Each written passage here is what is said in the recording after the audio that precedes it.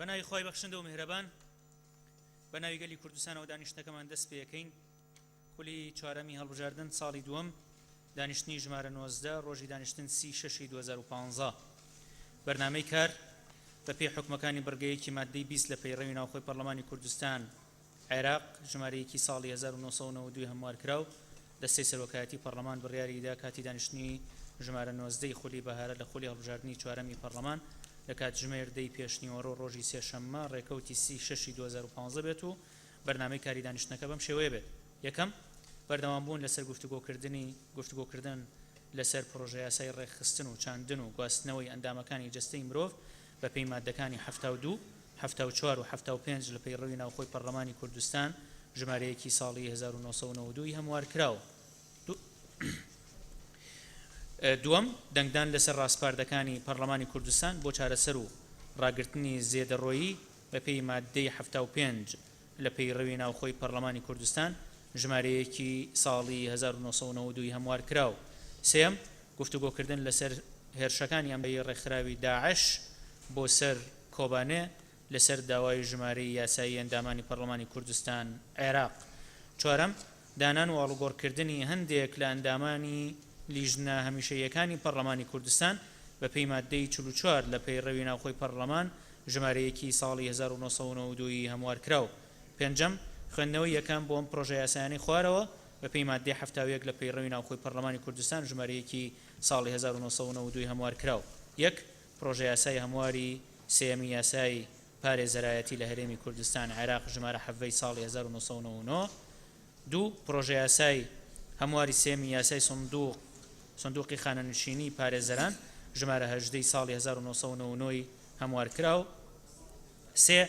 پرۆژە یاسای پارێزەرایەتی لە هەرێمی کوردستان. شەشەم ڕاگەاندنی کۆتایی هاتنی خولی بەهارەی ساڵی دووەم لە خولی چوارەمی هەڵبژاردننی پەرلەمانی کوردستان لەلایەن سەرۆکی پەرلەمانەوە بە پێی بەرگەی 2 لە مادەی 7 لە پەیڕەوی ناوخۆی پەرلەمانی کوردستان ژمارەیەکی ساڵی 1992 هەموارکراوە. لە دەستپێک داوا لە بەڕێز سکرتێری پەرلەمانەکەین کە پوختەیەک لە کۆنووسی دانیشتنی پێشووی پەرلەمانی کوردستان بخوێنێتەوە. بەناوی خوای بەخشندەی میهرەبان بەڕێز سەرۆکی پەرلەمان پوختەی دانیشتنی ژمارە 18 لە بەرواری 29/6/2015 بەم شێوەیەی خوارەوە بوو. یەکەم دەستپێکردنی دانیشتن لەلایەن بەڕێز سەرۆکی پەرلەمانەوە. دووەم خوێندنەوەی پوختەی دانیشتنی پێشوو لەلایەن سکرتێری پەرلەمانەوە. سێم گفتوگۆکردن لەسەر پرۆژە یاسایی ڕێکخستن و چاندن و گواستنەوەی ئەندامەکانی جەستەی مرۆڤ بۆ دانیشتنی ئەمڕۆ دواخرا. زۆر سپاس بۆ بەڕێستان. ئێستا داواتان لە یەکەی ناوی ئامادەنەبوانی کۆبوونەوەی پێشووی پەرلەمان خوێندنەوە. بەڕێز سەرۆکی پەرلەمان ناوی ئەندامانی پەرلەمان کە لە دانیشتنی ژمارە 18 ئاسایی لە بەرواری 29/6/2015 مۆڵەت پێدراو بوون یان بەبێ مۆڵەت ئامادە نەبوون لە کۆبوونەوەی یەکەمدا بەم شێوەیە بوو. یەکەم ڕێواز فایق مۆڵەت، دووەم ئیدریس عەلی ئیسلام مۆڵەت، سێهەم ئەنەس محەممەد ئامادە نەبووە، چوارەم ئومێد حەمەعەلی ئامادە نەبووە، پێنجەم جەمال عوثمان مۆڵەت، شەشەم جەودەت جەرجیس مۆڵەت، حوتەم زانە عەبدوڕەحمان ئامادە نەبووە، هەشتەم عەلی هالۆ ئامادە نەبووە، نۆهەم عومەر ساڵح ئامادە نەبووە، دەهەم فەیروس تاها مۆڵەت، یانزە کەمال یەڵدا مۆڵەت، دوانزە لینا عەزریا مۆڵەت، سیانزە محەممەد عەلی یاسین مۆڵەت. بەڕێز سەرۆکی پەرلەمان لە کۆبوونەوەی دووەمدا بەم شێوەی خوارەوە بووە. یەکەم ڕێواز فایق مۆڵەت، دووهەم ئیدریس عەلی ئیسلام مۆڵەت، پێم ئەنەس محەممەد ئامادە نەبووە، چوارەم ئومێد حەمەعەلی ئامادە نەبووە، پێنجەم جەمال عوثمان مۆڵەت، شەشەم جەودەت جەرجیس مۆڵەت، حوتەم زانە عەبدوڕەحمان ئامادە نەبووە، هەشتەم عەلی هالۆ ئامادە نەبووە، نۆهەم عومەر ساڵح ئامادە نەبووە، دەهەم فەیروس تاها مۆڵەت، یانزە کەمال یەڵدا مۆڵەت، دوانزە لینا عەزریا مۆڵەت، سیانزە محەممەد عەلی یاسین مۆڵەت، چواردە ئاری محەممەد عەبدوڕەحیم ئامادە نەبووە، پانزە باپیر کامەلە ئامادە نەبووە، شانزە جوان ئیسماعیل ئامادە نەبووە، حەڤە حسین ئیسماعیل مۆڵەت، هەژدە عەبدوڕەحمان فارس ئامادە نەبووە، نۆزدە عەبدوڵڵا مەحموود ئامادە نەبووە، 20 عیزە سابر ئامادە نەبووە. زۆر سپاس بۆ بەڕێز سکرتێری پەرلەمان. ئێستا چینە سەر تەوەری یەکەمی بەرنامەی کاری ئەمڕۆمان کە بریتە لە بەردەوامبوون لەسەر گفتوگۆکردن لەسەر پرۆژە یاسای ڕێکخستن و چاندن و گواستنەوەی ئەندامەکانی جەستەی مرۆڤ بە پێی مادەکانی 72 74 و 75 لە پەیڕەوی ناوخۆی پەرلەمانی کوردستان ژمارەیەکی ساڵی 1992 هەموارکراوە. بۆیە داوا لە لیژنە پەیوەندیدارەکان کە لیژنەی کاروباری یاسایی، لیژنەی کاروباری تەندروستی و ژینگە و لیژنەی ئەوقاف و کاروباری ئاینی و لیژنەی مافەکانی مرۆڤەکەین کە بێنە سەر مەنەسە بۆ دەستپێکردن بە بەرنامەی کاری دانیشتنی ئەمڕۆمان. خاتو حياة فەرموو نقطەی نظامیت هەیە؟ بەڕێز سەرۆکی پەرلەمان ئەلی عەلی هالۆ پێشتر ئیجازەی بۆ کراوە لەلایەن ڕاکسیۆنە و ئیجازەکەی نێراوە بەڵام بە ئامادە نەبوو خوێندایەوە. دیارە مامۆستا ئەنەسیش. دیارە مۆڵەتەکەی نەگەیشتەوە بە ڕێز سکرتێری پەرلەمان. بەڕێز کاک مەحموود فەرموو.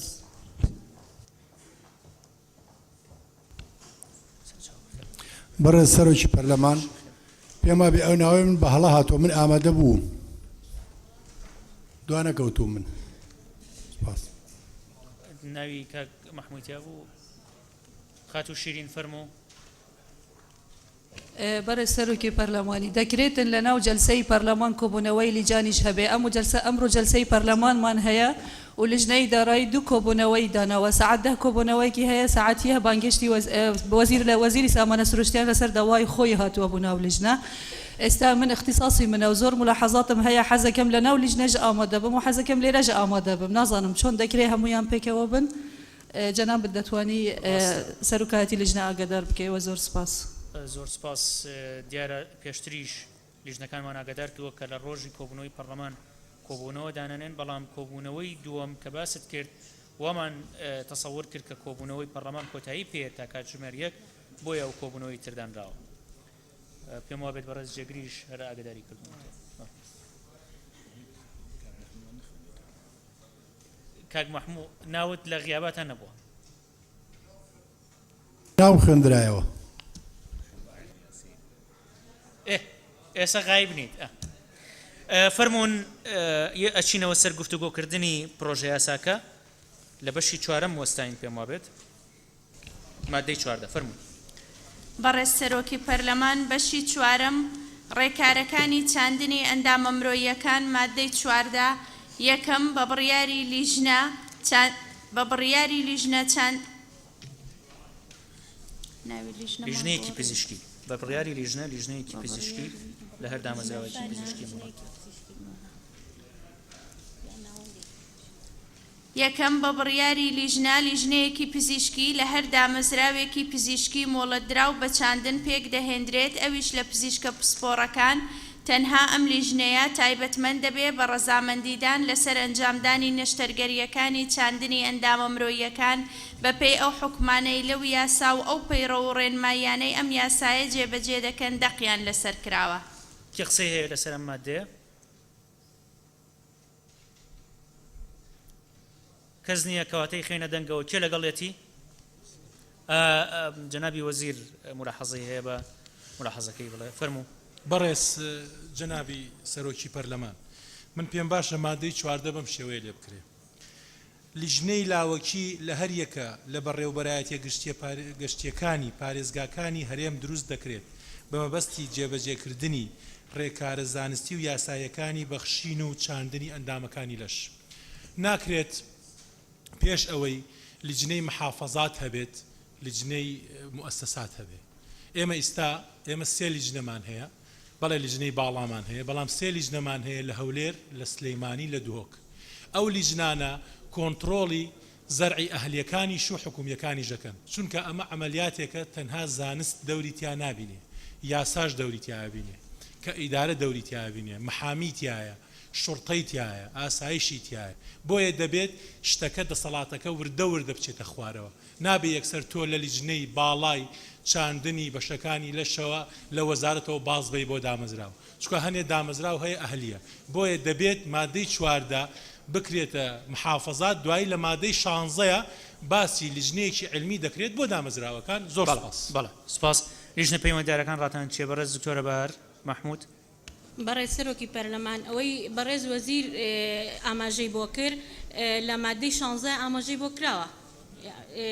تیمێکی پزیشکی بەرپرس لە فەقەرەی یەکەمە لە فەقەرەی دووەمیشە تیمێکی پزیشکی لێ هاتوو لەو پارێزگایانەی کوردستان کە نەشتەرگەریەکانی چاندنی ئەندامەکانی تیا ئەنجام دەدرێت. بەخشین بەڵێ.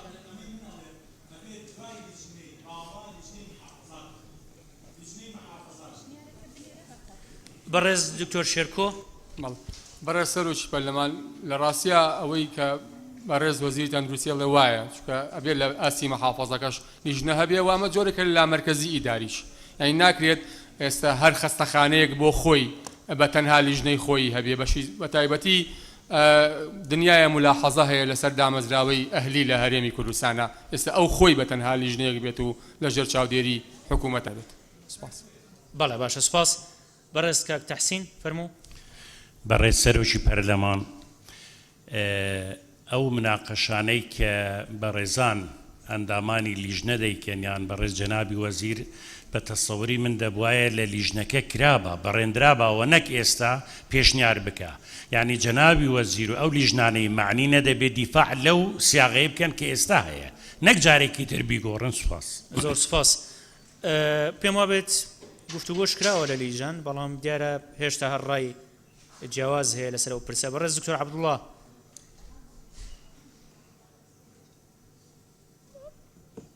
بەڕێز دکتۆر عەبدوڵڵا فەرموو. زۆر سپاس سەرۆکی پەرلەمانی بڕاستی بۆ ئەف یعنی تکستی عەرەبی دا زۆرە واضحە مە چۆر لیژنەیەت هەی بۆ مەسەلا یعنی گواستنەوەی و چۆندنە ئەندامێت لەشێ لیژنەیەکی لیژنة الموافقة على إجراء عمليات زرع الأعضاء. أوي لجنة تبي بيوندي أو أو دكتور بن أو ترد بن عمليات زرع الأعضاء. أوي مهمة شوية أخلاقية وشوية قانوني بيجي بس أبا دكريت يعني بس لجنة طبية بيتن مستشاري قانوني تذهبتن محامي تذهبتن أو أنت تذهبتن أو درسته. لجنة دوم لجنة التحقق من الموت الدماغي أو جزور مهمة شنكو إما قانوني خوما من النساء المتوفين حديثا أو متوفين حديثا أبيت أو لجنة بيتن. لجنة تايبدمنت هي أو تايبدمنت أو التي تقوم بزرع الأعضاء أو جي مادة شانزية ومادة شانزية كم دوم أو اللجنة أجر إيكك هبتن مثلا متوفي حديثا شون أو عندما كيد لا ولا شيء ورد جريتن أو إيش لجنة كتايبتها أو تقريبا يعني هل شو اللجنة وإما بس أو بريس دكتور ريكوت جيجوتي أو اللي هيكلية إما هيكلية برنامج التبرع وزرع الأعضاء تمنيوسي وكاك دكتور بس أول لما دايسي وياك أو هيكلية إما نيوسي وتتألف هيكلية برنامج التبرع في ديوان الوزارة من أولا رئيس البرنامج على أن يكون حاصل على لقب طبيب استشاري في زراعة الأعضاء البشرية أوجي بيشنياري لجنة خبراء وزارة تندرسيبو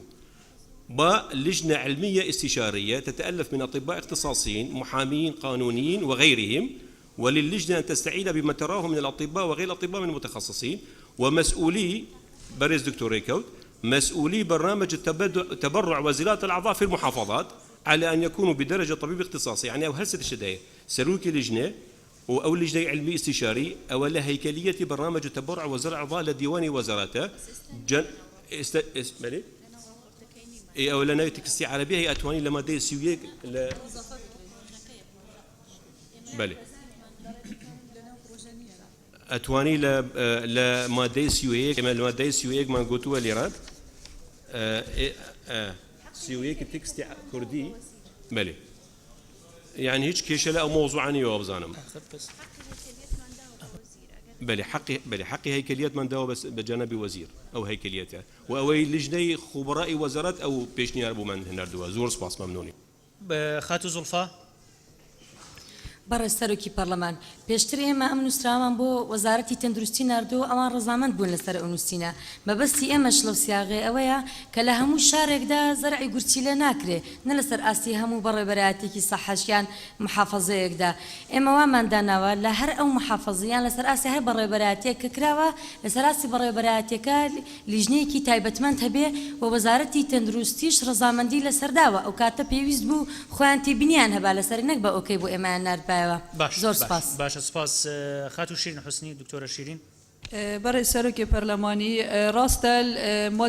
مادەت هاتی نەپەسەندکردن و صلاحیت دانە وەزیری هەیکەلیەتە لیژنێ دروست بکرد بەس دیتنا ئەو خاڵێ نوکە دکتۆر عەبدوڵڵا ئیشارەت پێداین ئەگەر ئیزافە ببن لەسەر مادە سهوئێکێ و ئەم تیاسایەدا جێگیر بکن و وەزیر بڤی شێوەی هەیکەلیەتێ دروست بکرد نەک تەنها صلاحیت بۆ وەزیری بن و تیاسایەدا ئیشارەت پێ نەئێتەدان و زۆر سپاس زۆر سپاس کا خەڵەف قسەتە بوو بەڵێ دکتۆرە بەهار فەرموو بەڕێز سەرۆکی پەرلەمان ئەگەر ئەو لیژنەیە پێویستیش بێ ینی لێرە شاجی نەکرابێتەوە ئێمە کە لیژنە باڵاکە پێکاتەکەیمان دیاری نەکرد بە هەدەفی ئەوە بوو کە دەستی وەزیر و وەزارەت نەبەستین لەوەی کە ئێمە تەحدیدی بکەین بە چەند لیژنەیەکەوە بڵین ئەم لیژنەیە ئەوە یعنی بۆیە تەنها بە مطلقی وتمان بە سەرۆکایەتی وەزیر لیژنەیەک پێک دێت بۆیە پێکێنانی لیژنە ئەوەندەی ئیداریە و کارێکی ئیداری ئەوەندە کارێک نییە لە قانونا جێ بکرێتەوە ئەگەر لێرە داژنەنرێ دەستی وەزارەت و بەڕێز وەزیر نەبەستراوە بۆی کە هەر لیژنەیەکی تر پێویست بێ دروستی بکات.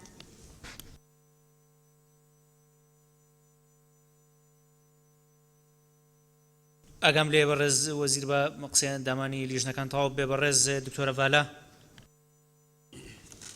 بەڕێز سەرۆکی پەرلەمان بێگومان پێشنیارەکانی وەزیری تایبەتمەند بە هەند وەردەگیرێ لەبەر ئەوەی ئەو یاسایە تایبەتە بە وەزارەتەکەی بەڕێزیانەوە. بەڵام من پرسیارێکم هەیە لە جەنابیان ئەگەر بچێتە سەر مادەی 31 بڕگەی 2 هەیە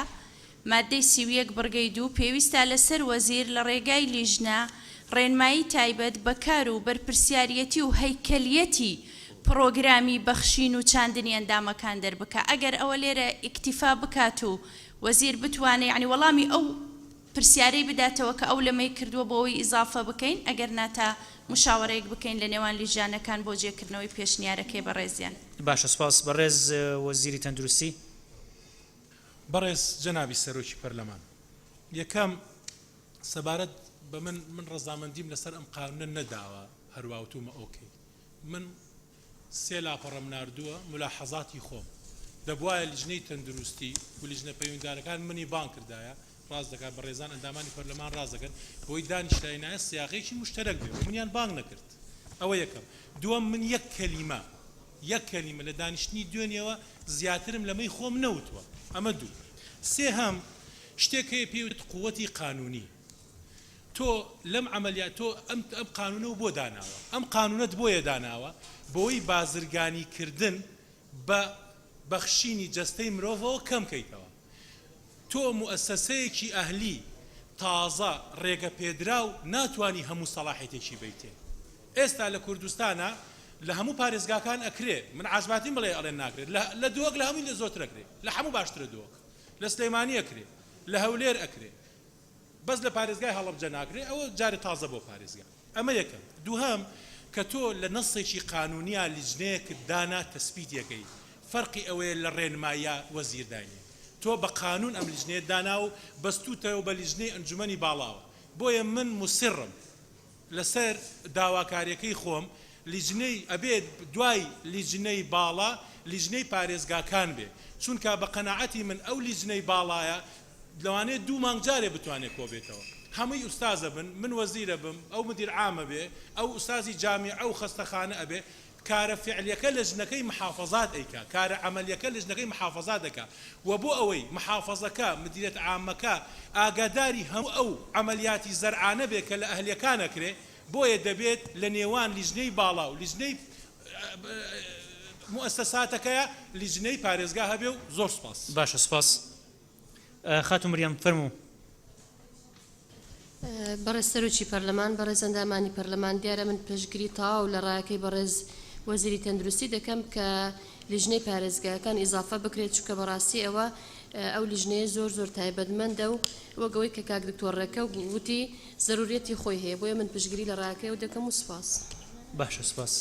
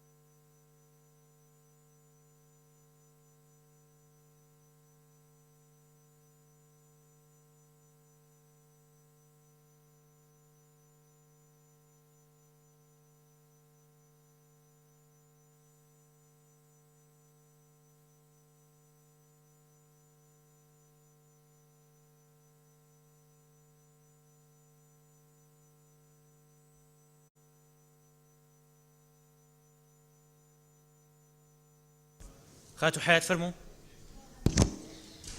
بەڕێز سەرۆکی پەرلەمان لە مادەی چوارەمە نووسراوە یەکەم لە مادەی چواردەیە بەڵام دووهەمی نییە پێم وا بێ و یەکەمە ضرور نییە بنووسرێت. مادەی چواردە بەڵێ نووسراوە یەکەم ئێستا ئەوەی کە ئێستا مناقەشەی لەسەر کرا و سیاغاکرێتەوە. ئێستا ماد لە مەحەد لە مادەی ڕاستە وایە ڕاست دووهەمی نییە. ڕاستە یەکەم ژە بلا ببرێ باشە سپاس.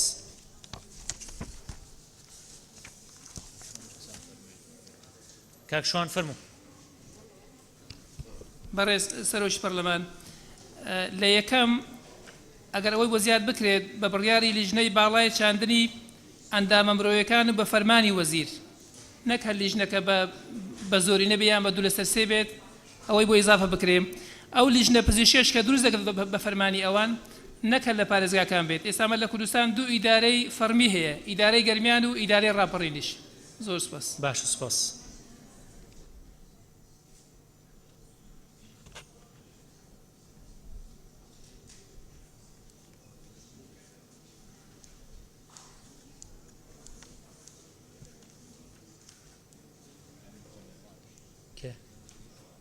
خاتو زڵفا فەرموو.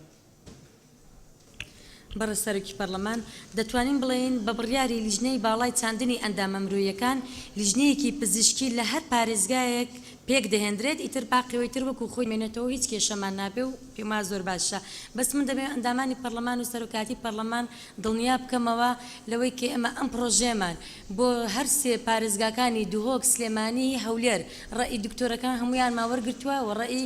وەزارەتی تەندروستی ماوەرگرتووە واروەها چەند پسپۆڕێکیش لە شارە جیاوازەکان زیاد لە شوێنە ڕسمیەکاندا بۆی کە گومانتان نەبێت لە نادروستی یان لە دروستی ئەم پرۆژەیە. باشە سپاس.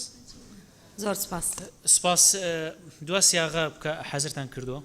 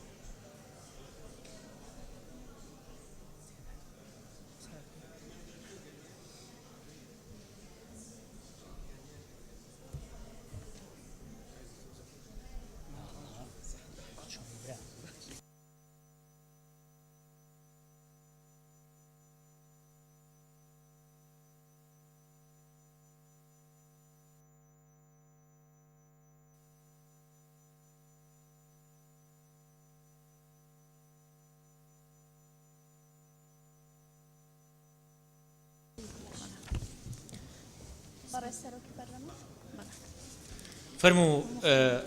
بەڕێز دکتۆرە بالا.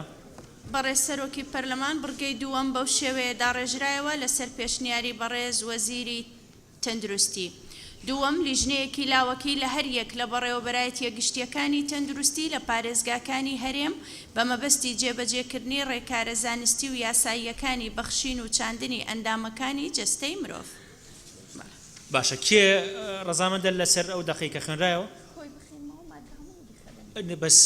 ئەوە جارێ بێ لە پێشە ئەوە بخینە دەنگەوە وانە کێ ڕەزامەندە لەسەر ئەو دەقیقە خوێنرایەوە زیاد کرێ بۆ مادەکە. کاک عومەر نقطەی نظامی دووەمی بۆ زیاد کرا ئەو پێشنیارەی بەڕێز وەزیری تەندروستی کرا بە دووەم لە ئاستی هەر پارێزگایەک لیژنەیەکی فەرعی دروست دەکرێت بۆ سەرپەرشتکردنەوە. کێ ڕەزامەندە؟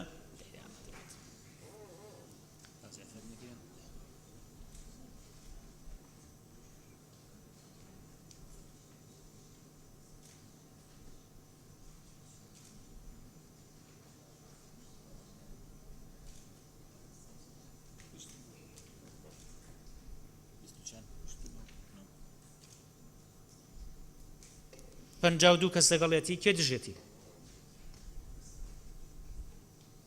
دکتۆر دژیت دوو کەس دژێتی کەواتە پەسەند کرا کۆی مادەکە بخوێنەوە بەشی چوارەم ڕێکارەکانی چاندنی ئەندامە مرۆییەکان مادەی 14 یەکەم بە بڕیاری لیژنەیەکی پزیشکی لە هەر دامەزراوەیەکی پزیشکی مۆڵەت دراو بە چاندن پێک دەهێنرێ ئەویش لە پزیشکە پسپۆڕەکان تەنها ئەم لیژنەیە تایبەتمەند دەبێت بە ڕەزامەندیدان لەسەر ئەنجامدانی نەشتەرگەریەکانی چاندنی ئەندامە مرۆییەکان بەپێی ئەو حکومانەی لەو یاسا و ئەو پەیڕە و ڕێنمایانەی ئەم یاسایە جێبەجێ دەکەن دەقیان لەسەر کراوە دووەم لیژنەیەکی لاوەکی لە هەر یەک لە بەڕێوەبەرایەتیە گشتیەکانی تەندروستی لە پارێزگاکانی هەرێم بە مەبەستی جێبەجێکردنی ڕێکارە زانستی و یاساییەکانی بەخشین و چاندنی ئەندامەکانی جەستەی مرۆڤ کێ لەگەڵێتی بۆ شوۆی کە خوێنرایەوە خرای دەنگەوە کێ لەگەڵێتی کە بۆ شوۆی کە خوێنرایەوە تازە خرای دەنگەوە ئەوە پێشتر قسە بکەین بەڕێ سەرۆکی پەرلەمان تەنها لیژنەیەکی پزیشکی نا لیژنێ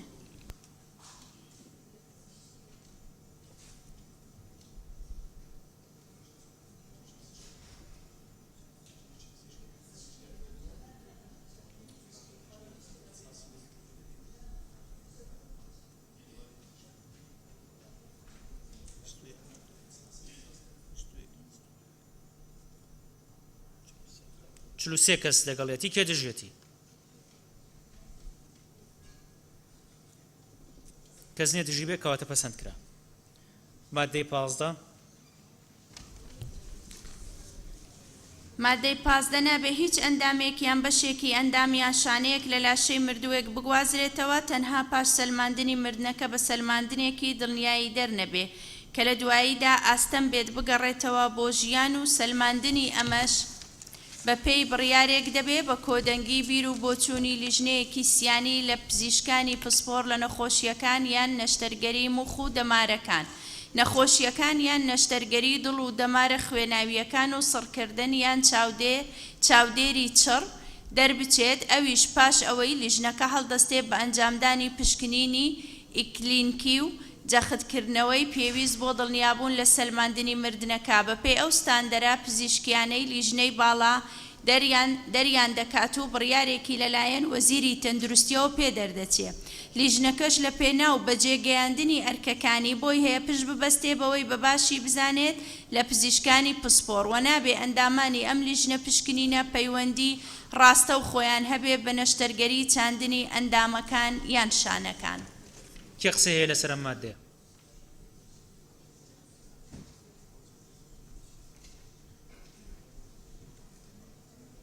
دکتۆر سعود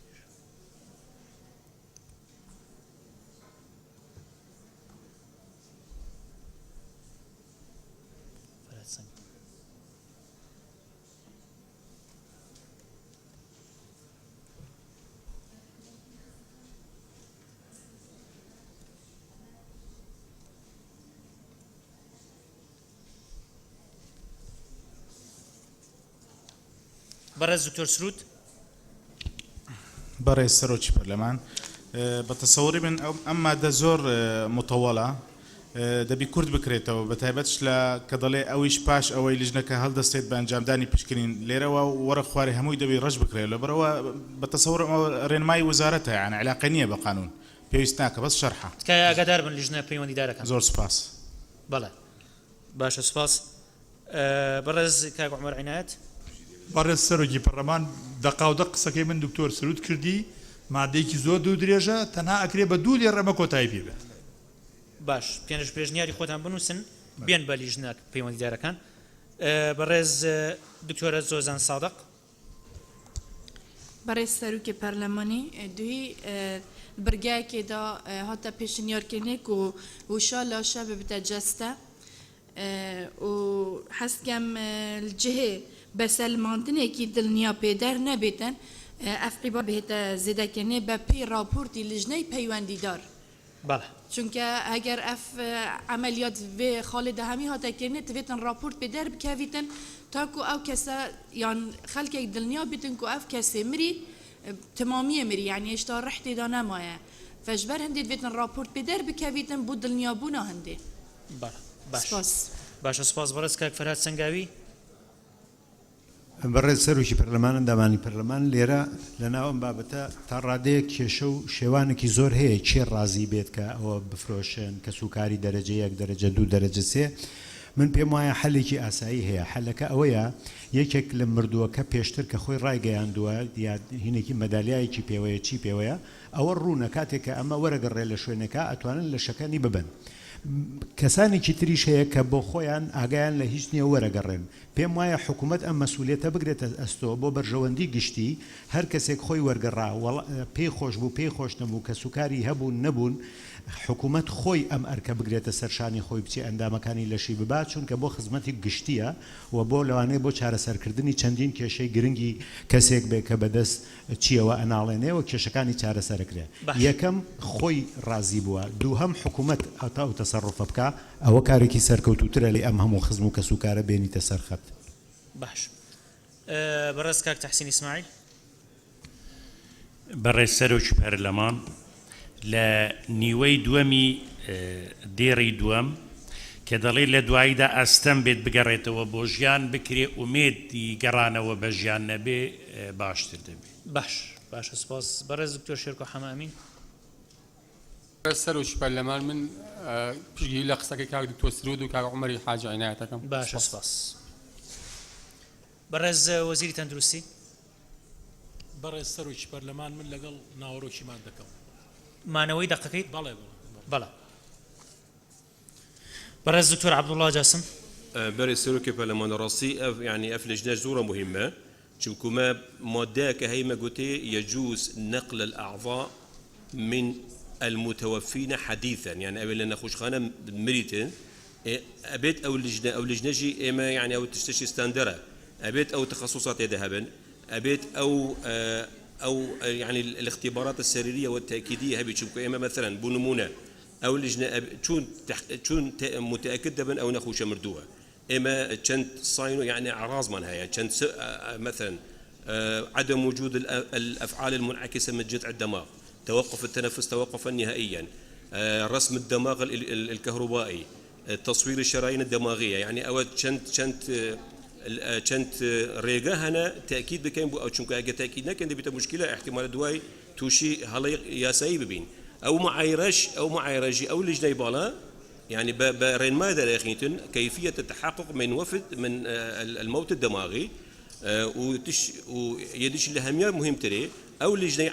علاقات مباشرة نبيت بتشاندني عند أمان ليش شنك أجر علاقاتها بيت احتمال تحيزها بيت باياسها بيت احتمال أو هند ورد نبن يعني براي لجنة خومن بميت وكو زور يعني مكثفة درست مكثفة بس هموت الشيء ده وزور سباس. باش سپاس.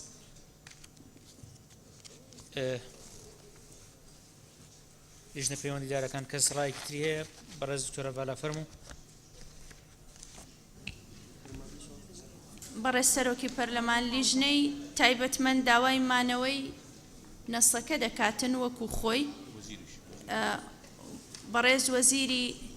تەندروستیش ئەگەر هەمان ڕای هەبیتن ئێمە ڕازین لەسەرەوەی کە نەسەکە وەکو خۆی بڕواتن لەبەرەوەی ئەوان تایبەتمەندن لە بابەتەکە. باشە کەواتە بیخێنەوە بۆی بخێنە دەنگەوە.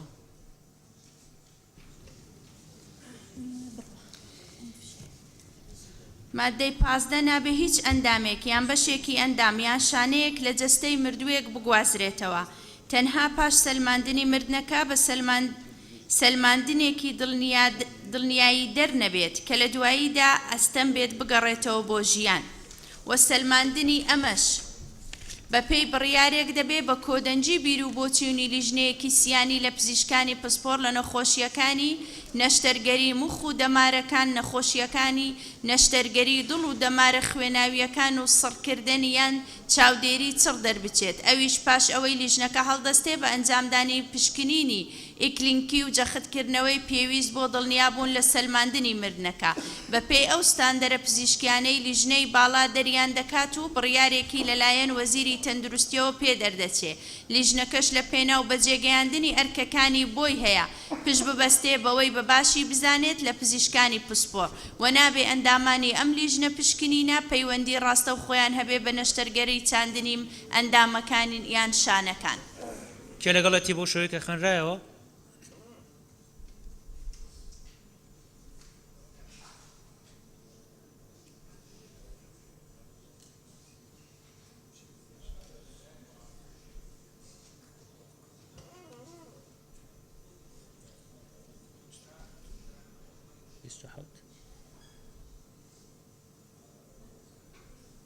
چلو پێنج کەس لەگەڵێتی کێ دژێتی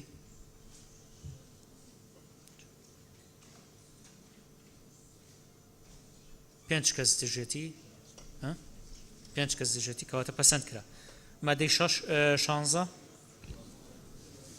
مادەی 16 یەکەم لە هەر دامەزراوێک لە دامەزراوە مۆڵەت دراوەکان بە چاندنی ئەندامە مرۆییەکان تیمێکی پزیشکی بەرپرس لە چاندن پێک دەهێنرێ و پەیڕەوی جێبەجێکردنی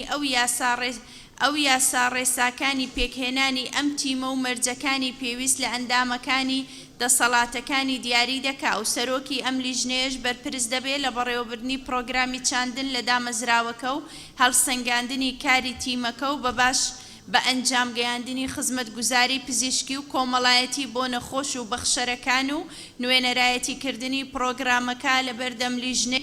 لیژنەی باڵا و سەرجەم لایەنە پزیشکی و کارگێڕیە پەیوەندیدارەکان. دووەم بە بڕیاری لیژنەی باڵای بەخشین و چاندنی ئەندامە مرۆیەکان تیمێکی پزیشکی لێهاتوو لەو پارێزگایانەی کوردستان کە نەشتەرگەریەکانی چاندنی ئەندامەکانی تێدا ئەنجام دەدرێ پێک دەهێنرێ بە ئامانجی وەرگرتنی ئەندامەکان لەوانەی کۆچی دواییان کردووە بە مەبەستی چاندن.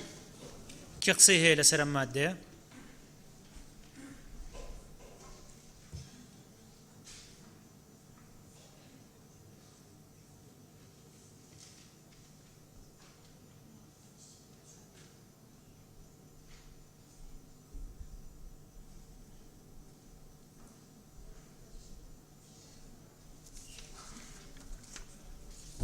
بەڕێز کاک عەباس غەزالی.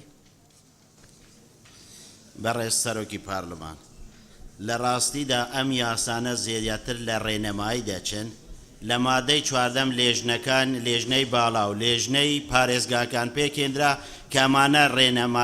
ڕێنەمایە بە بۆچوونی من ڕێنەمایە بۆ مادەی 14 بە پێویستی نازانم مادەیە هەبێ. باش بەڕێز کاک قادروەتمان. بەڕێز سەرۆکی پەرلەمان لەبەرەوە ئەمە دو مادەیە دەچینە ناو سزاکان هەرچەندە وەزیری بەڕێز وەزیری تەندروستی هەم وەک وەزیر هەمیش لە ڕووی پسپۆریەوە لە ئێمە باشتر ئاگادارترە لەسەر ئەو بابەتە بەڵام ئامارێکیش لە بەردەستدانیە لەوەی کە ئێمە پسپۆری بواری چاندن و وەگواستنەوە لە هەرێمی کوردستان ئەگەر لیژان دروستکرێ لە سەراستی پارێزگاکان کە دەبواە لە سەراستی ئیدارەکانیش باە پێم وایە ڕێژەمان لەوانەیە کەم بێ چەندە ئامارێک لای من نییە ئامارێکی دقیق بۆی ئەگەر ڕێژەکە کەم بێ من پێشنیار دەکەم بڕگەیەک بۆ ئەو مادەیە زیاد بکەین کە لە بڕگەکە داوا هات بێ پێویست بە حکوومەت دەستەبەری زەمالەی خوێندن لە دەرەوەی وڵات بکە لە پێناو پێگەیاندنی پزیشکی پسپۆر لە بواری چاندن و گواستنەوە و چاندن کە دەکرێت بە سیغەیەکی دیکەی قانونی داڕشنی بۆ بکەین. زۆر سپاس. باشە سپاس. بەڕێز کاک عومەر عنایەت. بەڕێز سەرۆکی پەرلەمان عەرەبەکان دەڵێن خەیرولکەلام ما قەل وەدل بەڕاستی ئەمە ئینشایە لە یاسا ناچێ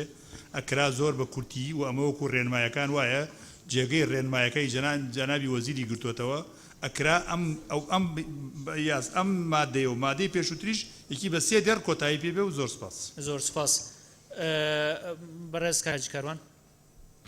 بەڕێز سەرۆکی پەرلەمان لە مادەی 27 تقریبا ئەو مادەی 27 بێتە بڕگەیەک کە ئەبێتە بڕگەی سێەم ئەگەر جەنابی وەزیر لەگەڵ ڕێیەکەم بێ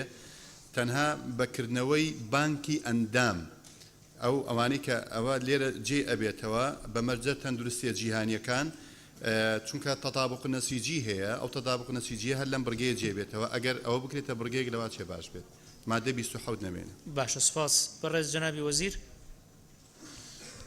بەڕێز جەنابی سەرۆکی پەرلەمان منیش پێم وایە هەر دووبارەیە بەڵام ئەگەر بژبێ شەرحی حاڵەتەکە بکە بە خراپی نازانم باشە بەڵام یەکشت نوێنەرایەتیکردنی پرۆگرامەکە لەبەردەم لیژنەی باڵا و لیژنەی پارێزگاکە ئەگەر مەجالیش هەبێ لە قانونەکەی تراوە لەو دەنگمان لەسەردا لیژنەی پارێزگاکان پێش لیژنەی دامەزراوەکان بکەوێت چکە پارێزگا لە دامەزراوە گەورەترە و ئەو پاش و پێشەمان بۆ بکەن و لیژنەی باڵا و لیژنەی پارێزگاکانیش لێرە زیاد بکەن. زۆر سپاس. باشە سپاس. بەڕێز دکتۆرە شیرین حوسنی. بەڕێز سەرۆکی پەرلەمان لەسەر قسەکانی برا بەڕێزم کاک عومەر عینایەت کە گوتی ئینشاء چونکە ئەم پرۆژە یاسایە پەیوەندیدارە بە ژیانی مرۆڤەوە ئێمە زۆر بینیمانە و ئێستاش لە هەرێمی کوردستان هەیە چەند کەس بە هەڵی دکتۆرەکان بوونە بە قوربانی لەبەر ئەوە بە پێویستمان زانی مەتاتیەتی تێدا نەبێت تەفاسیلی تێدا بێدا کەس دکتۆر نەیتوانن ئەم یاسایە بە کەیفی خۆیان بەکاربێنن یان بە شێوازێکی تر بەکاری بێنن بۆ ئەم مەبەستەش تەفاسیل و دوور و درێژی تێدا هەیە و زۆر زۆر سپاس. زۆر سپاس. بەڕێز دکتۆر عەبدوڵڵا جاسم. برئ سەرۆکی پەرلەمانی ڕاستی ئەژیت قال كاك عمر عنايات خير الكلام ما قل ودل بس بو أو مادة أو تقريبا شهر ريزن احتمال أو فصلك كامل بالتأكيد للتكست بوك كعلمي يعني هذا فعلا ما قل ودل شنكم مش مجال التفسير وتأويل وإضافة واجتهاد شخصية دانية همو تشت بوردين يسيوا وبظنم أوش يعني إما بأو إجراءاته إما تشال لجنة بيوس من هي اللجنة موافقة اللجنة تحقق من الموت الدماغي أو اللجنة تايبته بأنجام داني شاندني عندما كان ليش أوجه همو تايبت مندن همو دكتوري بسبورن يعني جراحا وبت اختصاصي دقيق شبيتا لأواره يعني أوانا فعلا ما قل ودلا بس لو يعني ورتل أو ما بظنم احتمالا مجال التفسير والتأويل تذهبيتن ودرس ببيتن وزور سباس ممنون. زور سباس. برز خاتو زلفا. بەڕێز سەرۆکی پەرلەمان ڕای لیژنە مادەی 16 هەمووی تەواو تەنها لە کۆتاییدا نەبێت کە نوێنەرایەتیکردنی پرۆگرامەکە لە بەردەم لیژنەی پارێزگاکان چونکە ئەم لیژنەی ناونەخۆشخانەکان سەر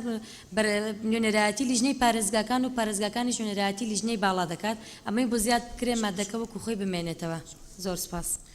زۆر سپاس. قسەی ترتان هەیە لیژنەی پەیوەندیدارەکان یان ئەیخەنەوە بۆی بخێنێ دەنگەوە؟ بەڵێ فەرموو.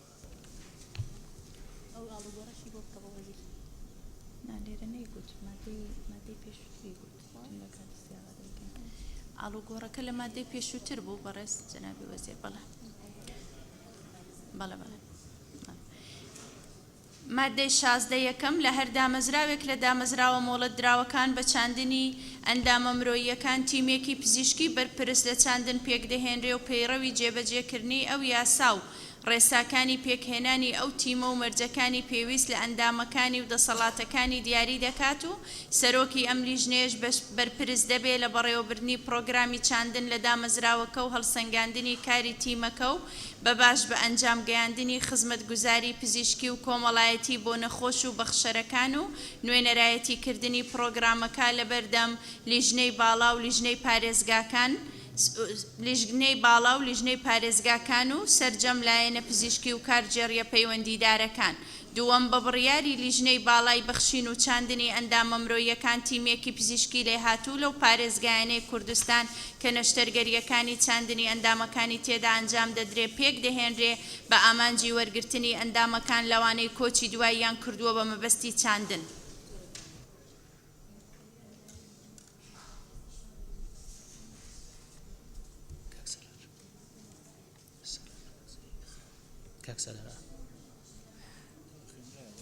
خوێنرایەوە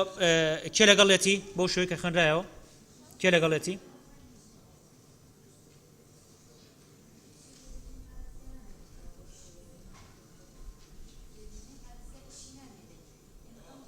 تازە خرایە دەنگەوە باشەوە بۆ نزیکنین لەیەکەوە کە پرس و ڕایۆژەکەن. بە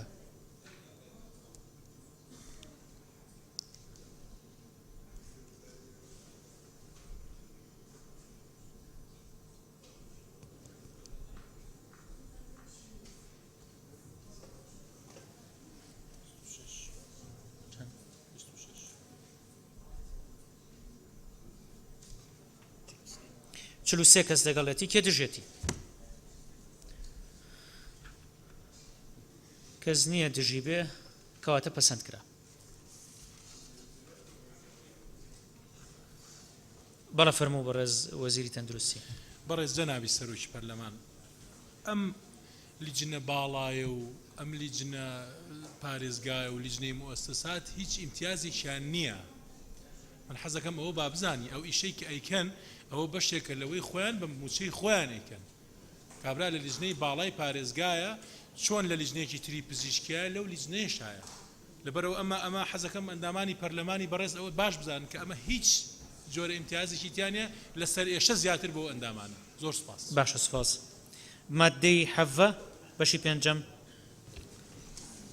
بەشی پێنجەم سزاکان مادەی حەڤدا لەگەڵ پێشێل نەکردنی هەر سزایەکی تونتر کە یاسای سزاکانیان هەر یاسایەکی دیکە دەقی لەسەر دەکات ئەو تاوانانەی لەو مادانەدا دێن دەقیان لەسەر کراوە ئەو سزایانەیان دەبێت کە لە مادەکاندا بۆیان دیاری کراوە کێ قسەی هەیە لەسەر مادەیە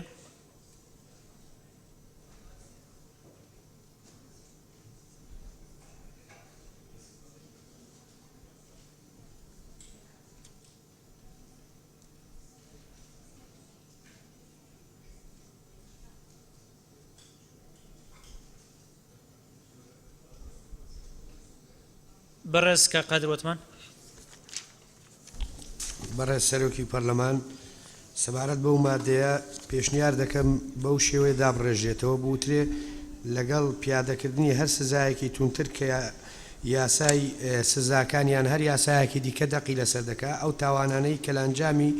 پابەند نەبوون بە حکومەکانی ئەم یاسایە ڕوودەدەن ئەو سزایانەیان دەبێت کە لە مادەکاندا بۆیان دیاری کراوە زۆر سپاس زۆر سپاس بەڕێز کاک بێسوون فایق بەڵێ بەڕێز سەرۆکی پەرلەمان ینی ئەم بڕگەیە ئەو مادەیە ئەوەندە ڕەکیک و ناوازە هەر تێگەیشتن لی زۆر قورسە تەسەورەکەم لە عەرەبیەکەیەوە نەساو تەرجەمە کراوی یعنی چی لەگەڵ پێشێل نەکردنی سزا پێشێل نەکردنی سزا نازانمانە چیە تەسەورەکەم هەر لای بێتی هیچ لە مۆزوعەکە ناگۆڕێ مادەکانی دوای ئەوە سزاکانی دیاری کردووە زۆر سپاس زۆر سپاس بەڕێز مامۆستا غەریب مستەفا بەڕێز سەرۆکی پەرلەمان واژەم نەکردووە من وابم ئەم مادەیە کە دانراوە مادەکە خۆی زیادە وەکو کاک بێسوون ئاماژەی پێکرد تاوان ئەم یاسایە بۆیە دانرێ هەموو کارەکانی گواستنەوە چاندن ڕێک بخرێت سزاکەشی دیاری کردووە بەڕاستی سزاکانی زۆر ساری من کە لە یاساکە هاتووە حەبسی تایە سجنی تایە غەرامەی جیاوازی تایە تەنانەت لە سێدارەدانیشی تایە بۆیە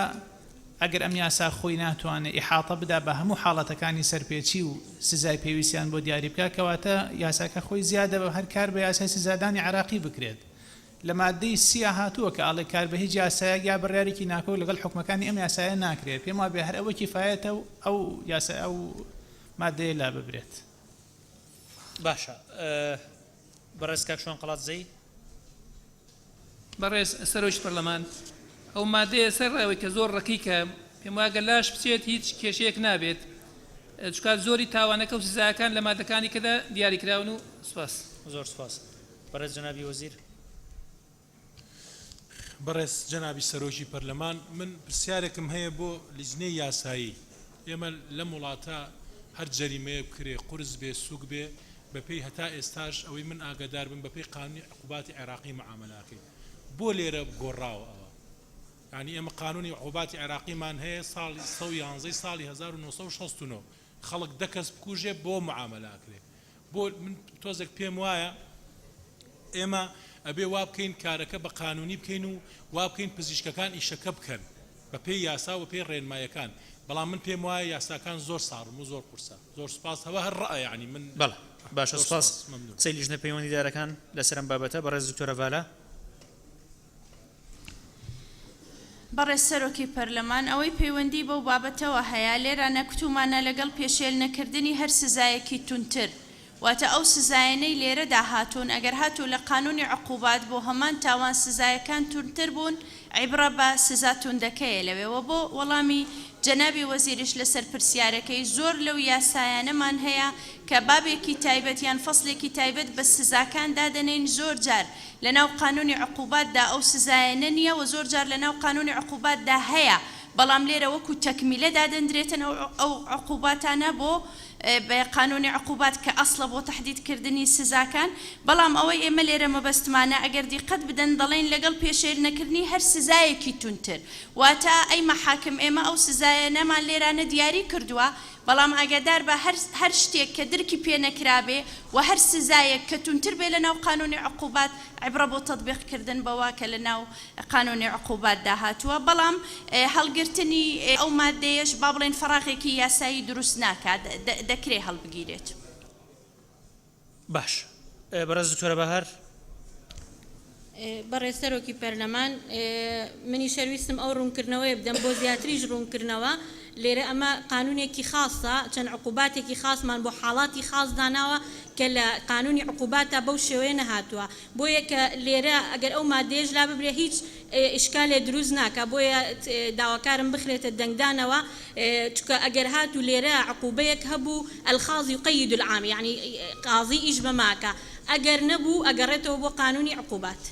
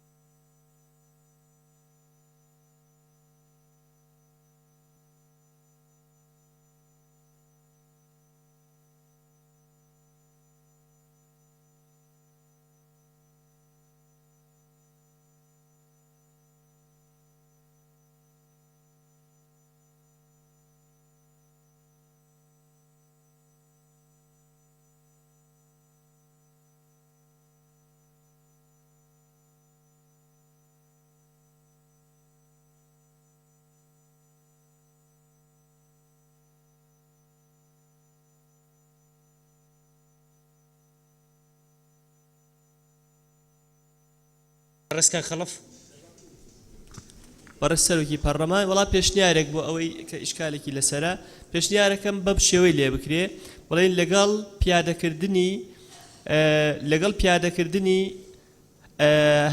هەر یاسایەکی تر وەک یاسای سزادانی عێراقی یا هەر یاسایی تر کە دەقنووس کرابێ پیادە بکرێ نەک بڵێ پێشێل نەکردنی سزایەکی تونتر لەگەڵ پیادەکردنی هەر سزایەکی تونتر کە لە یاسای سزادانی عێراقی یان هەر یاسایەکی دەقنووسکراوی تر هاتبێت بەڵێ بزانین ڕای لیژنە پەیوەندیدارەکان چییە بەڕێز دکتۆرە ڤالا فەرموو بەڕێز سەرۆکی پەرلەمان بەڕێزان ئەندامانی پەرلەمان ئەوەی گرنگی ئەو مادەی هەیە لەلایەن ئێمە وەکو پسپۆر تەنها ئەوەیە کە هەر سزایەکی تونتر هەبێتن لە قانونی عقوبات و لە هەر قانونێکی تر ئەوەیان مەحاکم مولزەم بکەین پێ بۆیە لێرانە زەمانێکی زیاترە ئەوەی هەیە لە ناو ئەو بابەتا بۆ ئەو خەڵکانەی کە ئەو کارە ئەنجام دەدەن و کاری چاندن و گواستنەوەی بەڕای من ئەوە هەر سزایەکی تونتر لەبەرەوەی دقیقە زۆر وە شتێکی نامۆش نییە لێرە کە هاتبێ لەبەرەوەی لە یاسای زۆربەی وڵاتان هەیە نەسێکی ئاوا باش کەواتە بەس ئەرێ خینە دەنگەوە ئەوە وەکو باس کرا باشەکە قادر دەرفەتی پێدەم وەکو باس کرا ئەمە ئەم دقە هەروە بە اعتباطی نەهاتووە بەو شێوەیە لە یاسا کە بەڵکو ضرورەتێک هەبووە وای کردو ئەم دقە بێت بۆ ئەوەی کە ئەگەر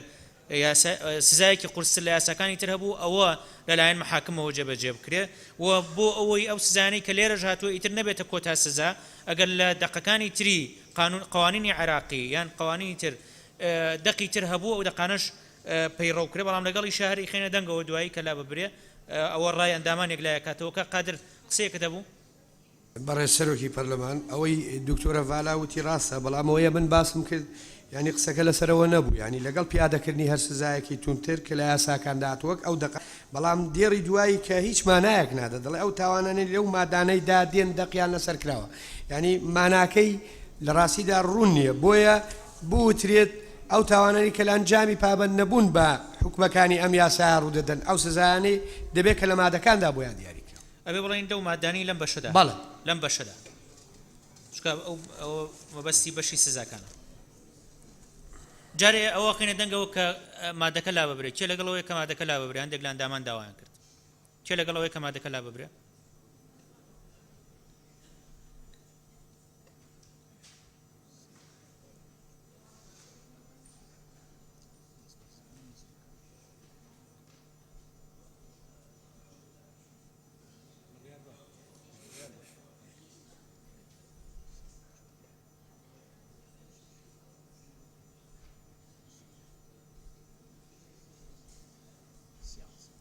سیانزە کەس لەگەڵەوەی لا ببرێت چێ لەگەڵەوەی بمێنێتەوە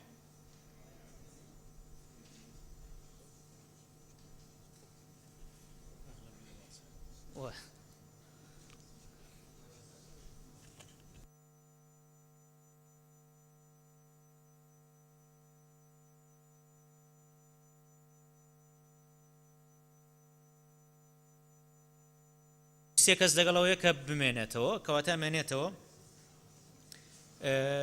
سیاغە ئەکرێتەوە یان بەڕێز دکتۆرە بالا بەڵێ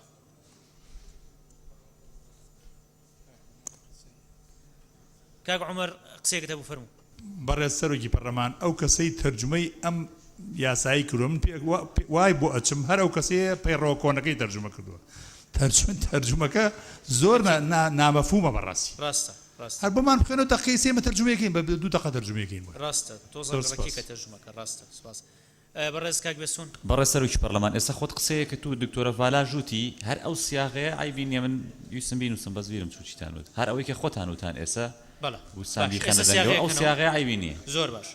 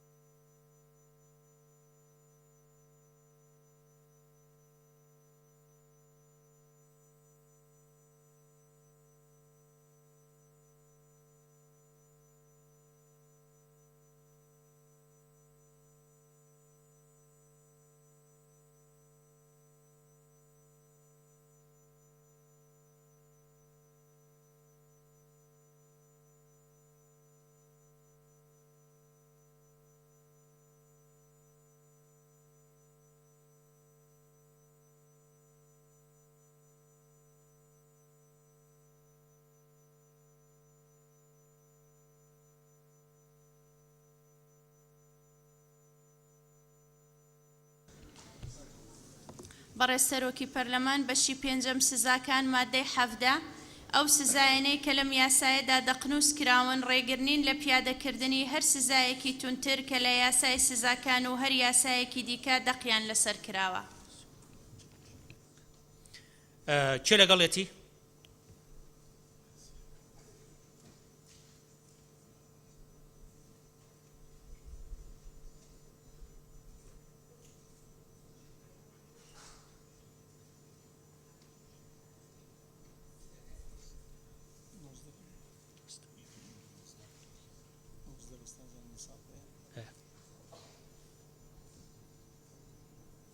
سیوهشت کەس لەگەڵ یەتی کێ دژێتی کەس نییە دژی بێ کەواتە پەسەند کە کاک تەحسین نقطەی نظامی دەبوو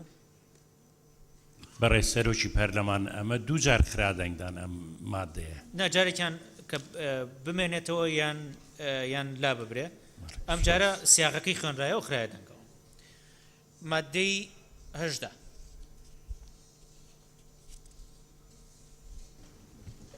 مادەی 18 یەکەم هەر کەسێک ئەندامێکی مرۆیی یان بەشێکی بە مەبەستی چاندن بە پێچەوانەی حکمێک لە حکومەکانی مادەکانی 3 و 4 و 5 و 7 و 9 ئەم یاسایە بگوازێتەوە ئەوە سزا دەدرێت بە زیندانیەک لە 10 ساڵ زیاتر نەبێت و غەڕامەیەک لە 10 ملیۆن دیناری عێراقی کەمتر نەبێت و لە 50 ملیۆن دینار زیاتر نەبێت و بە زیندانی کردن بۆ ماوەیەک لە 7 ساڵ زیاتر نەبێت.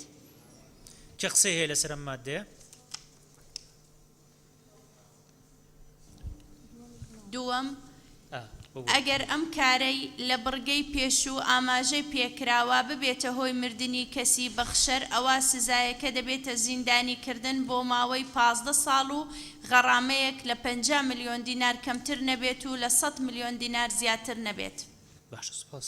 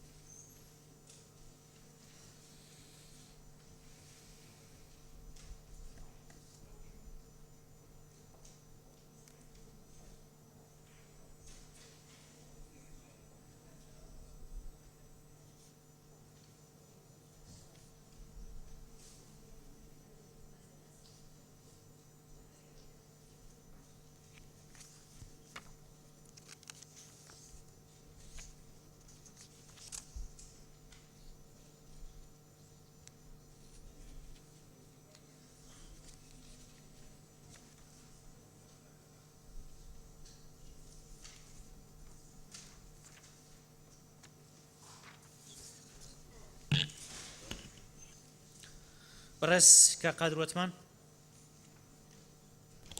بەڕێز سەرۆکی پەرلەمان لە ناوەڕۆکی بڕگەکەدا بە زیندانیەک لە 10 ساڵ زیاتر نەبێت دواتریش بە زیندانیکردن بۆ ماوەیەک لە 7 ساڵ زیاتر نەبێت ئایەوە تەناقوز دروست ناکە پێشنیار دەکەم ئەو بۆ ماوەیەک لە 7 ساڵ لا ببرێت ینی 10 ساڵ زیاتر نەبێت بمێنێتەوە. زۆر سپاس. باشە سپاس. بەڕێز دکتۆر فرسەت سۆفی. بەڕێز سەرۆکی پەرلەمان من پێم وایە ئیشکالێتێکی زۆرمان هەیە لەسەر ئەو مادەیە بۆیە هیوادارم هاوڕێمکانمان لە لیژنە تایبەتمەندەکان لەگەڵمان بن بۆ ئەوەی معالەجەی ئەو بابەتە بکەین. یەک دقە نقطەی نظامیمان هەیە بەڕێز دکتۆرە ڤالا فەرموو. بەڕێز سەرۆکی پەرلەمان بەداوای لێبوردن لە بەڕێستان و لە ئەندامانی پەرلەمان ئەوە غەڵەتێکی مەطبەعیە دیارە لێرانە هاتووە مادەی یەکەم و بڕگەی یەکەم بەو شێوەیە مادەی 18 بڕگەی یەکەم هەر کەسێک ئەندامێکی مرۆیی یان بەشێکی بە مەبەستی چاندن بە پێچەوانەی حکمێک لە حکومەکانی مادەکانی 3 و 4 و 5 و 7 و 9 ئەم یاسایە بگوازرێتەوە ئەوە سزا دەدرێت بە زیندانیەک لە 10 ساڵ زیاتر نەبێت و غەڕامەیەک لە 10 ملیۆن دیناری عێراقی کەمتر نەبێت و لە 50 ملیۆن دینار زیاتر نەبێت نقطە ئەوەی دوای هاتووە ئەوەیان غەڵەتێکی مەطبەعیە داوای لێبوردن دەکەن. باشە سپاس. فەرموو دکتۆر فرسەت. بەڕێز سەرۆکی پەرلەمان من پێم وایە لەو مادەیە و حتا لە هەموو ئەوەی کە لە دواشی دێ لە سزاکان ئێمە کێشەی زۆرمان هەیە و بەڕاستی من پێم وایە ئەم بابەتە پێویستی بە لێوردبوونەوەی زۆر زیاتر هەیە بەو شێوەی خوارەوە. ئەگەر سەیری بکەی هاتووە هەر کەسێک ئەندامێکی مرۆیی لە حکومەکانی مادەکانی 3 4 5 7 9 مادەی 3 و 4 کە لە پێشتر ئێمە پەسەندمان کردووە باسی بابەتێک دەکات کاتێک کە ئەندامێکی جەستە بە ئیکراه لێوەرگری یان پێشتر ڕەزامەندی دووەرنەگرتووە بەڵام مادەی 7 مەسەلەی فرۆشتنی ئەندامێکی جەستەیە مادەی 9 باسی جەستەی مردووە کاتێک کە جەستەی مردوو دەگوازیەوە ئایا منطقی تێدایە هەموو ئەو حاڵەتانە بە یەک عقوبەت مامەڵی لەگەڵ بکرێ جەستەی مردووە کە مردووە کۆتایی پێ هاتووە هەمان عقوبەی هەبێ لەگەڵ کەسێک کە زیندووە و بەبێ ڕەزامەندی خۆی بەشێکی جەستەی لێستێنراوە من پێم وایە دەبێت زۆر بەدیقەت لەسەر ئەمە بوەستین چونکە ئەمە دوایە بەڕاستی نەوعی عقوبەکان یعنی 10 ساڵ و 500 ملیۆن و 50 ملیۆن و من دڵنیات دەکەم کە یەکێک ئێستا لەو نیشتەرگەریانی بە زۆر بەربڵاوی لە کوردستان دەکرێت لە دوای تەطبیقبوونی ئەم قانونە نامێنێ نیشتەرگەری چێ دکتۆرێک ئامادەی خۆی تووشی ئەو هەموو مخاتەڕەیە بکات و هەمووشی غامز نییە جەنابی سەرۆکی پەرلە ینی ڕوون و ئاشکرانیە غامزە بۆیە دوای ئێمە لە قانونی مەدەنی هەمانە التزامی طبيب ببذل العناية ليس بتحقيق الغاية هەوڵ و کۆشی خۆیەک خاتە گەڕ ئەگەر حسن نییە هەبێ یعنی لێرە هیچ مەجالی تێدا نەهێشتۆتەوە ئیلتیزامێکی ئێجگار زۆری جینایی دروست کردووە و هەموو حاڵەتەکانیش تێکەڵ کراوە و عقوبەکانیش ئێجگار توندە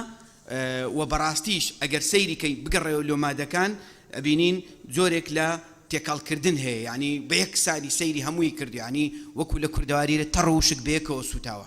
بۆی من ئەگەر بە ڕوخسەتی برادەرانی لیژنە پەیوەنددارەکان وێڕای تەقدیرکردنی ماندووبوونیان و وێڕای ئەوەی کە ماندوو بوون بەم قانونە هاوڕەکانیش مانگوتیان بەڕاستی من هەتا ئێرە لی تێنەگەیشتم گوتم لەوانەیە لی تێناگەم اختصاصی من نیە زۆر ئاساییە بەس ئەلەو لە مادانەی دەدی اختصاصی منە من هەز دەکەم لە پێناوی سەلامەتی ئەو یاسایی لەبەرەوەی ئێمە تعامل لەگەڵ يعني مەسەلەی عقوبە دەکەن عقوبەی ساڕمیش کە هەتا سزنی هەتایی تێدایە دوایە سیر کە بەڕێز جەنابی سەرۆکی پەرلەمان دەڵێت لە با سزایەکە بۆت بخوێنەوە طبعا شتیوانیە لە هیچ دنیا ئەڵێ ئەوە سزا دەرێت بە زیندانێک لە 10 ساڵ زیاتر نەبێت و غەرامەیەک لە 10 ملیۆن دیناری عراقی زیاتر نەبێت ئەوە قانونی عقوباتی عراقی ئەگەر کەسێک غەرامە بکرێ و سزن بکرێ لە ئاخیر یان دەڵێ یان بەیەکێکیان یان کاتە تاو بەڵام قسەکانە تاوکە باشە فەرموو بەڕێز سەرۆکی پەرلەمان لە هەموو قوانینی عقوبات کاتێک کە باسی عقوبە دەکە کە دوو عقوبە دادەنێ ناکرێت و ئیجباری قازی بکەی هەم سزنی 10 ساڵی بکە هەم دەبی 100 ملیۆنیشی لێوەرگری دەکرێت تەنها 10 ساڵ سزن بکرێ بەڵام هیچ مەجبور نییە تو 50 ملیۆنیش یان 100 ملیۆنیشی کەواتە دەبێت و دەستی سوڵتەی تەقدیری بدێ و قازی یان هەردووچیان دابنێ یان یەکەچیان دابنێ بەڵام لێرە لە هەموو عقوبەکان هەردووچی ئیجبار کردێت چکە واو هەیە واوەکە یعنی هەردووچیان دەبێ قازی یعنی هیچ سوڵتەیەکی تەقدیری لۆ قازی نەهێشتۆتەوە بۆیە پێشنیاری من ئەوەیە من پێم وایە زۆر ئاساییشە لەبەر ئەوەی پێم وایە باش ئەم مەسەلەی دراسە نەکرایەوە مەسەلەکەش سزایە دەکرێت ئەم بابەتە هەڵبگیرێ و بۆ ئەوەی بتوانین لەگەڵ خەڵکی قازی مختص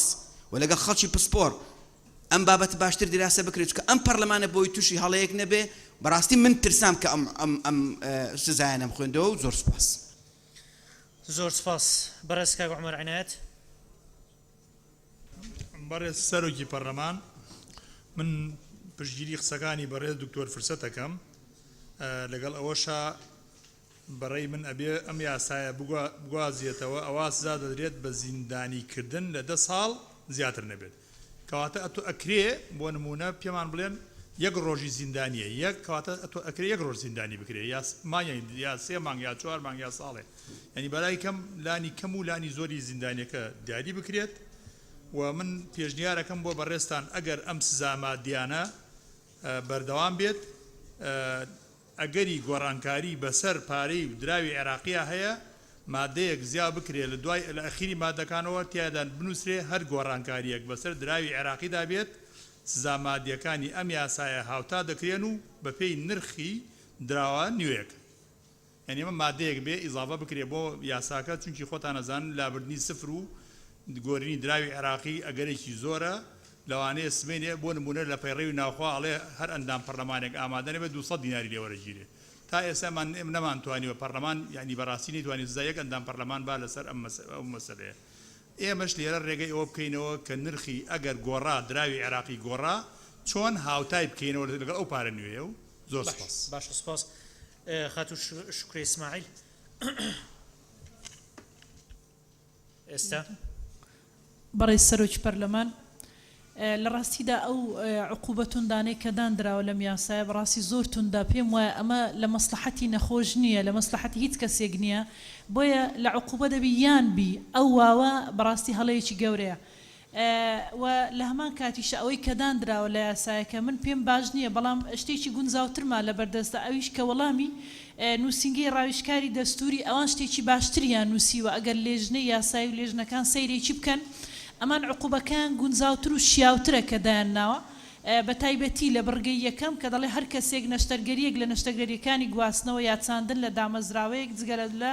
لەو دامەزراوە پزیشکانەی مۆڵەت دراون ئەنجام بدرێت لەگەڵ پێزانی هەتا کۆتایی ئەگەر خۆیان بخوێنەوە ئەمان شتێکی گونجاوتریان نووسیوە منیش ئەمە بە باش دەزانم پاڵپشتی دکتۆر فرسەت دەکەم کە تەعجیل بکرێ مەسەلەی عقوبەکە چکە بەڕاستی عقوبەکان یا ئەوە تا بگۆڕێ بەلای کمەوە ئەو واوە لا بدرێ و بکرێ بەیان و باشتری ژوایە ئەم بڕگەی یەکەم ئەوەی ڕاویشکاری دەستوری پەسەند بکرێ و سوپاس. باشە سپاس. خاتو حیات مەجید. بەڕێز سەرۆکی پەرلەمان سەرە ڕای پشتگیریکردنم لە قسەکانی کاک دکتۆر فرسەت و هەڤاڵانی ترم خاڵەکەی من زیاتر لەسەر مەسەلەی دوو جار زیندانیەکە بوو بەڕێز سەرۆکی لیژنەی یاسایی ڕاستی کردەوە. سوپاس. باشە سپاس. بەڕێز کاک سەرکەوت سەرحەت.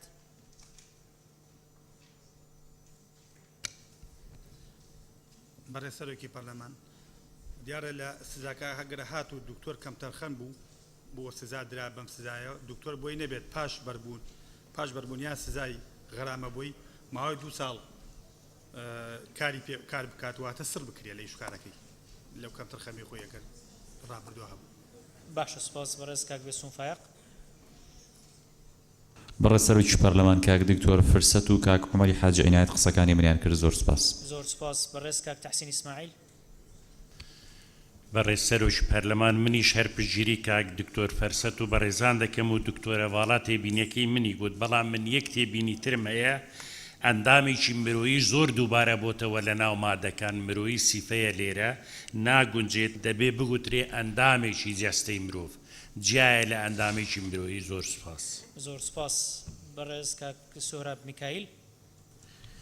بەڕێز سەرۆکی پەرلەمانی هەرچۆندە يعني اف ياسا همية حساسة تايبت اف بشي بينجم سزاكان باربتري اخفنت دكتور فرسات صوفي ازجل داما ابتني او نبيتكو ازجل هندي ما هر سزاكا تنتر بيت او الفيري دابت اني بيسين يادي تربو و اشكاليه كو ام حل كين چاره سد كين هر ماده كي 3 4 5 7 نه ام سزاكي جدا بودانين يعني بيك وگره نادين ماده 3 سزاي جدا 4 هر وسط یادی تر از حسام تبینی کرد فارقه که گله که مازنه هی جوازی که گله که مازنه هی دغرامات داد یه گویی 10 میلیون کمتر نبید 40 میلیون پتر نبید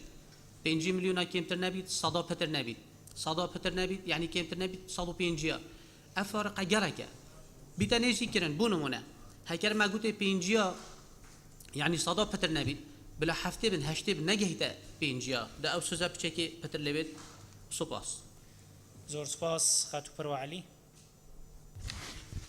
بەڕێز سەرۆکی پەرلەمان منیش بە هەمان شێوە پشتگیری قسەکانی بەڕێز دکتۆر فرسەت دەکەم و بە تایبەت ئەو پرسیارەی کە ئایا سزاکانی کە بۆ کۆمەڵێ مادەدان دراوەکەوان 3 4 5 7 9 هەمویان هەر یەک سزایە و بەمەرجێ هەر یەک لەوانە تایبەتمەندێتی خۆی هەیە. زۆر سپاس. زۆر سپاس. بەڕێز وەزیری تەندروستی. بەڕێز جەنابی سەرۆکی پەرلەمان طبعا من دکتۆر فرسەت ئەوەی لە دڵی منا بووتی زۆر سپاس یەکەم زۆر سپاسی ئەو برادرانەژەکەم کە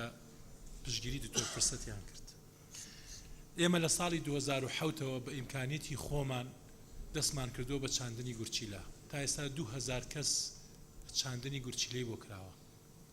من ساڵی 2011 لە تەندروستی سلێمانی وتم نابێ وتر بۆ بەخشەری بکەن یا بێ خزمی کەسوکاری بێ یا بێ ناوێ بۆ بەخشەری بکەن. 3-4 نەخۆش هاتن وتیان کاکتۆر نەخۆشەکەمان مرد تۆ مەسئولیت چکە دکتۆرەکان ترسا بوون تۆزە ئیجراعاتمان کردبوو مەسەلەن نفوسمان هێنا بۆ ناوینەوە شۆرتەمان هێنا بۆ من لەگەڵ ئەوە نیم کە ئیجراعات نەکرێت بەڵام ئەمە قانونێک هەیە قانونی عقوباتی عێراقیە ساڵی 1969 من پێم وایە ئەم یاسایە ئەگەر بەو سزایانە بڕوات نەشتەرگەری چاندنی گورچیلە ئیتر لە کوردستانە ناکرێت. يعني شتەکان زۆر ساڕمە دوای ئەو هیچ دکتۆرێک ئەنی کە ئەمە ئەکەن هەموو دکتۆرایان هەیە لە چاندنی گورچیلە هەموو ئوستازی جامیعان هەموو عیادەکانیان ڕۆژی 50-60 نەخۆشیان هەیە هیچیان پێویستیان بەمە نییە. ئێستا تازە خەریکین ئێمە کوڕی گەنج فێرەکەین ئەوانیش پێویستیان بۆنێ دکتۆرای نەهێنابێ نایڵین دەستکاری ئەم عملیاتە بکە هەمویان دکتۆر عەبدوڵڵا سەعید عەبدوڵڵا جاسم ئەزانێت کێن ئەوانەی کەواکەن لە ڕوادەکانی دکتۆرەکانی پرۆفیسۆرەکانی ئەم وڵاتن ئێستا تۆ وڵات 30 ساڵ چکە بەڕاستی ئەمە مەوزوعێکە هەر قابل من دیفاع لەوە ناکەم تۆ بە زۆر گورچی لە دەربێنی هیچ دکتۆرێک ئەوە ناکە قانون هەیە یاسا هەیە بەڵام بەڕاستی ئەگەر ئێمە بەم هینە بڕۆینە خوارەوە ئیتر ئێمە دوای نەفازی ئەم قانونە چاندنی گورچی لە یا ناکرێ یا زۆر کەمە بێتەوە باشە سپاس بەڕێز مامۆستا غەریب مستەفا بەڕێز سەرۆکی پەرلەمان من لە ڕوویەکی ترەوەمێ ئاماژە بەوە بکەم کە لەو سزایانەی کە هاتوون کە لە مادەی حەڤەوە هەتا مادەی 24 کە 8 مادەی هەمووی باسی سزایە سزای غەرامە و سزای زیندانی زۆرتر جەخت لە بابەتی حەق العامەکە کراوەتەوە وا هەستەکەم حەق الخاستیایە فرامۆش کراوە کە ئەمەش بابەتێکە پێویستە لە یاساکە ئەگەر ئەمە جێگیر بوو حسابی بکرێ ئێمە وا دانین پزیشکیە گورچیلەی مردوویەکی دەرهێنا بەبێ وەرگرتنی ڕەزامەندی وارسەکانی وەکو لە پێشترا ئاماژەی پێکرا لە یاساکەیە یان پێش دڵنیابوون لە مردنی نەخۆشەکە ئەمانە وەکو حەق العامیان تایە حەق الخاصیشیان تایە تۆ کاتێکەی مادەکان خوێنیتەوە باسی سزا غەرامەی ئەوەندە بکرێت و ئەوەندە زیندانی بکرێت هەمووی حسابی حەق العامەکە بەگشتی کراوە لەو حاڵەتانەیە مافی کە سوکاری مردووەکە چییە یعنی ئەم هەموو غەرامە ئەچێتەوە خەزێنی حکوومەت ئەی ئەو نابێت پێبژاردنێکە بێ مەسەلەن کە بووەتە هۆی مردنی ئەو کەسە باشە سپاس بەڕێز دکتۆر سروود سەلیم بەڕێز سەرۆکی پەرلەمان پشتوانی قسەکانی دکتۆر فرسەت دەکەم هەروەها لەسەر قسەی جنابی وەزیر دەمەوەی ئیزافەی بچووک دانێم کە فعلا بەو عقوباتانە هیچ عملیاتێک لێرە ناکرێتەوە ئەو قانونە دەبتە سەبەب کە عالم فعلا بڕواتەوە لۆ دەرەوەی وڵات بڕواتەوە هەند تورکیا یان ئێران و پارەی عالم و پارەی وڵات بڕواتەوە لۆ دەرێ هەروەها بەس پرسیارەکەم هەیە لە لجنەی یاسایی يعني زۆر واضح نییە لای من کە دەڵێ هەر کەسێک يعني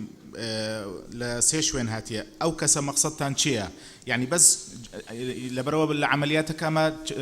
مجموعة أشخاص مان هي الشخص الذي قام بالاستئصال مان هي الشخص الذي شارك بالاستئصال مان هي أو الزرع وسيط مان هي من قام بالإعلان والتحايل والإكراه مان هي آية ضلي هركسيك شمولي هميان دكا يعني بس جراحك يا أويك أجر شمولي هميان دكا هميان عيني عقوبة يعني دبي بكريتا بش زور سباس خاتو زلفا فرمو بەڕە سەرۆکی پەرلەمان ئەندامانی پەرلەمان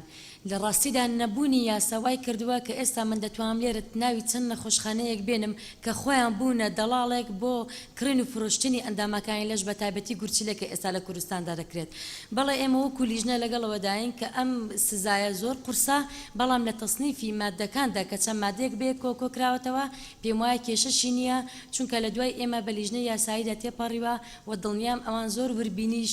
ئیشیان لەسەر کردو کەوان 11 کەسن هەمویان پسپۆڕن لە یاسادا و ئەگەر پێویستیش بێ ئەمە دەتوانین هەر لە هۆڵی پەرلەماندا چارەسەرێکی بکەین لە کەمکردنەوەی سزاکاندا دەنا پێمان وایە تەصنیفەکە کێشەیەکی نییە. باشە سپاس. بەڕێز دکتۆرە بەهار مەحموود.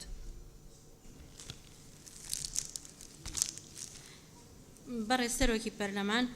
ئێمە یەکێک لە هەدەفەکانی کە ئەم یاسایەمان بۆ داناوە بریتی بووە لە مەنعکردنی ئەو سلوکانەی کە لە مادەی 3 و 4 و 7 و 9 و تەجریمکردنیان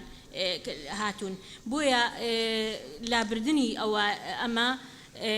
ئەو بە هیچ شێوەیەک جائز نییە یعنی بەشی سزاکان ئەبێ هەبێ بەشی سزاکان بەڵام سەبارەت بەوەی کە سزاکان زۆرن کەس هیچ دکتۆری ئامادە نییە بیکا دڵنیا بنێمە لە لیژنەی یاسایی یعنی قانونی چەند وڵاتێکمان لەبەر دەستا بووە لە سزاکان اینجا هاتوین ئەم سزایانەماندا ڕشتۆتەوانێ لەگەڵەوەشە ئەگەر بە پێشنیاری ئەندامانی بەڕێزی پەرلەمان دەوڵەمەند بکرێ ئێمە ئەوەی کە ممکن بێت جێگەیەکەینەوە لێرە سەبارەت بە ئەوەی کە مادەی 3 و 4 و 5 و 7 و 9 یەک معاملە کراون من پێم وایە یەک معاملە نەکراون چونکە ئێماڵین بە زیندانیەک بۆ ماوەیە کە لە 10 ساڵ زیاتر نەبێت سوڵتەیەکی تەقدیری ماداوە بە قازی کە ئەڵەی زیندانی یعنی لە 5 ساڵ کەمتر نییە و ئێمە حەدە ئەعلاکەمان بۆ دیاری کردووە کە 10 ساڵە بۆ خۆی زیندانی لە زیندانی کاتی 5 بۆ 15 ساڵە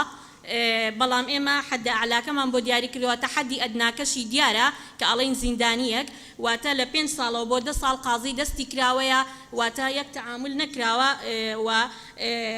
غەرامەکەش بە هەمان شێوە حدی ئاعلا و ئەدنامان دیاری کردووە و سەبارەت بۆی کە هەردوو عقوبەکەشمان دیاری کردووە ئەوە شتێک نییە ینی بە زێمە کردبێتمان لێرە ینی لە قانونی عقوباتی تریشە لە زۆر یاسای تریشە هەیە هەردووکیان بە یەکەوە دەنرێ ئێمە زۆرتر ینی تەرکیزمان لەسەر ئەوە بووە کە ئەم عقوبانەمان ئەگەر بەو شێوەی کە جەنابتان بە توندی ێزانن توندانراوە بۆ ئەوە بۆ کە یاساکە هەدەفی خۆی بپێکێ و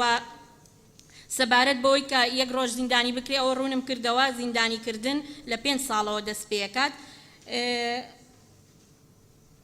ئەوەی ئەندامێکی مرۆی بگۆڕێ بە ئەندامی جەستەی مرۆڤ ئەوە پێشنیارێکی بەجێیە هەر کەسێک بێگومان هەر کەسێک کە دەڵێ هەر کەسێک واتە هەر کەسێک کە لەو عملیەیە بەشدار بووە لەو عملیەی کە لە مادەکانی 3 و 4 و 5 و 7 و 9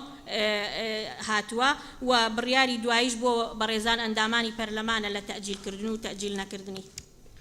باشە سوپاس بەڕێز دکتۆرە شیرین حوسنی.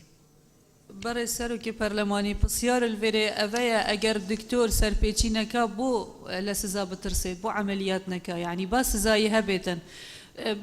بۆ بەڕێز ئەندامانی پەرلەمان شتێک دەگەڕمەوە احتیمال تۆزە لە بابەتیش دوور بە یارمەتیت بێت بەڕێز سەرۆکی پەرلەمان دکتۆرێک لە هەرێمی کوردستان بووە بۆ ئەگەری کە کوڕێک گەنجێک بە تەمەنی 24 ساڵ بە هەردوو چاوی کوێر بوو بە کەفالەتی 5 ملیۆن دینار کەفالەت کرا و ئێستا لەسەر میلاک وەزارەتی تەندروستی دەوامی خۆی دەکات و هیچ سزایش نەدراوە. زۆر سپاس.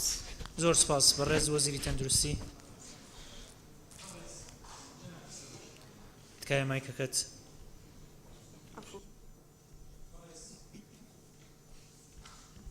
ئێستا بەڕێز جەنابی سەرۆکی پەرلەمان شتێک هەیە ئێمە میلەتێکی موسڵمانین ئێمە وەسیلەی شیفا خوای دا بە نەخۆش ئەمە یەکەم دووهەم لە هەموو دنیاە لەوانەیە ئەوانەی لێرە دکتۆرن ئەزانن شتێک هەیە پێوترێ غەڵەتی طبی هەڵبەت من دیفاع لە غەڵەتی طبی ناکەم لە هەموو دنیاە ئەو حاڵەتە تەمان ئەو حاڵەتە من ئەوەی دکتۆرە شیرین باسێکا من خۆم متابعام کردووە و ئەشزانم و معاملم بۆ نەخۆشەکەش کردو بچێتە دەروێ وڵات و ئەو دکتۆرە کەم تەرخەمە و تۆ کە یەکێک کەم تەرخەمیەکە یەکێک کە جەریمەیەکەکە حواڵەی دادگایەکەیت محکەمە بڕیار ئەدا چیەکە خۆ تۆ ناکرێت بە حاکمەکە بڵێ کە ناتوانێت لەم وڵاتە دەسەڵاتی دادوەری لەم وڵاتە حڕە لەم وڵاتە سربەخۆیە خۆ دکتۆر ڕێکەوت و ڕئیسی سەحە و کێ و کێ ناتوانێت بڵێ دەسەڵاتی ئێوە عقوبەکەی ئاوا لێ بکەن ئێمە هەر کەسێک قانونی خۆمانمان هەیە لیجانی لێکۆڵینەوەمان هەیە ئەم لیجانە لێکۆڵینەوانە لە ساڵی 2011ەوە نوێنەری داواکاری گشتیتیانە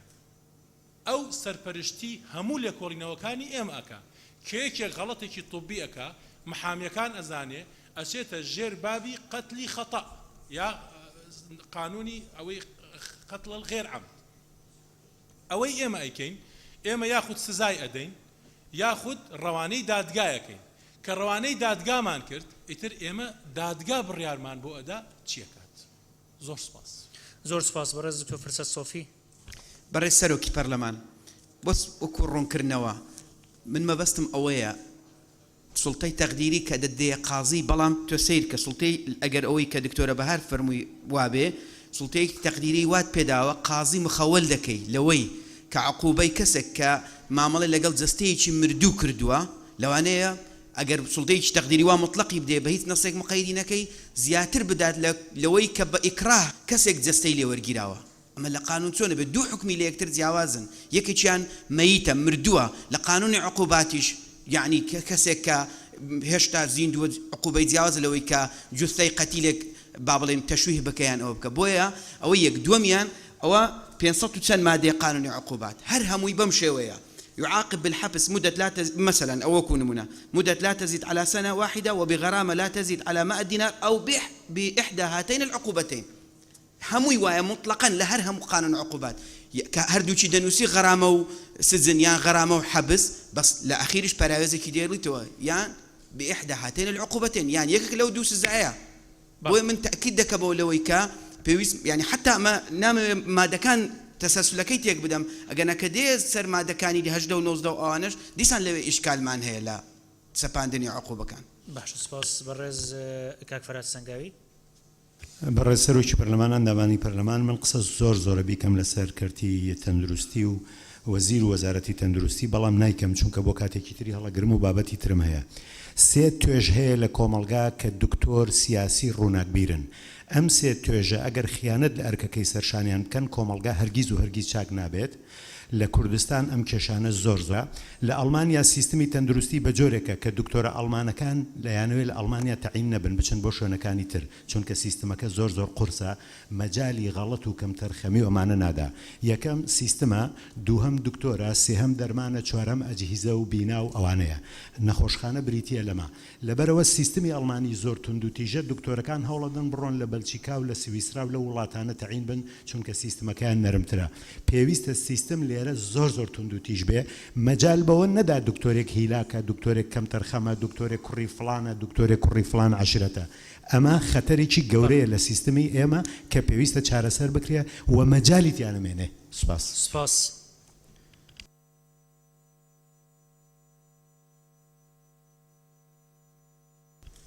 بەڕێز دکتۆرە ڤالا فەرموو. بەڕێز سەرۆکی پەرلەمان بۆ ئەوەی حلێکی وەسەتی بدۆزینەوە و زیاتریش سوڵتەی تەقدیری بدەین بە مەحاکم چونکە باشترین ئێستا تەوەجه ئەوەیە کە مشەڕع عادەتەن سوڵتەی تەقدیری لە هینی سزاکان دەدا بە مەحاکم بۆیە من پێم باشە بڕگەی یەکەم بەو شێوەیە دابڕێژرێتەوە. هەر کەسێک ئەندامێکی مرۆیی یان بەشێکی بە مەبەستی چاندن بە پێچەوانەی حکمێک لە حکومەکانی مادەکانی سێم، چوارەم، پێنجەم، نوێمی ئەم یاسایە بگوازێتەوە ئەوە بە حەبسکردن یان زیندانیکردن سزا دەدرێ. بە حەبسکردن یان زیندانی سزا دەدرێت و ئینجا غەرامەیەک واتە بە پێی قورسی و سووکی جەریمەکان حاکم لێرە سوڵتەی تەقدیری هەیە لە بینی حەبس و لە بینی سجن اینجا واو غەرامەیە کە لە 10 ملیۆن دینار کەمتر نەبێت و لە 50 ملیۆن دیناریش زیاتر نەبێ. لە غەرامەکە ئەمە وەکو لیژنەی یاسایی پێمان باشە وەکو خۆی بمێنێتەوە غەرامە بەڵام مەسەلەی سزادانەکە دەتوانین بۆ حەلکردنی ئەو کێشەی هەیە بە حەبس و بە سجن عیلاجی بکەین.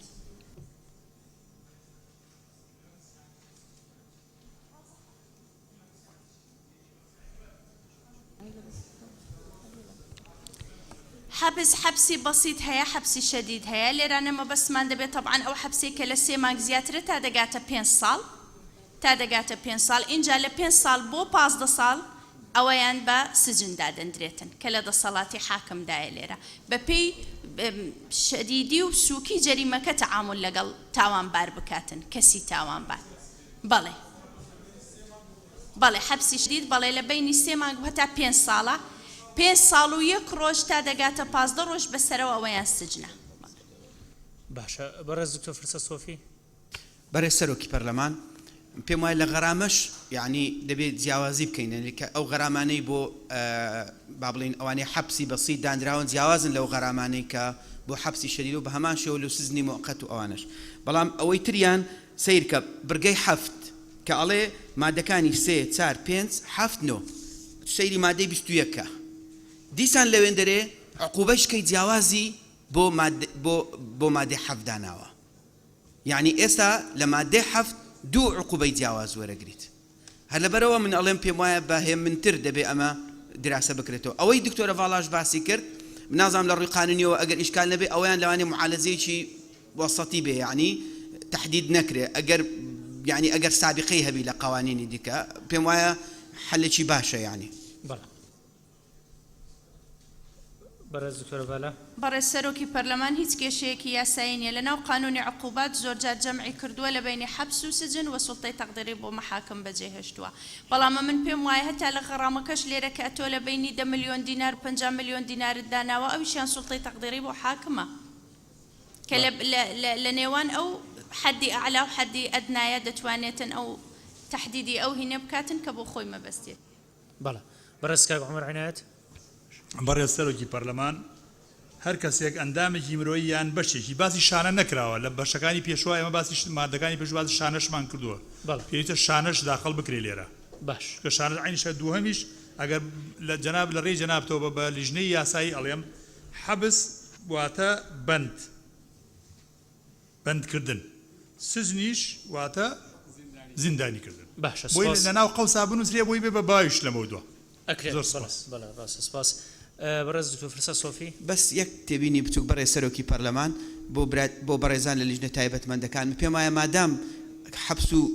سزن بە مەفتوحی دێهێڵنەوە بە غەرامەکە شوا لێ بکەن لەوەی توش ئیشکال نەبین بڵێ بە غەرامەیەک لە 50 ملیۆن زیاتر نەبێ حەدی ئەدنای دامنن بەس حەدی ئەقسایەکەی دابنێن باشترە چونکە لەوانەیە بە 5 ملیۆن ئیکتیفا بکات لەبەر حاڵەتێکی ئەوە بیت لە 50 ملیۆن زیاتر نەبێ ئەوە باشترە بەڕێ بەتەسەوڕ باش سپاس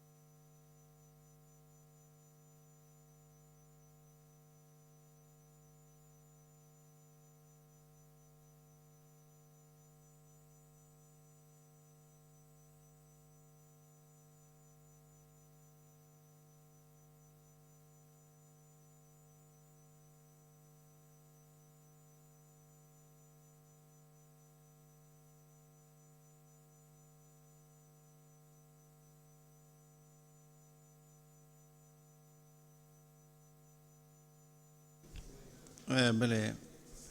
دکتۆر ئەڤاڵە فەرموو بەڕێز سەرۆکی پەرلەمان ئەندامە بەڕێزەکان لە مادەی 16 لە بڕگەی دووەم ئیزافەیەکمان هەیە بێگومان قبولکردنی کۆتایی بۆ بەڕێزان ئەندامانی پەرلەمان ئەگەر لە بڕگەی دووەم بڵێن ئەگەر ئەم کارەی لە بڕگەی پێشوو ئاماژەی پێکراوە ببێتە هۆی مردنی کەسی بەخشەر یان مەبەست لە گواستنەوەکە بازرگانی بوو یان مەبەست لە گواستنەوەکە بازرگانی بوو ئەوە سزایەکە دەبێتە زیندانیکردنی هەتا هەتایە و غەڕامەیە کە تەنها حەدی ئەعلایەکەی دیاری دەکەین لە 75 ملیۆن دینار کەم زیاتر نەبێت. واتە لێرە ئەگەر هاتوو بووە هۆی مردن و ئەگەر هاتیش و گواستنەوەکە بە مەبەستی بازرگانی کردن بوو بۆ منعی تیجارەکە زیندانیەکە بکەینە هەتا هەتایی بە ڕێزان ئەندامانی پەرلەمان. دکتۆر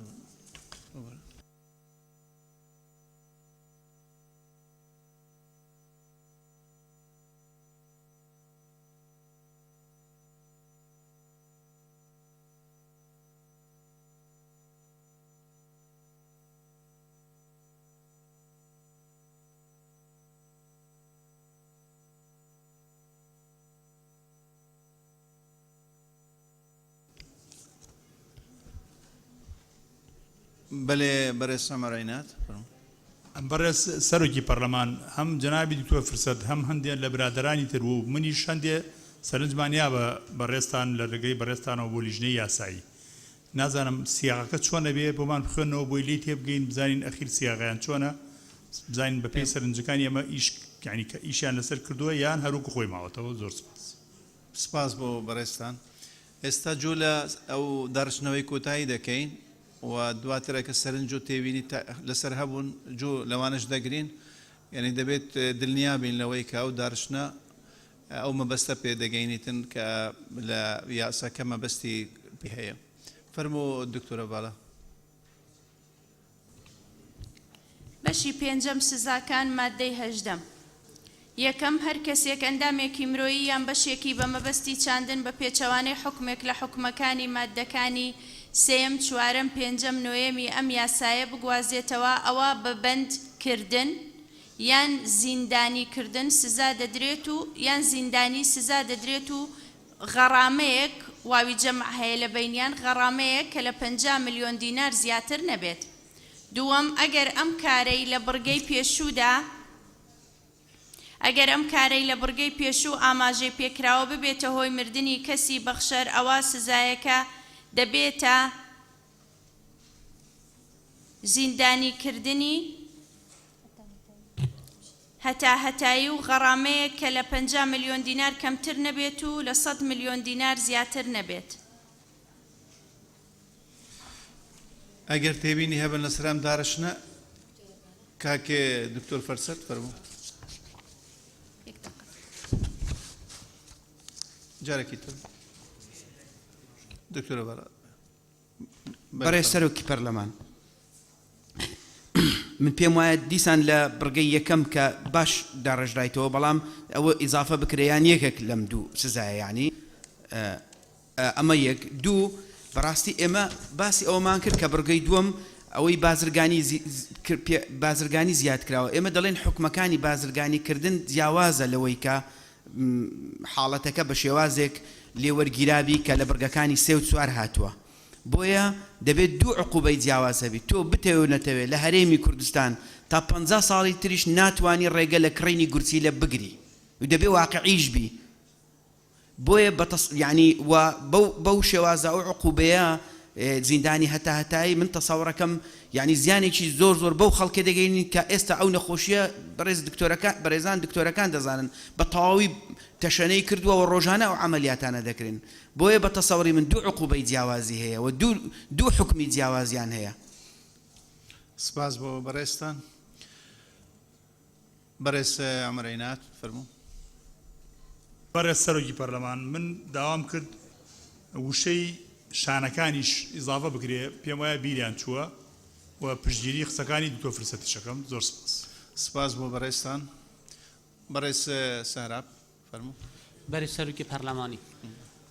ئەس بینم یا باشتر داژبێ ئاریشێدەر کەبین و نەکەبینە ئاریشێت ماستەر و ئەف یاسا پشکلەکێ ینی خێرە خەلکێکی دابێتنەوە یاسایەکی بیت سەرێمەیە پێ بڵند بیتن داخواستیم بۆ ماوەی سەعاتێکی هەکە لژنا یاسایی گەل کەسێن بسپۆر بڕین نەخوارێ بگەهنە سیاغاکێ پشتینگی بێنە هوڵە پەرلەمانی دێ باشتر بیت. سپاس بۆ بەڕێز. خاتو مریەم سەمەد. بەڕێز سەرۆکی پەرلەمان وەڵام من لەگەڵ ڕایەکەی بەڕێز دکتۆر فرسەتی دام کە و عقوبەیە زۆرە بەڕای من ئەگەر بکرێت جا بکرێتەوە ئەگەر بازرگانیەکە ئەوەی کە بازرگانی بە ئەندامێکی جەستەوە دەکرێت ئەو بازرگانە عقوبەی بۆ دابنرێ و ئەو لیژنەی یاساییش بۆ خۆیان ئەگەر بکرێ سپاس دەکەم ئەگەر ڕوونکردنەوە بدان لەسەرەوە سپاس. سپاس بۆ خاتۆ مریەم سەمەد. بەڕێز دکتۆر ئیبراهیم نقطەیەکی نظامی. برای سەرۆکی پەرلەمانی سەرڕای کۆمە شازایەکە باشت تەندروستی و سیستەمی دکتۆرە دانینە بەس شەنجامی وان دانوستاندنا و پتر گهدانامەش لای قانونیاوە بۆ مەوەسا دیارت بەتەف خەلکێت وێگاوێ کۆمحتاج گوریچیسکە و سەحتکەنەمەل تەلەڤیزیۆنی بقەناعەتا من احتیمالا ببنە سەبەبێ مرناگەلێک شوە چونکی حقیقەت ئەو چاوڕێنە و یاسایەک دەرکەوت ساڵحێ بەرچاوکردنا واقعمەیە کوردی و کۆم کوردستان تێدا چین ئەسڵ بینمش ئەنجام ئێوا دانوستاندنادا کەئەنەما حملەیەکە مەزنە سەر سەحێب خۆ هەی حملەیەکە مەزنە سەر سەحێ هەی و دوێن وەزعێ سەحامەل کوردستانێ بەرتانکەن حتا ئەوێت و پسپۆریجی هەین وی بواریدا سیقەتەوا پوا نەمینێت و بارێوا نەمینێت ئەف حالەتەیە هەیل کوردستانێ ئەم نەڕابن وەسا هەندە قراراتە دەرێخن و یاسا دەنە ئیمزاکردن کو ببتە بڤە کوردستانێدا حقیقەتەن vêtin vî tiştî berçavwargirin mewzuê kiliyê û dana kiliyê heta sibahî hîn bêjin pismamê bîne birayê bîne bira û pismam hestken 7 milyona 40 milyona 20 milyona bidene êkî dîtir ne kiliyawî jî biçit û ne para zarar fî bikevit ji ber hindê jî du haletê tên haleta rexbetê û qenaetê û iltîzamê ye filan kes te rexbet heye kiliya xwe bidaya filan kesî belê ka tiştê tê resmiye ve tiştê resmî ka fihosatê tê resmî duristin guncint bes ev sîğetê ez bînim yani hema sicneka vekîlî cuda ya hazir e her sıba wê ve çend doktorê me bikin estijinê ve îhana seha me bikin yani pîçekî ez heskem amilê tewfîqî vî mewzuî da hebit lewra ez pesenda raya doktor ferset dikim we çûtê ranîne jî em vê celsê ragirin baştir vî mewzuî dîrasekin xasen mewzuî sizaya da يعني ما تصورت كنت موضوع استزادة كيلا جلد دست خراكن ودي خلاص بتو جلسة ما تمام بت بس أميد بينن چونكي كانت حالتها خطرية دا بو خلكي ما مخاطرة نفسية سر خلكي ما داهين أف خلكي ما أفروكا باور بك باور هر كسكي توشي في إشي يعني إشارات في إشي الدفع وسحكي أنا مال في ميديا في منبر برلماني باور كي يا خير بو منابجنو شو دعاء هاجي داولي قال هوا كانوا باشي المكان سباس سپاس بۆ بەڕێز دکتۆر ئیبراهیم هەرچەندە ئەوە نقطە نظام نەبوو ڕێی بوو و هیویداری نەساخ و تەندروستی بخرابی نیازە پەرلەمانتار و پەرلەمانیدا نەگەهێن چونکە مەبەست باشکردنا کەرتێ تەندروستیە و خزمەتان نەخۆشایە دکتۆرە ڤاڵە فەرموو بەڕێز سەرۆکی پەرلەمان بەشی پێنجەم کە تایبەتە بە سزاکان وەکو هەر بەشێکی تر دەکرێت تاوتوێ بکرێت و زیاد و کەم بکرێتن بەڵام ئەوەی کە لێرەدا هاتووە بە هیچ شێوەیەک ئەوە نییە کە ئەتۆ لە بەرژەوەندی دکتۆردا نەبێتن ئێمە لێرە وەکو مشەڕع دوو کەسی بەرامبەرت هەیە یەکێکیان کەسی نەخۆش و هەژار و نەدارە تەڕەفی بەرامبەریش ئەتباءن لێرانە دەبێت تەوازن بکرێتن بە شێوەیەکی ئەو تۆ کە پارێزگاری لە سەحەتی کەسی بەخشەر و ئەو کەسێک کە چاندنەکەی بۆ دەکرێ و پارێزگاری بکرێت لە هەمان کاتدا لە بەرژەوەندیەکانی پزیشک بۆیە مشەڕع لێرە کاری ئەوە نییە تەنها ئاسانکاری بۆ پزیشکەکان بکات و کاری ئەوە بێتن تەنها یاساکە بە شێوەیەکدا بڕێژێکە لە بەرژەوەندی تەبەقەی ئەتباءدا بێتن یاساکە پێویستە لە هەمان کاتدا زامنی حقوقی نەخۆش بکە و لە هەمان کاتیشدا بتوانێت باڵانسێک ڕابگرێتن بەرژەوەندی ئەتبائیش بپارێزێتن بەڵام بەبێت تەحدیدکردنی عقوبە و سوکردنی عقوبە بە شێوەیەکی ئەو تۆ کە ڕادع نەبێتن بۆ کەسی تەبیب لێرانە تاوانەکە دەست پێ دەکاتن لێرانە کەم و کورتیەکە دەست پێ دەکا بۆ نمونە تەحدیدکردنی ئیما حەبس و سجن و ئیما غەرامای کە دەڵێ یەکێکیان بەوانە باشە 75 ملیۆن دینار یان 100 ملیۆن دینار بۆ دکتۆرێک چیە تەنها بەوە عقوبەی بدەیت بۆیە لێرانە دەبێ مشەڕع زۆر دقیق بێت چەند التیزام بەوە دەکا پارێزگاری لە بەرژەوەندی تەبیب بکا دەبێ ئەوەندەش التیزامی هەبێ بەوەی کە پارێزگاری لە بەرژەوەندی خەڵکی نەخۆش و نەدار و هەژاریش بکا سپاس سپاس بۆ بەڕێز دکتۆرە ڤاڵە و ئەمڕۆنکردنەوە جۆلە ڕێی بەڕێز دکتۆر ڕێکەوت وەزیری تەندروستی هەرێمی کوردستان دەکەین. بەڕێز جەنابی سەرۆکی پەرلەمان، ئێمە لە 22 چوار واتا پێش 2 مانگ سەرنجی خۆمان لەسەر ئەم بابەتە داوە. ئێمە چەند کۆبوونەوەیەکمان کردووە لە وەزارەت و ڕای پارێزگاکانمان بۆ هاتووە و لە پارێزگاکان لیژنەی باڵای چاندنمان هەیە و ڕای خۆمان داوە وتومانە بە پێی مادەی 111 ساڵی 1969 عقوباتی عێراقی بێت. ئەبوایە ئێمە پێشەوەی بینە هۆڵی ئەم پەرلەمانە ئەبوایە ئەم مادانە بەڕاستی ئەم عقوبانەمان تاوتۆ کردایە. من ئەزانم ساڵی 1969 هەلومەرجەکەی گۆڕاوە، دنیا گۆڕاوە کۆنا، بەڵام ئەمەش ناو ینی ئەکرێ ئێمە بگەینە حەلێکی وەسەد بۆ ئەو بابەتە. شتێکی تریش من حەزەکەم ئەگەر ئێوە ینی مەسەلەن ئەگەر ئێوە مەسەلەی بەخشین، من پێم وایە کەس گورچیلەی خۆی بە خۆڕایی نادا بە کەس، ینی با واقعی بین، ینی کەس گورچیلەی خۆی نادا بە کەس. ئەگەر ئێوە ئەتانەوێت تیجارەتەکە مەنعکەین، من و دکتۆر عەبدوڵڵا دوێنێ وتمان ئەوە با وەکو ئێرانی لێ بکەین، ئەوە ئەسۆسییشنە دابنین، ئەوانەی گورچیلایان هەیە گورچیلایان ئەوێ بینوسن، ئەوانشی گورچیلە بەخشن، حکومەت و خەڵکەکە سەقفێک دابنین خۆیان دیاریان پێشکەش بکەن. بەڵام تۆ بەتەما بیت کابرایەک بێت عەریزەیەک بدا بڵێ من گورچیلەی خۆم ئەدەم بە تۆ بە خۆڕایی، باوەڕتان هەبێ ینی ئەمە شتیوان نییە، لەوانەیە لە هەزار حاڵەتە حاڵەتێکی وا هەبێت. بۆیە یەکەم ئەوەی ساڵی 1969 دوم ئەگەر بمانەوێت ئێمە ڕێگری لەو بازرگانیە بکەین، با بە خۆمان وەکو حکومەت و وەکو پەرلەمان و وەکو نەخۆشەکەس سەقفێک بۆ ئەو بابەتە دابنین. زۆر سپاس. سپاس بۆ بەڕێستان. دیارە ئەم بابەتە پێویستی بە دەرفەتێک هەیە، دەرفەتێکی گونجاو بۆ هەم جەنابتان وەکو وەزیری تەندروستی لەگەڵ لژنەی یاسایی و لژنە پەیوەنددارەکان، ئەو برابەرەزانە پەرلەمانتارانە کاک فرسەد بوو کاک مەرەینات لەگەڵیان بۆی بگەینە سیغەتێکی گونجاو، یعنی وا بێتن تووشی هەڵێکی تشریعی نەبین. 1 ساعت پشوو وەردەگرین، ساعتێک لەبەرەوەی جەرەسەکەش بزانم بەکی کەوتووە، دەبێت ساعتێک ڕێک لێرە بین. 1 ساعتێک دەگەڕێن. ساعتێک زۆرە، دوێنێش زۆر ینی ئیشمان نەکرد.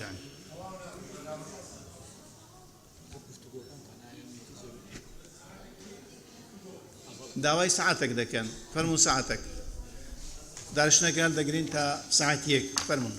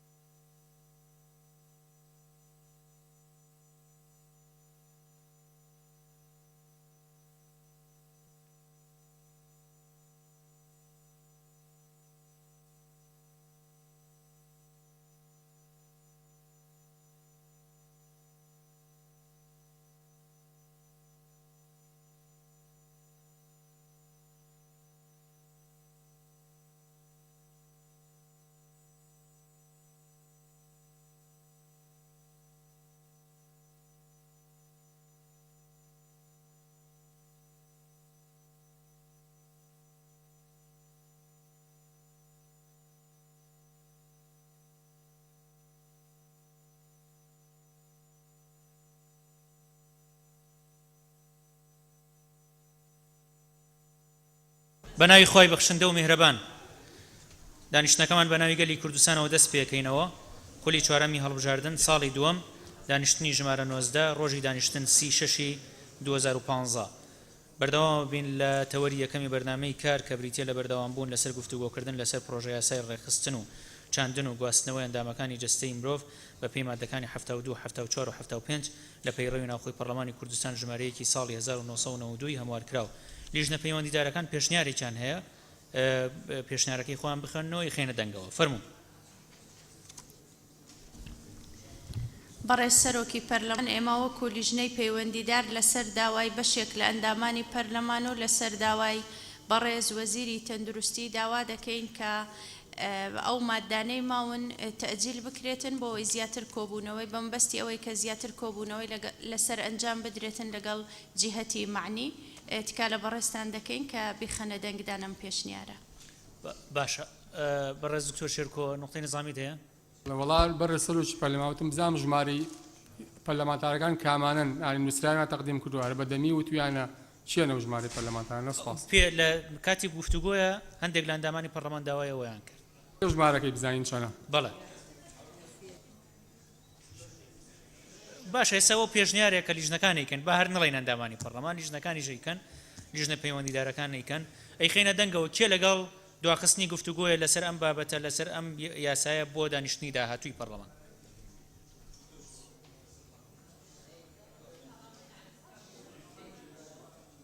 بەڵێ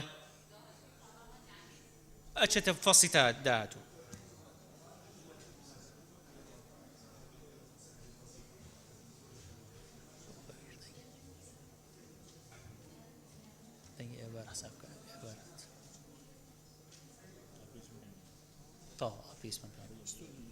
چەند 22 38 کەس لەگەڵێتی کێ دژێتی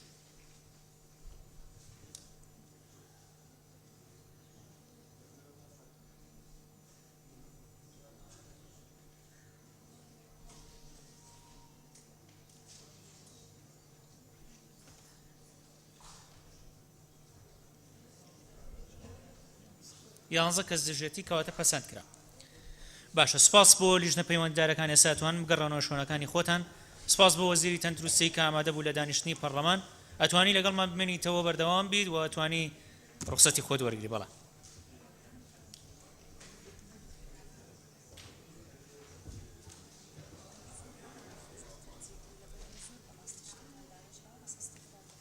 قەیناک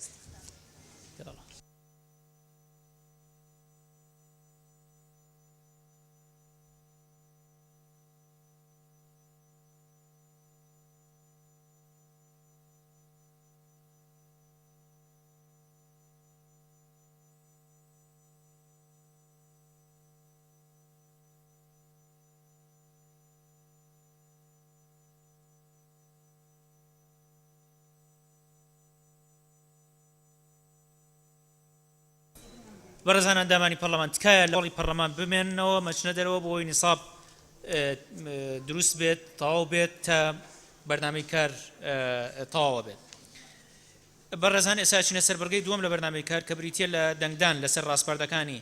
پەرلەمانی کوردستان بۆ چارەسەر و ڕاگررتنی زیادەڕۆیی بە پێی مادەی 75 لە پەیڕەوی ناوخۆی پەرلەمانی کوردستان ژمارەیەکی ساڵی 1992 هەموارکراوە داوە لە بەڕێز سەرۆکی لیژنەی ئاسەوار و خزمەتگوزاریەکانی شارەوانی و گەشت و گوزار و گەاندنەکەین کە بفەرمێن ڕاستپاردەکان بخوێنێتەوە بۆی تەسویتی لەسەر بکەین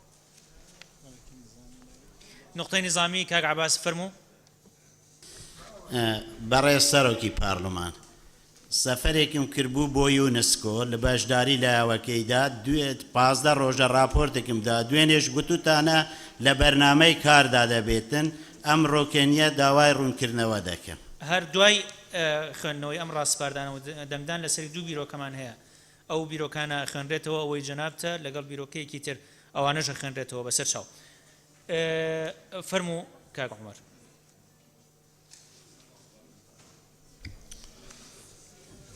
بەڕێز سەرۆکی پەرلەمان بەڕێزان ئەندامانی پەرلەمان نقطەی نظامی هەیە کاک عومەر فەرموو بەڕێز دکتۆر فرسەت بەڕێز سەرۆکی پەرلەمان وێڕای ماندوو نەبوون بۆ لیژنەی شارەوانیەکە بۆ ئامادەکردنی ئەو ڕاستپاردانە بەڵام بەپێی پەیڕە و بەلایەنی کەم بابەتێکی وا دەبێت 48 کاتژمێر پێشەوە بیبینین ڕاستپاردەکان من بە بەیانی کە هاتوون بۆ پەرلەمان لە ناو بۆکسی ئەندامان دانراوە یعنی بەیانی کە هاتوین بینیومانە بۆ هیچمان ئیتڵاعمان نیە لەسەر ئەو ڕاستپاردانە تاوەکو دەنگی لەسەر بدەین خۆی دوێنێ خراوەتە بۆکسی ئەندامانەوە دوێنێ خراوەتە بۆکسی ئەندامانەوە بەڕێز سەرۆکی پەرلەمان ئەگەر پاش دەوام خراپی ئەگەرنا ئێمە تا درەنگ لێرە بووین و پێش بشڕۆین چێکی بۆکسەکانی خۆم کرد هیچی تێدا نەبوو بەیانی کە هاتم بۆ دەوام لە ناو بۆکسەکەمدا هەبووە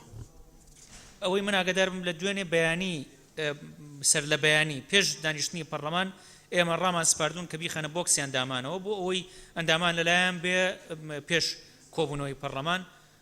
ئەمە بابەتێکی شە پەیوەندیدارە بە کۆبوونەوەکانی پێشووتری پەرلەمان بابەتێکی تازە نییە لەبەرەوەی ڕۆژێکی دوور و درێژ لە هۆڵی پەرلەمانە گفتوگۆ لەسەرم بابەتە کرا و ڕاستپاردەکانیش بەر مەبنای پێشنیارەکانی ئەندامانی پەرلەمان ئامادەکراوە دوایی لیژنە سیاغی کردوێتەوە بۆیە با بخوێنرێتەوە ئەوە دوایی ئیخێنە دەنگەوە فەرموو بەڕێز کاک عومەر بەڕێز سەرۆکی پەرلەمان ڕاستپاردەکانی پەرلەمانی کوردستان بۆ چارەسەر و ڕاگررتنی زیادەڕۆیی لە بەرنامەی دانیشتنی ژمارە 12 ڕۆژی 26 پێنجی 2015 کە بەشێکی تایبەت کرابوو بە دیاردەی زیادەڕۆیی و بۆ ئەو مەبەستە جێگری سەرۆکی حکوومەتی هەرێمی کوردستان و وەزیری شارەوانی و وەزیری کشتوکاڵ و شاندی یاوەریان ئامادە بوون و لە دانیشتنەکەدا راپۆرتی لیژنەی ئاساوار و خزمەتگوزاری شارەوانی خوێنرایەوە و پاش گفتوگۆکردن و وتووێژ لەسەر ئەم راپۆرتە و راپۆرتی جێگری سەرۆکی حکوومەتی هەرێمی کوردستان و وەزیری شارەوانی و وەزیری کشتوکاڵ و دوجار سەرۆکی پارلەمان داوای لە لیژنەی ئاساوار و خزمەتگوزاری شارەوانی کرد کە لەسەر ڕۆشنایی راپۆرتەکان ڕاستپاردەکان ئامادە بکەن و داواشی لە ئەندامانی پەرلەمان و لیژنە پەیوەندیارەکان کرد کە پێشنیاز و بۆچوونەکانیان بدەنە لیژنەی شارەوانی و بەبەستی ئامادەکردن و پاگنووسکردنی و پێشکەشکردنی بە سەرۆکایەتی پەرلەمان و دواتر دەنگدان لەسەری بۆ ئەوەی وەک ڕاستپاردە ئاراستی سەرۆکاتی ئەنجومەنە بکرێت بۆ ئەوەی سوودی و یێوەربگرن پێش دەرچوونی یاسای ڕێگری لە زیادەڕۆیی و پاش دەرچوونی یاساکەش کەوا چاوەڕوان دەکرێت بەم زوانە ئەم یاسایە دەربچێت پاش ئەوەی لیژنەی خزمەتگوزاری شارەوانی کۆبوونەوەی لەگەڵ چەندین یەکەی ئیداری و لەسەر ئاستی شار و شارۆچکانی کوردستان و نوێنەراتی هێزەکانی ناوخۆ و ئاسایش و لە پارێزگای هەولێر و پەیوەندیکردن بە ژمارەیەک سەرۆک شارەوانی و چەندین کەسی خاوەن ئەزمون لەم بوارەدا گەیشتی ئەوەن دەرەنجامەی کە یاسا کارپێکراوەکانی هەرێمی کوردستان بۆ ڕێگری لە زیادەڕۆیی وەڵام دەرەوەی ڕێگری لە دیادەی زیادەڕۆیی نین و پێویستە پەرلەمانی کوردستان چەند زووە یاسایەک دەربکات بۆ ڕێگری لەم دیاردەیە بۆ ئەم بەبەستە پرۆژە یاسایەک لەلایەن لیژنەی ئاساوار و خزمەتگوزاری و شارەوانیەوە ئامادە کراوە و لە 8 چواری 2015 پێشکەش بە دەستەی سەرۆکایەتی و لیژنەی یاسایی کراوە بۆیە داوا لە چی سەرۆکایەتی دەکەین کە بە زووترین کات ئەم پرۆژەیە یاسایە بخەنە بەرنامەی کار و بە بیانووی وەڵامی ئەنجومەنی شورا زیاتر دوای نەخەن چونکە ئەم پرۆژەیە تەنها پرۆژەی لیژنەکەمان نییە و بە هاوکاری و هەماهەنگی لەگەڵ وەزارەتی شارەوانی و فەرمانگەی داواکاری گشتی سلێمانی ئامادە کراوە واتە ڕای لایەنی جێبەجێکاری و یاساکە وەرگیراوە لە کاتی گفتوگۆکەشدا داوا دەکەین وەزیری دارایی و وەزیری ناوخۆ و وەزیری شارەوانی و وەزیری کشتوکاڵ ئامادە بن و ئەوەی سەرنج و تێبینی خۆیان لەسەر بەرگە و بەندەکانی ئەم پرۆژە یاسایە بیدەن لەبەر گرنگی بابەتەکە و لە بەردەم ئەندامانی پەرلەماندا و پێش ئەوەی دەنگی لەسەر بدەن ڕاستپاردەکانمان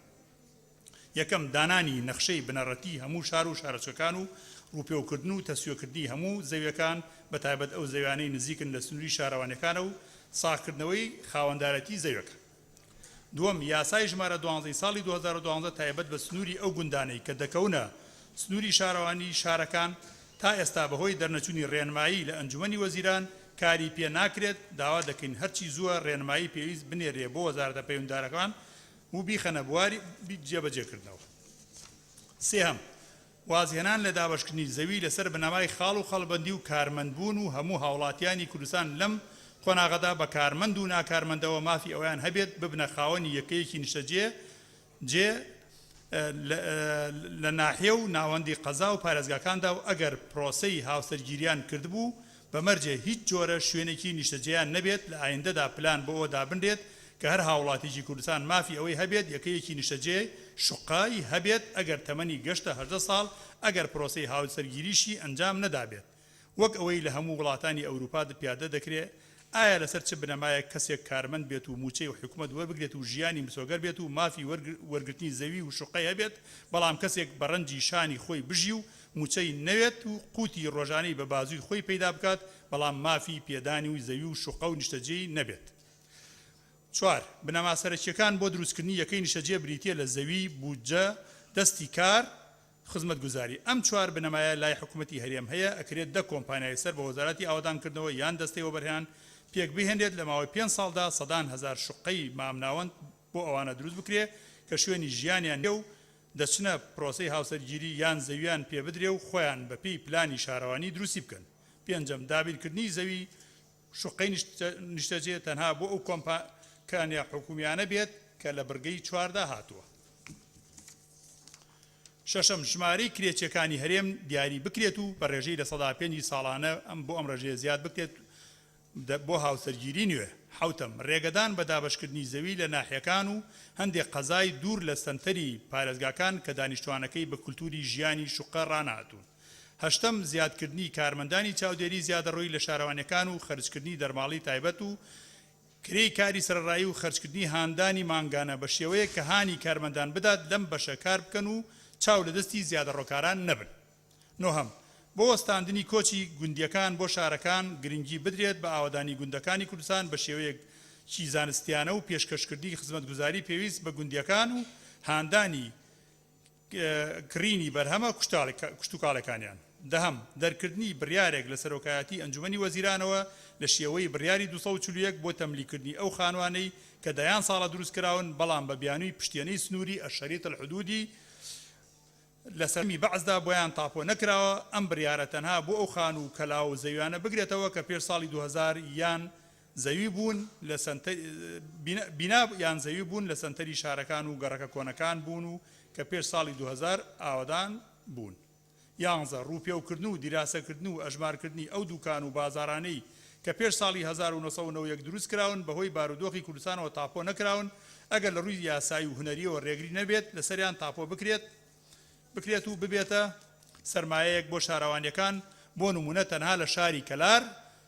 4000 دوکان و بازار هەیە ئەگەر تەملیک ناکرێت بە پێی یاسای ژمارە 32 ساڵی 86 بخەملێنێت و پیان بفرۆشێت یان کریان لەسەر حساب بکرێت. ئەم دوکان و بازارانە بوونەتە ئەمری واقع و بە فعلی ملکی ئەو کەسانن کە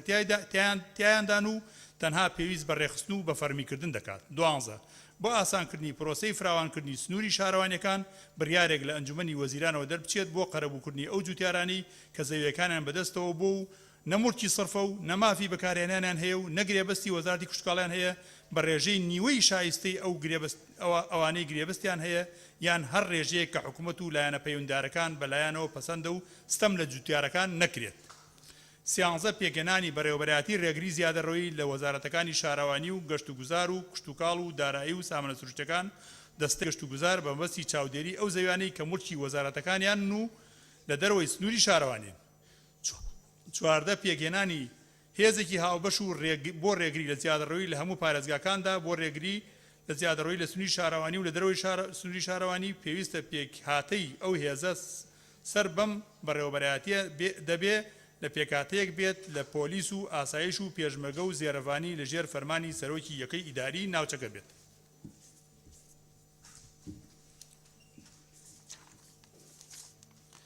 15. دەرکردنی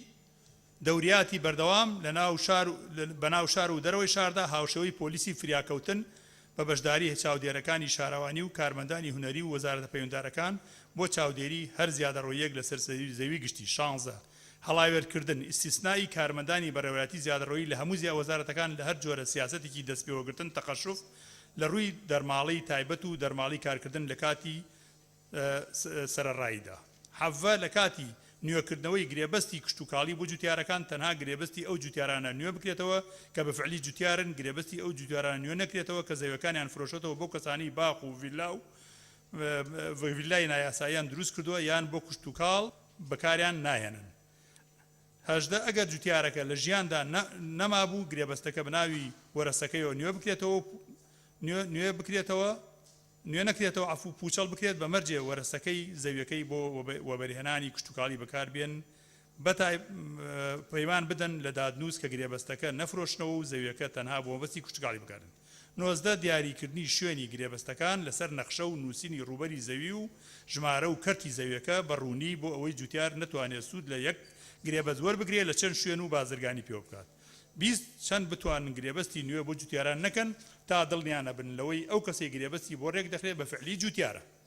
21 شارەوانیەکانی سەر بە وەزارەتی شارەوانی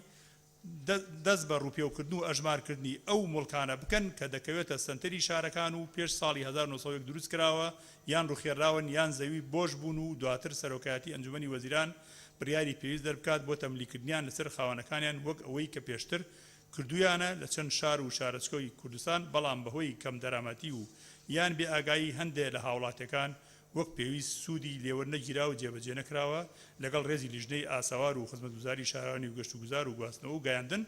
لەگەڵ ڕێزم بۆ بەڕێستان تەنها یەک ڕوونکردنەوەی بەسیط ئەدەم ئەویش ئەوەیە ئەم ڕاستپاردانە تەنها بۆ ئەوە ئامامان کرد لەبەرەوەی یاساکە دواکەوت ئەگەر یاساکە دوا نەکەوتایە ئێمە پێویستمان بەم ڕاستپاردانە نەبوو لەگەڵ ڕێزما زۆر سپاس.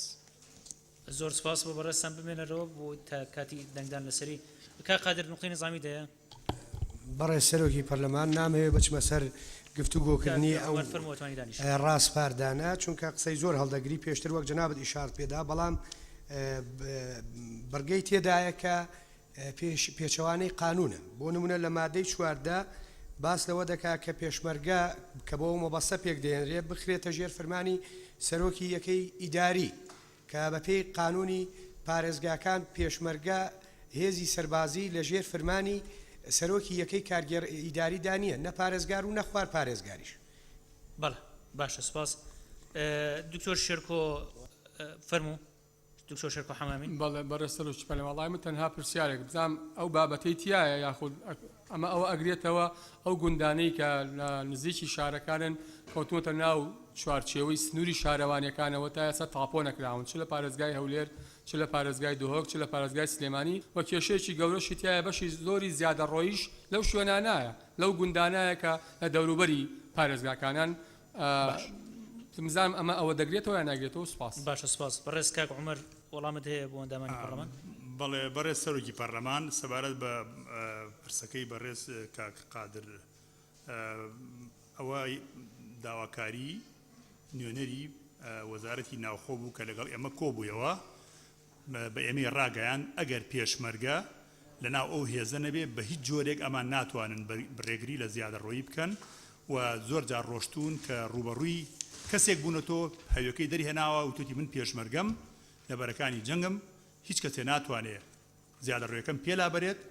بۆیە بە ناچاری ئەوان داوایان لە ئێمە کرد لە کاتی ڕاستپاردەکانە کە ئاماتان کرد و ڕاستپاردەکە بە دقیق لەو بەڕێزەوە هات کە نوێنەری وەزارەتی ناوخۆ بوو لەگەڵ ئێمە دانیشتی ئەبێ پێشمەرگەش و زێرەڤانیش و ئاسایش و پۆلیسیش لەناو ئەو هێزە مشتەرەکە هەبێ وەلەو کاتە ئەتوانرێت تەنسیب بکرێن بۆ ئەو هێزە تا ئەو کاتەی یاساکە دەرەچێت. بەنسبەت ئەوەی بەڕێز دکتۆر شێرکۆشەوە بەڕێز سەرۆکی پەرلەمان یاسای ژمارە 12 ساڵی 2012 حەلی کردو بەڵام بەداخەوە لە ساڵی 2012 تا ئێستا لە سەرۆکایەتی ئەنجومەنی وەزیرانە و ڕێنمایی پێ دەرنەچوو. باشە سپاس. بەڕێز مامۆستا عەبدوڕەحمان عەلی ڕەزا. بەڵێ زۆر سپاس سەرۆکی پەرلەمان وێڕای دەستخۆشی تەواوم بۆ ئەو راپۆرتەی برایانم لە لیژنەی ئاسەوار و شارەوانیەکان پێم وابێ ئەمە زیاتر تەجاوزاتەکانی ئازادەڕۆیەکان باس کراوە کە کراوەتە سەر زەوی شارەوانیەکان بەڵام کەمتر یاخود نەشکراوە زۆرترین تەجاوزات ئازادەڕۆیی لە هەرێمی کوردستاندا لە ئێستادا بۆ سەر زەویە کشتوکاڵیەکان بووە بۆیە دەکرا یا پێکەوە راپۆرتێکی هاوبەشمان پێشکەش کردایە یا ئێمە وەکو لیژنەی کشتوکاڵ و سەرچاوەکانی ئەو لە پەرلەمانی کوردستانە بە هەمان شێوەی ئەو برادرانە کۆمەڵێک ڕاستپاردەمان هەبێت یا چاوەڕێ بکەین بۆ ئەوی یاساکە دێتە پەرلەمانی کوردستانە و قسە لەسەر ئەوە بکەین پرۆژە یاساکە. باشە سپاس. بەڕێز دکتۆرە ڤالا فەرید. بەڕێز سەرۆکی پەرلەمان بە سوپاسەوە بۆ ئەو ڕاستپاردانەی کە ئامادە کراوە لەلایەن لیژنەی تایبەتمەند من پرسیارم لە بەڕێز سەرۆکی لیژنە دەکرد لەسەر هەدەفەکە دیارە هەدەفەکەی ڕوون کردەوە گوایە یاساکە دەرنەچۆ بۆ ئێمە و تەوسیاتانەمان ئامادە کردووە بەڵام من بە جەنابتان ڕادەگەێنم کە ئەوە بەشی زۆری تەوسیات نییە ئەوەلەن لە شێوەی بیرۆکەیە ئەو بیرۆکانە بۆ وەزارەتی معنین لێرانە ئەو وەزارەتانەی مخاتەبە کراون وەزارەتی کشت و کاڵە وەزارەتی ناوخۆی وەزارەتی شارەوانی وەزارەتی ئاوەدانکردنەوەیە ئەنجومەنی وەزیرانە ینی کۆمەڵێک وەزارەت لەو تەوسیاتانە مخاتەبە کراون ئەوە دەبوو بە شێوەی بیرۆکە بۆ ئەو وەزارەتانە بچێت لەبەرەوەی کاری ئەوانە کاری پەرلەمان ئەوە لەلایەک لەلایەکی تر ئەو وەزارەتانی کە ناومبرد هەر هەموو لیژانی معنیان هەیە لە ناو پەرلەماندا دەبوو هەموو لیژنەکان قسەیان هەبێتن جا ئەگەر ئەو کارە بەو هەدەفە کراوە تا یاساکە دەردەچێ دەبێ یاساکەی پێدەرچێت تۆکمەترا و باشترا و داوا لە بەڕێستان دەکەم کە ئەو بابەتەوەکو تەوسیات لە پەرلەمانی کوردستان دەرنەچێ و لەسەر یاساکە ڕابوەستن بۆ ئەوی کارەکە بەو شێوەیە تێنەپەڕێ بەڵێ باشە سپاس بەڕێز خاتو حیات مەجید بەڕێز سەرۆکی پەرلەمان سەری ڕای دەستخۆشیم لە مامۆستا عومەر عینایەت پشتگیریم قسەکانی دکتۆرە ڤالا ئەەکەم و لە ڕاپۆرتەکەیانە باسی هەندێک شوێنیان کردو بۆ نمونە باسی کەلار کراوە ینی شوێنێکی وەکو سەی سایەق زەرور بوو باز بکرێت لە کاتێکا لە 2006ەوە بۆ 9 ساڵ ئەچێت لە کۆی چوار گەڕێکی تیا دوو گەڕێکی تاپۆ کراوە دوو گەڕەکەی تری تا ئێستا ماوەتەوە بانەچینە سەر ئێستا نمونە هێنانەوە بوو لەسەر شار و شارۆچکەکان بەڵێ زۆر کاتمان نابێت سپاس بەڕێز کاک سعید مەسیفی بەڕێز سەرۆکی پەرلەمان بەڕێز ئەندامانی پەرلەمان لە خاڵی هەژدەمدەری ئەگەر دووتیارەکە لە ژیاندا نەمابوو گرێ بەستەکە بە ناوی وەرەسەکەەوە نەکرێتن ئەو لێرە کاگە مەروای گوت دەرێ پوچەل بکرێتەوە بەڵام بەخۆی دەرێ بەمەرجێ وەرەسەکەی زەویەکەەوە بۆ بەرهێنانی کشت و کاری بەکاری بهێنێت و پەیمان بدا لە دادنم کە گرێ بەستەکە ئەوە گرێ بەستەکە نەفرۆشێتەوە کەواتە ئەویش بۆی هەیە بە ناوی بکرێتن کاگمەر باشە سپاس بەڕێز کاگە بۆکە هەڵەتنی بەڕێز سەرۆکی پەرلەمان منیش پشتیوانی لە قسەکانی بەڕێز دکتۆرە ڤالا کەم ئێمە بێ پەلە بکەین لە دەرکردنی یاساکە و نابێ ئەم ڕاستپاردانە بەدیلی یاساکە بێت و ئەوە کە ضرورەتە ئێمە پشت بەخوای گەورە ئیشی لەسەر بکەین و ئەنجومەنی شورای هەرێم و حکوومەتیش وەڵامان بنەوە باشە سپاس بەڕێز کاک ماجد فەرموو بەڕێز سەرۆکی پەرلەمان ئێمە ئەو خاڵانەمان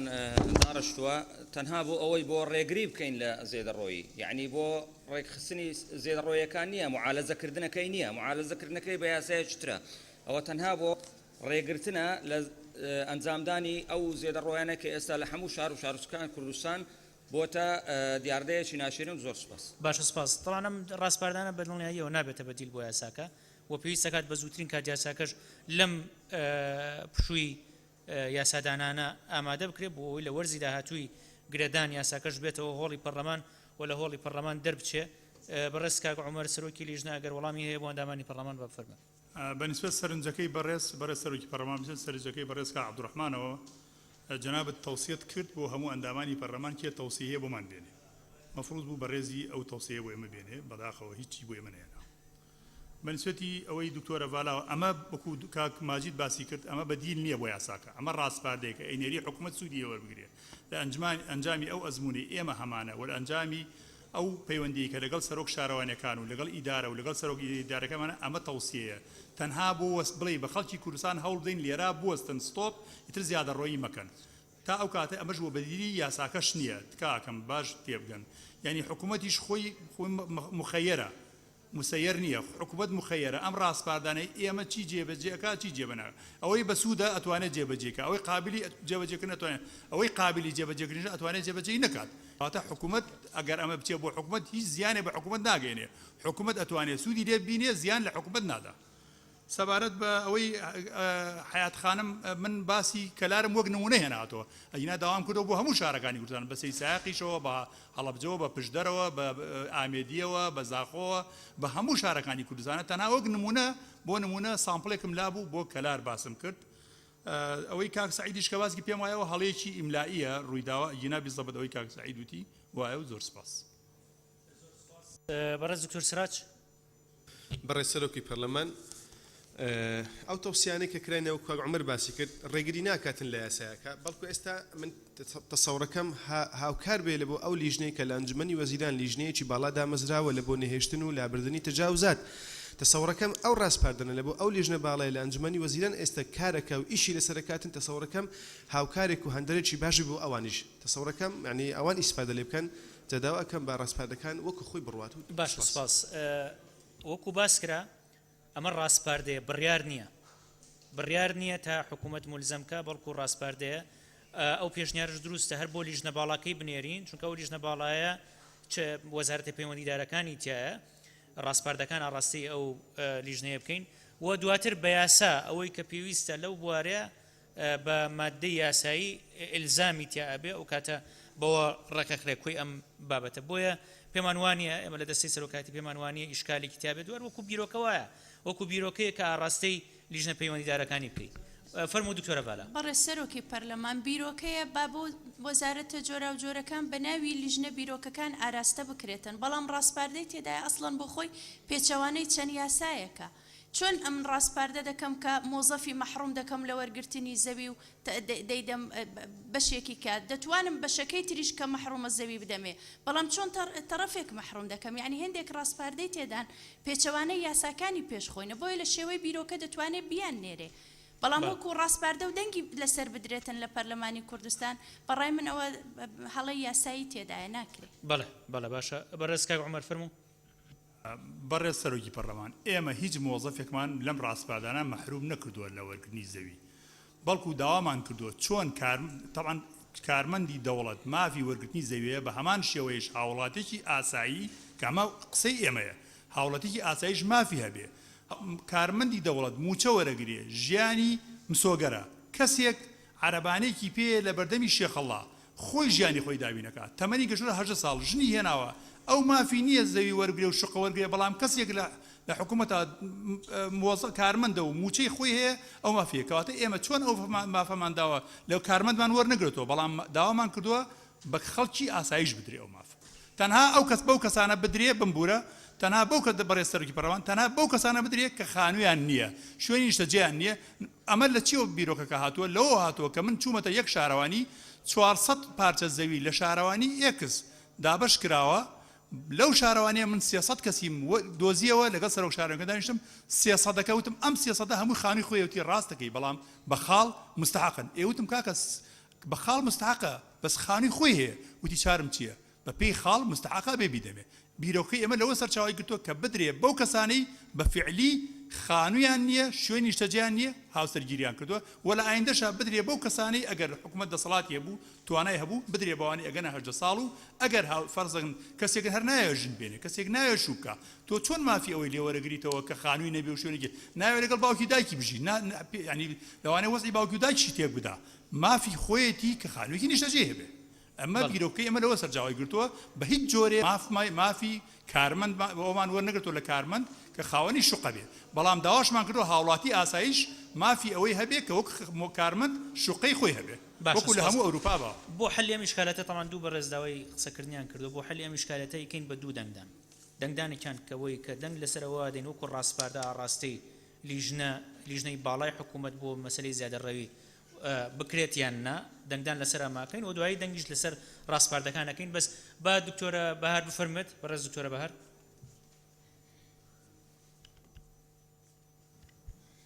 بەڕێ سەرۆکی پەرلەمان ئەمە ناوی ڕاستپاردەیە ڕاستپاردەش جیاوازە لە یاسا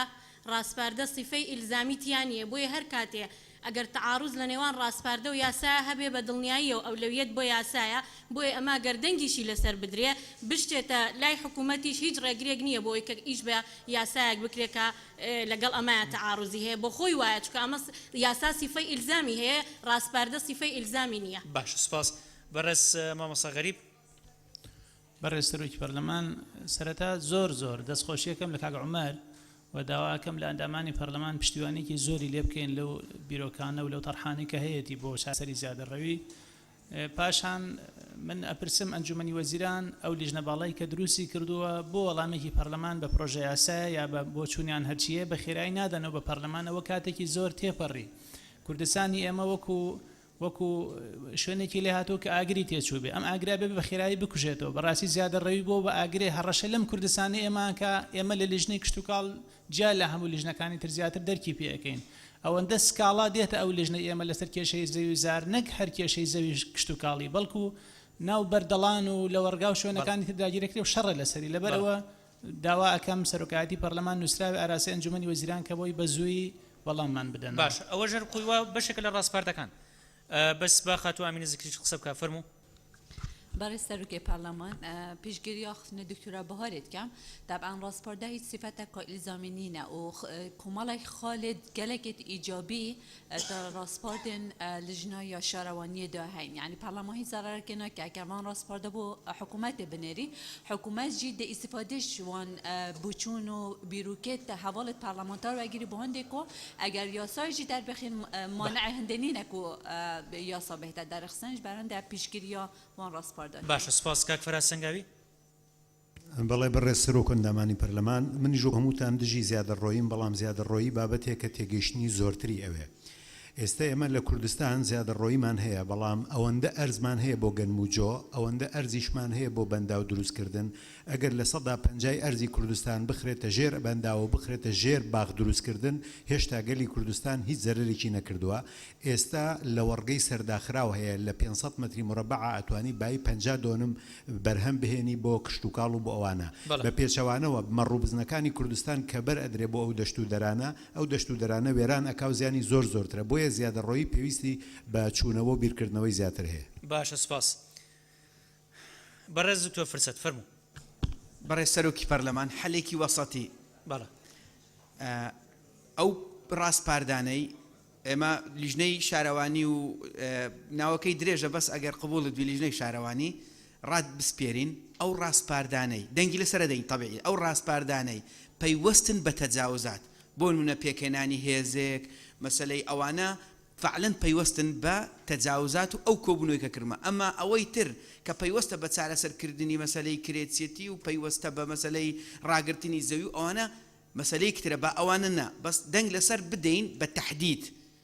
ئەو ڕاستپاردانەی تایبەتن بە ڕێگەگرتن لە تەجاوز کە جەلەسەکەشمان بەبیرن دێ لەسەر ئەوە بوو ڕێگەگرتن لە تەجاوز با ئەوانە لیژنەی تایبەتمەند تەنها ئەوانە سیاغە بکات و وەکو ڕاستپاردە بچن بۆ حکوومەت ئەمە چارەسەرێکی باشە و ناوهێنانی شوێنێک و 4000 پارت زەوی کەلار ئەمانە لابچیت چونکە ئەمە ڕاستپاردە بۆ هەموو شوێنەکان وەکو على سبیل مثالیش ناوی هیچ شوێنێک نەهێنرێ تەنها ئەو ڕاستپاردانە دەربهێنین و دەنگی لەسەر بدەین و لیژنەی تایبەتمەند دوایە سیاغیان بکات و من پێم وایە ئەو چارەسەرێکی باشە و زۆر سپاس باشە سپاس بەڕێز کاک عومەر وەڵامت چییە بەڕێز زینە بەڕێز سەرۆکی پەرلەمان بەڕێز ئەندامانی پەرلەمان من تەناوە بە بەڕێزتان ئەڵێم من معاناتەکە زۆر باشتر دەرک پێ ئەەکەم لەگەڵ بەڕێزان لە ئەندامانی لیژنە و ئەم راپۆرتە تەنا عومەر عنایەت ئامادەی نەکردووە لەگەڵ وەزیری شارەوانی قسەمان کردووە لەگەڵ جێگری و ڕاستپاردەی جێگری وەزیری شارەوانیمان بواتوە لەگەڵ وەزیری کشت و کاڵ لەگەڵ بەڕێوەبەری ئاگشتەکان لەگەڵ هەمویان لەگەڵ سەرۆکی یەکەی ئیداریەکانی سۆران چۆمان ڕەواندز لەگەڵ کۆیە لەگەڵ خەبات لەگەڵ ئەوانش دانیشتین ئەمە لە خۆیەوە دروست نەبووە ئەمە بە ئەزمونیش ئەوانشی تێکەڵە من تەنا کەلارم وەکو نمونە و هێناتۆ ناکرێ حساسیت بەرامبەر بە شارێک من تەناوەکو نمونە و ناوەمیاڵم بۆ نمونە ئەگینا لە هەموو شوێنەکان دووسانە ئەو نمونە هەیە من یەک نمونە نامەیەکم نار بۆ بەڕێز بمبورن نامەیەکم نار بۆ بەڕێز سەرۆکی پەرلەمان نامەیەکم نار بۆ بەڕێز سەرۆکی ئەنجومەنی پارێزگای سلێمانی و پارێزگای سلێمانیش پێم وتن با ئێوارەیەک پیاسەیە بکەین بەناو جادەی مەولەی و بەردەرکی مزگەوتی کاگەحمەدی شێخ لە سلێمانی بزانم نەک کەسێک هەیە بتوانێت دەستی خێزانەکەی بگرێ و پیاسە بکا بە بەردەمی جادەی کاگەحمەدی شێخ یان بۆ دەور و پشتی قەڵا زیادەڕۆیی کارێکی کردووە کە تۆ ناتوانانی لێم پرسین وتیان کاکە ئێمە کارمەندەکانمان تا سەعات 4 کۆنتترۆلی ناوشارمان پێگرێ دوای سەعات 4 کارمەندمان نییە و مخصصاتیان نییە لەبەرەوە ناتوانین کۆنتترۆلی بکەین من یەکێ لە فەقەرەکانم ئەوەیە کە داوامان لە ڕاستپاردەکانی ئێمە یەکێ لە بڕگەکانێتی تکا ئەکەم ئەمە کۆمەڵی ڕاستپاردەیە ئەچێ بۆ حکوومەت ئەوەی سوودی لێ ئەبینێ وەریەگرن ئەوەشی سوودی لێ نابینێت تەرچێکن ئیتر ئەمە هیچ زیانێک بە ناگەیەنێ بە ڕێی من قازانجی هەیە زەرری نییە و داواشەکەم ئێمە لە 8 چوارەوە یاساکەمان نردووە بۆ سەردەستەی سەرۆکاتی نردویانە بۆ مەجلیسی شورا مەجلیسی شورا تا ئێستا وەڵامی ئەمەی نەداوەتەوە یعنی ئەمە بە شەرتی ئێمە سفەی ئیستیعجالمان بۆ ئەم یاسایە وەرگرت بۆیە لە 5 ڕۆژە تەواو بووە ئێمە لە 3 ڕۆژە راپۆرتی خۆمانمان تەواو کردووە زۆر بەداخەوە تا ئێستا لە لیژنەی یاسایی و بەتایبەتی وەزارەتی شارەوانی من کە ئێستا لێرەوە ئەتوانم مقصری یەکەم وەزارەتی شارەوانیە کە نەیانتوانی لە مەجلیسی شوراوە ئەو یاسایە بگەنەوە دەستەی سەرۆکاتی پەرلەمان ئەوە یاساکە داکەوە ئینا پێویستمان بەم ڕاستپاردانەش نەبوو ئێستا وا دوومانی کەیە ئێمە چینە پشووی تەشریعیەوە ئەبێ چاوەڕێی یاساکە بکەین لەوانێت دوای دوومانی کەشنێتەوە ئەگەر ئەم ڕاستپاردانەش نەچێ کەواتە ئێمە هیچمان نەکردو و باشە سپاس بە دەنگدانێک لایەکەینەوە ئەم پرسە چێ لەگەڵەوەیە کە ئەو خاڵانەی کە بەڕێز کاک عومەر عنایەت سەرۆکی لیژنەی ئاسەوار و خزمەتگوزاریەکانی شارەوانی و گەشت و گوزار و گەیاندن خوێندیەوە وەکو ڕاستپاردە ئاراسی حکوومەت بکرێت چێ لەگەڵەوەیە وەکو ڕاستپاردە ئاراسی حکوومەت بکرێت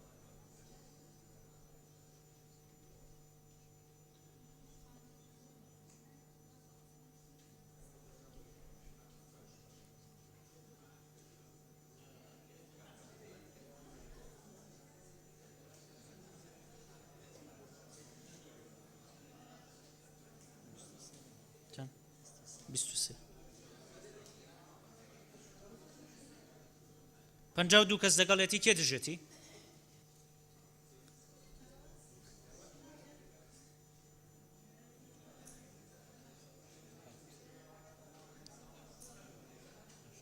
هەشت کەس دژێتی کەواتە پەسەند کرا زۆر سپاس بۆ بەڕێستان کاک عومەر فەرموون ئەتوان بگەڕێنەوە شوێنەکانی خۆتان ئەتوان بگەڕێتەوە شوێنەکەی خۆت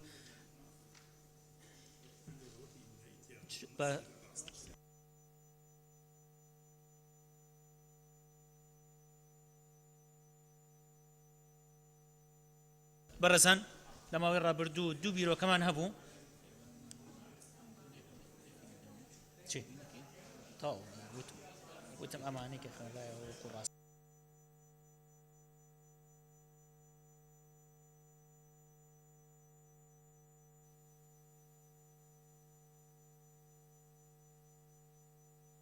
بەڕێزان ئەندامانی پەرلەمان دوو بیرۆکەمان هەبوو بیرۆکەیەکیان لە ماوەیەکی پێشووتریش پێشکەش بە دەستەی سەرۆکاتی کراوە ئێستا دەرفەتێک هەیە ئەو بیرۆکانش بخوێنرێتەوە بیرۆکەیەکیانی کاک بەڕێز کاک عەباس غەزالیە و ئەوی تریشان هی بەڕێز کاک فەرهاد سەنگاویە فەرموو کاک عەباس بیرۆکەی خۆت بخوێنەرەوە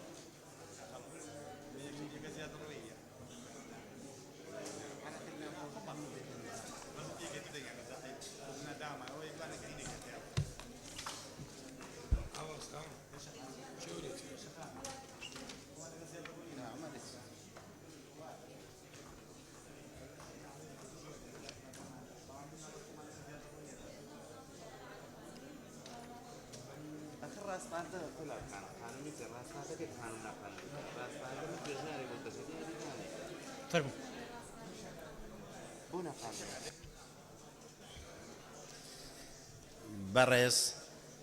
سەرۆکی پارلمان بەڕێز ئەندامانی پارلمان ویستم بە بابەتێکەوە لێرە قسە بکەم کە لەو جەوەی کە تا ئێستا هەمان بە بینە دەرەوە کە بابەتێکی هونەری و ڕۆشنبیریە لەو کاتەی کە هەوڵەکانی دیپلۆماسی و ئەو بێ ئاکام دەمێنن دەرگای تریش هەیە کە ئێمە دەتوانین لە ئاستی جیهاندا خۆمان بەرەو پێش ببەرین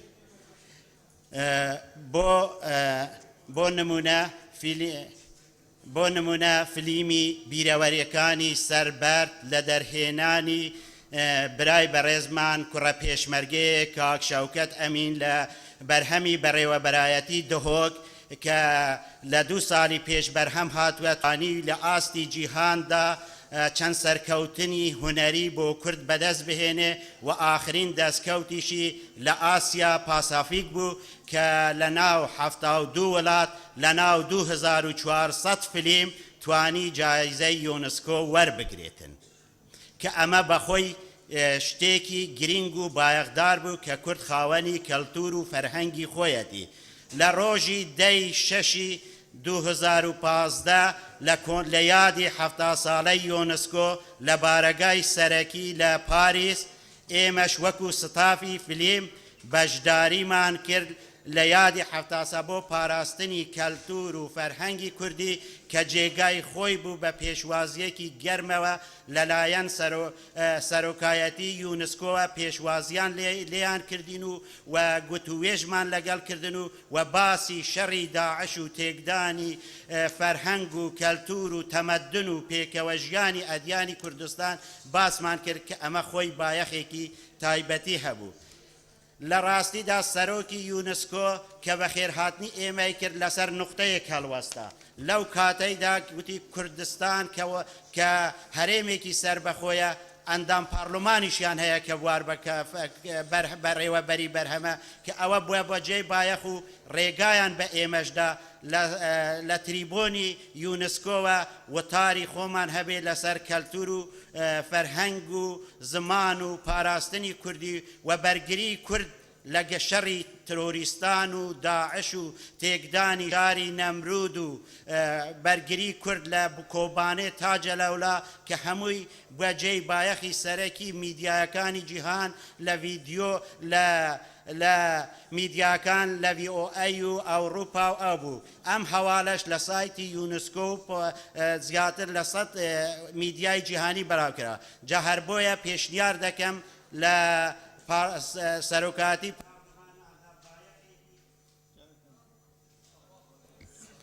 ئەگەر ئێمە لەو ڕەوانگەیە بایەخ بدەین دەتوانین ئەو جێگایە دیپلۆماسی تەسیر نەبێ لە بواری فەرهەنگ و هونەر و کەلتور خۆمان لە ئاستێکی گیان جێگای خۆشحالیشە کە 4 کورد ئەندامی ئاسیا پاسافیکن و فیستیڤالی دهۆکیش مڕەشەعێکە و موافقەتی ئوسولیشمان وەرگرتووە کە ببێتە ئەندامی ئەم 72 وڵاتە و هونەرمەندان و ڕۆشنبیرانی ئێمە بە فیلمەکانی دراما و ئینیمێشن و دیکۆمنت و کورتەفلیم دەتوانن لە ڕێگای فیستیڤالی دهۆک فلیمەکانیان بنێرن بۆ ئەوێ پێویستە وەربگرن و کە ئەمەش یاسایەکی تایبەتی خۆی هەیە و ئێمەش بتوانین لە بوارەکانی جیهانیەوە وەکو یونسکۆیە فاوە ئەوانەیە ئێمە چالاکی بکەین و ببین بە ئەندامی ئەم ڕێکخراوانە بۆ دۆزی کوردمان و بۆ خەباتی نەتەواتیمان ئەنگاوێکە بەرەو سەربەخۆیی و ئێوەش هەرشاد و سەرکەوتوو بن. زۆر سپاس بۆ بەڕێز کاک عەباس غەزالی. ئێستا کاک فەرەسەنگای با فەرمە بۆ پێشکەشکردنی بیرۆکەکەی.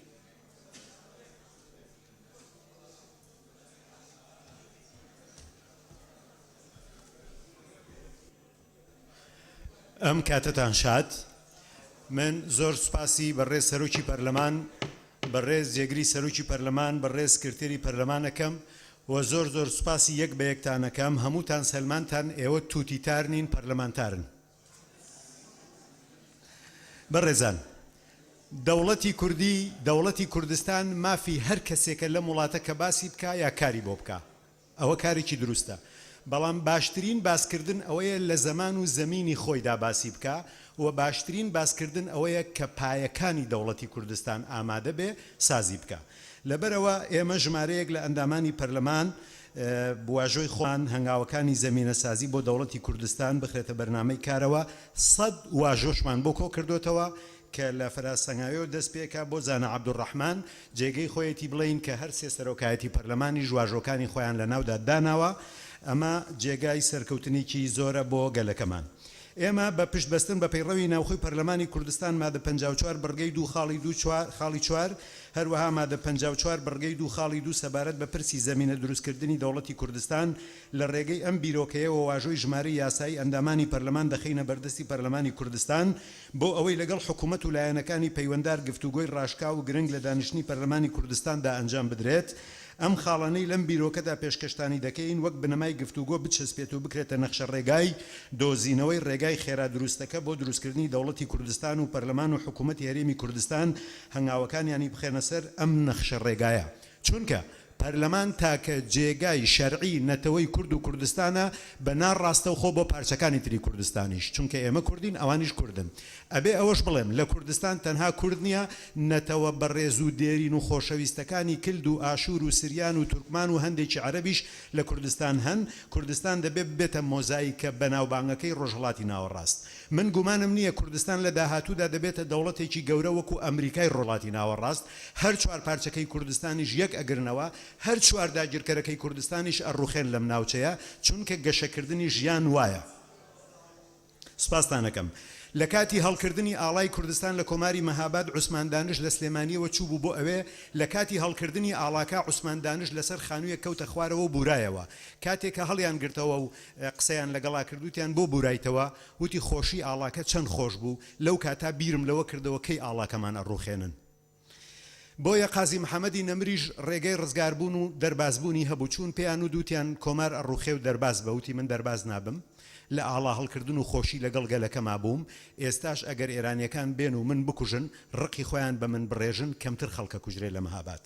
بۆیە ئێمە پێویستمان بە دروستکردنی دەوڵەتی کوردستانە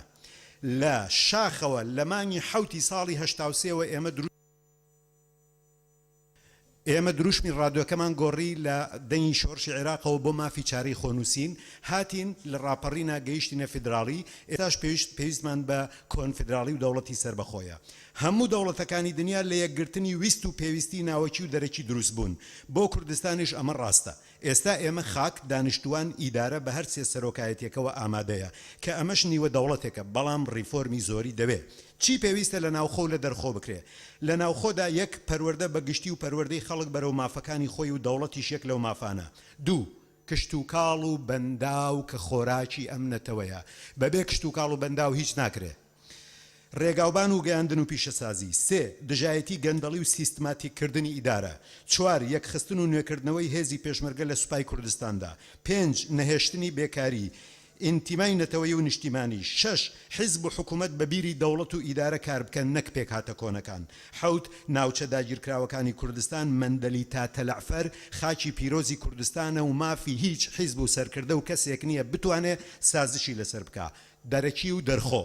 پێویستە لە دەرەوەی وڵات بەهێزکردنی پەیوەندیە نێودەوڵەتی و نێونەتەوەیەکان دوو بەهێزکردنی کاری دیبلۆماسی سێ بەهێزکردنی پەیوەندیە ئابوووریەکان دەوڵەت ئاوا دروست ئەکرێ سپاس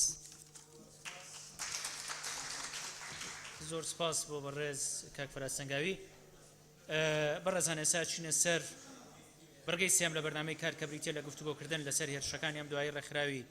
تیرۆریستی داعش بۆ سەر کۆبانێ لەسەر داوای ژمارەی یاسایی ئەندامانی پەرلەمانی کوردستان عێراق بەڕێزان ئەندامانی پەرلەمان ئێوە ئاگادارن کە بەداخەوە لە ماوەی ڕابردوو جارێکی تر هێزی تیرۆریستی داعش پەلاماری شاری کۆبانەیە دوای ئەو بەرخۆدانە گەورەی کە ئەم شارە خۆراگرە لە خۆی پیشانیە بۆ داگیر نەکردنی و ڕزگارکردنی ناوچەکانی کوردستان لە ڕۆژاوای کوردستان و تەنانەت لێکدانی ناوچەکانی جەزیرە لەگەڵ ناوچەکانی کۆبانێ تیرۆریستانی داعش کە هەندێک گومانیش هەیە کە بە دەستی ئەم لاولا و دەوڵەتانی تر ئەو کاریان کردبێ جارێکی تر پەلاماری ئەو شارە خۆڕاگریانیایەوە و بەداخەوە بە سەدان هاوڵاتی سیڤیل شەهید و بریندار بوون لەو شارەیە بەڵام جارێکی تر ئەو شارە خۆڕاگراوەی سەلماندەوە کە ئیرادەی گەلەکەمان لە ڕۆژاوا زۆر گەورەترە لە هەموو هێزە تیرۆریستیانەی کە دژیە جەنگن و تەنانەت لە هەموو پیلانانەی کە دژی ئەگەڕێ بۆیە ژمارەیەک لە ئەندامانی پەرلەمان داوایەوەیان کردبوو کۆبوونەوەیەکی نائاسایی پەرلەمان تەرخانکەین بۆ ئەم بابەتە بەڵام ئێستا لەبەرەوەی لە کۆتایی خولی گرێدانین بە باشمان زانی بیکەین بە بڕگەیەک لە دانیشتنی کۆتایی ئەم خولی گرێدانە هەم وەکو پشتیوانی بۆ گەلی خۆمان لە ڕۆژاوا و باسکردنی ئەم پرسە بۆیە ئێستا داوا لە بەرەستانەکەین طبعاً پێشتر فراکسیۆنەکانمان ئاگادار کردبوو کە لە هەر فراکسیۆنێک بەڕێزێک تعبیر لە بیر و بۆچوونی فراکسیۆنەکەی خۆیان کات لەمڕۆ بۆیە داواتان لێکی ناوەکانی خۆتان بنووسن دەست بکەین بە گفتوگۆ لەسەر ئەم بابەتە بەڵێ دا فراکسیۆنێک بەڕێزێک یەک کەس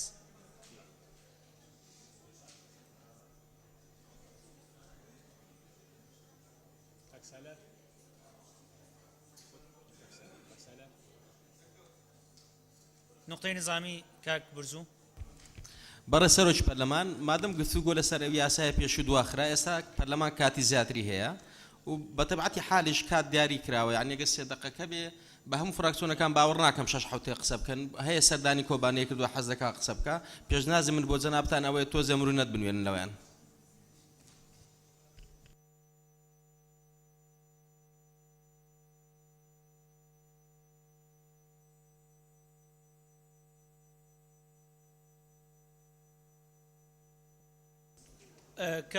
بەڕێست دکتۆر ئیبراهیم سمۆ برای سروک پارلمانی از بیش مین درسته چوینه هر فراکسیونه که برادرک بلا تعبیرش وی حالت بکد هک سردان بند گلک چوینه هچه بچه سردان خوشی دی وصف کد وکی وصفه شعر که نشتیمان پریا خو وجه هر فراکسیونه که یک وقت قناعت مش بر وقتی جی و نبید کو وقت گید دست مدامای بلاش بیر نکنش جی ور من نفی وقتی دا کمش دستی سروکاتی الرمان ویا لسرو براری خو منصور بین که هر فراکسیونه و یک برز سبکه بو اوی کاتمان بەدەستەوە بێ بەرنامەی کار چەمپەرگەیەکی تریشی ماوە و تەواویکەین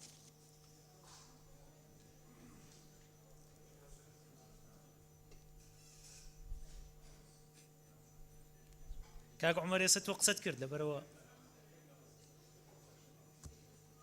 فراکسیۆنەکەت ئەوە بابزانین دوای ئەوەی کە ئەندامان قساکەن ئەوە کاک نازمیش هەر دەقەیەکی هەیە وانە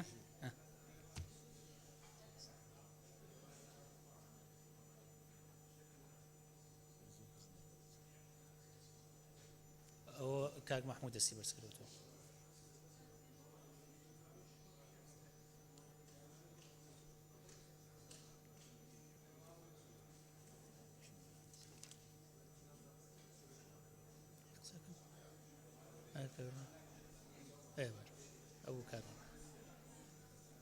ئەو کاروان قسەی تۆژەکە باش باش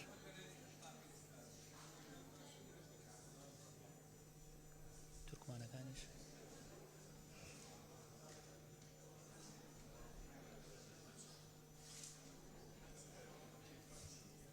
تۆ بەخوا یەک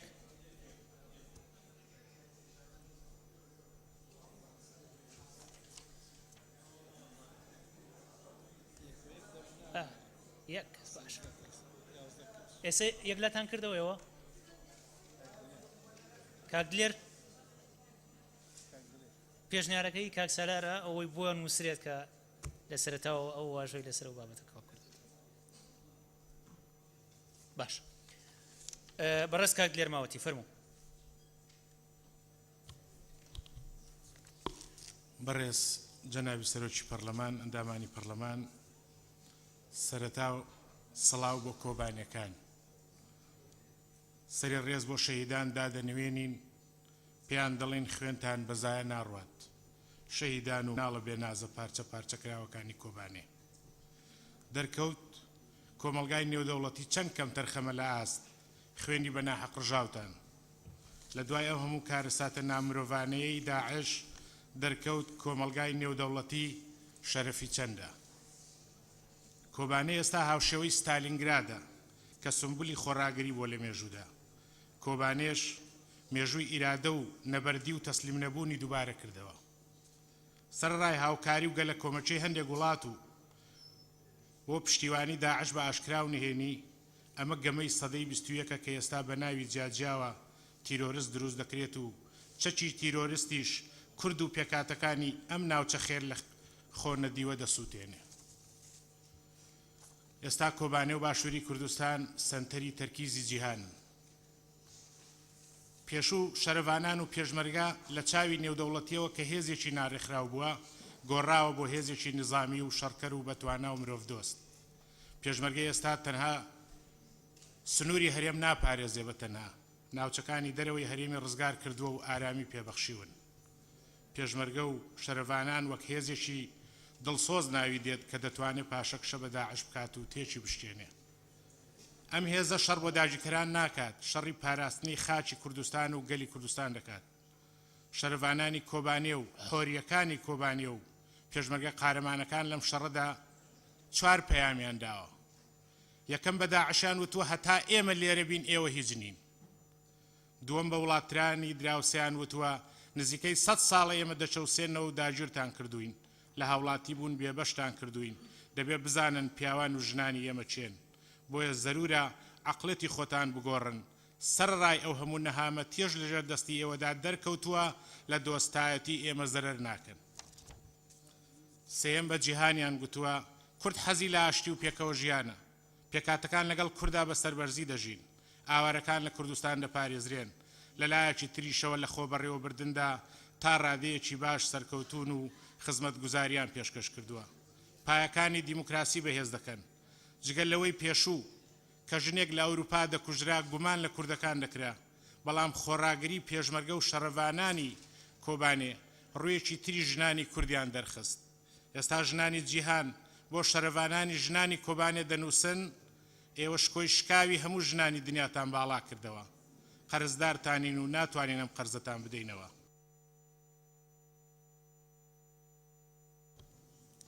چوارەم بە کۆمەلگەی کوردیش دەڵێن یەکگرتوو بن. لە مێژوودا پارچەکانی کوردستان گەلێک جار هاوکاری یەکتریان کردووە. سمکۆی شکاک ساڵی 1990 بۆ پشتیوانی حکومڕانی شێخ مەحموود هاتوۆتە سلێمانی. بارزانی و بارزانیەکان ساڵی 1945 چوون بۆ پاڵپشتی کۆماری کوردستان. ساڵی 1982 یەکێتی هێزێکی گەوری بۆ پشتیوانی ڕۆژهەڵات ناردووە. لە شەڕی داعشیش پێشمەرگەی باشوور چووە کۆبانێ و پێشمەرگەکانی باکوور و ڕۆژ ئاوا و ڕۆژهەڵاتیش هاتن بەهانای باشوورەوە. ئێستا بۆ هەموو لایەکمان دەرکەوتووە ئەگەر کار لەسەر ئیرادی تاچی کورد بکرێت هیچ دوژمنێک دەرەقەتمان نایە. دەرکەوتۆم ناوچەیە تا ماوەیەکی تریژ نائارام دەبێت، بۆیە لە هەموو کات زیاتر پێویستمان بە تەبایی هێزە سیاسیەکانە، پێویستمان بە سازانە لەسەر پرسە نیشتیمانیەکان، پێویستمان بە هێزێکی سەربازی پڕچەکی هاونیشتیمانی پرۆفیشناڵە، پێویستمان بەوە هەیە هیچ شتێک کە لێن لە بینماندا دروست نەکات، چونکە دڵنیاین ئایندەی کوردستان گەشە، دوژمنان لە شکستن، ئاواتی 100 ساڵی گەلی کوردستان بەڕێوەیە بۆ دروستکردنی دەوڵەتی سربەخۆ. لە کۆتاییدا دەڵێن ڕووسوری بۆ کۆبانێ و کۆبانیەکان سەرمان پێتانەوە بەرزە، دڵنیان دزەی تیرۆرستان ورەتان بێستر دەکات. سوپاس. زۆر سپاس خاتو زۆزان سادق. برای سروک پارلمانی، برای زان اندامانی پارلمان. سلاف بوان پیشمرگین افروکل بروکن شری سری خوب بوان شهیدان چمینین اوین خینا خو کرینا قربانی اوی آزادیانو کم تدارجین. برای زان شر داعش دجی کردستان پلانی دشمنانی کردستانه. فرمانی بردوامی میجویه بو سرخلکی بوستان دجی کردستان پلانی دشمنانی کردستانه. فرمانی بردوامی میجویه بو سرخلک و خلکی کردستان. امش شری سپندراوه بو همومان درکوتوه. لآکامی او شرده هندی لدولتان بو قایم کردن و راگرتن حکومتکانیان دیانوی پیش لگورانکاری لروشهلاتی ناراست بگیرن. داعش که به دولت خلافت اسلام ناصراوه هیچ دستالاتی که ناوندک لجیهان دانیه و نابیتن. بلام وک ناوندی هر سرکی تیرور لناوچکه دا دج برخودانی کردستان لزور لایانوه دجی کردستان راوستاوه. داعش برای که لکون بعثیکان ناسیونالستکانی عرب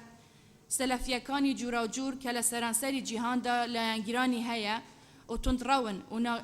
ناوندکی ناصراویان نیه بغدادیش وکو سروکی ام طاقمه ساخته و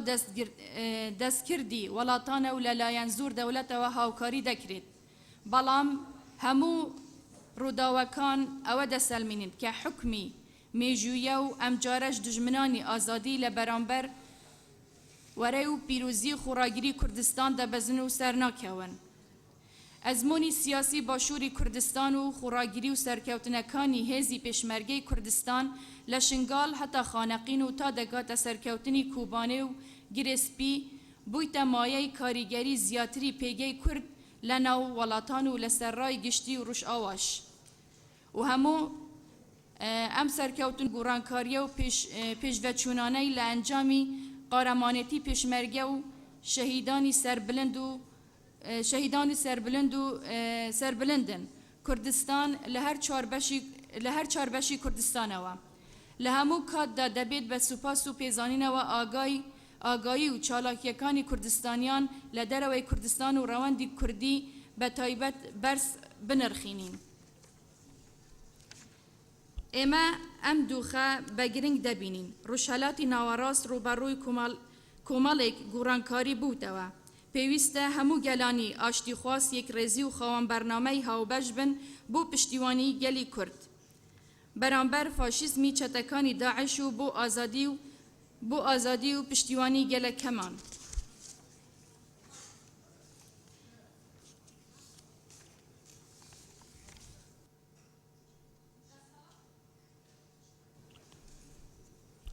دەسەڵات و دامەزراوە و فەرمی و نافەرمیەکانی باشووری کوردستان خەڵکی کوردستان بەگشتی و لە سەروەریانە و سەرۆکایەتی هەرێمی کوردستان و پەرلەمانی کوردستان و حکوومەتی هەرێمی کوردستان و نینارانی کورد لە بەغدا هەر لە جەنابی سەرۆک کۆمارەوە تا جێگیری سەرۆکی ئەنجومەنی نیناران و جێگیری سەرۆکی ئەنجومەنی وەزیران و پەرلەمانتار و وەزیرەکان بەگشتی ڕێکخراوە مەدەنیەکان و سندیکا و کەسایەتیەکان لە دەرەوە و ناوەندی کوردستان لە باکوور و باشوور و لە ڕۆژهەلات و ڕۆژئاوا پشتگیری و پشتیوانی مادی و معنەوی ڕۆژئاوا و هەموو بەشەکانی تری کوردستان بوون و دەبن. ئێمە لەم بەشەی کوردستاندا بە بڕیاری سیاسی بیت یا قانونی بیت بە پشتیوانی پێشمەرگە بیت یا هاوکاری مادی و معنەوی وەک ڕابردوو بەردەوام هەمومان پشتیوانی و هاوکاری براو خوشکمان دەبین لە ڕۆژئاوای کوردستان. پێویستە هەموو هێز و لایەنە سیاسیەکان لە کوردستان هەست بە هەستیاری ئەم قۆناغە بکەن و هەمویان پشتگیری و پشتیوانی یەکتر و خواستەکانی خەڵکی کوردستان بن بۆ بەدەستێنانی مافی چارەنووسی کە لە قۆناغەکەدا و جگە لە دەوڵەتی کوردستان هیچ خەیارێکی تر دادمان نادەن و ناتوانی ببیتە شوڕەی پاراستنی کوردستان. پێویستە بە بەیانێکی بەرپرسیارانە یان بەڕاستپاردە یان بە بڕیار پەرلەمانی کوردستان گزارشت لەم قۆناغە بکات و بەجەختکردن لە بڕیارەکانی پێشووتر دامەزراوەکانی کوردستان لە بەغدا و لە کوردستان و لە پارێزگاکانی هەولێر و کەرکوک و دهوک و سلێمانی و هەڵەبچە بە هەماهەنگی چی پێویستە ئەنجام بدرێت بۆ پێشکەشکردنی هەمووی پۆداویستیەکانی ژیان و بەرخودان لە ڕۆژئاوا. لە هەمان کاتدا جەخت لەسەر یەکڕێزی هێزی سیاسیەکانی کوردستان دەکەینەوە هەتا لەم هاوکێشەی سیاسی و سەربازیەی کوردستان و ناوچەکە پێکەوە سەرکەوتنە سیاسی و ئیداری و سەربازیەکان بەرە و سەرکەوتنی یەکجارکی بەڕێوە ببین.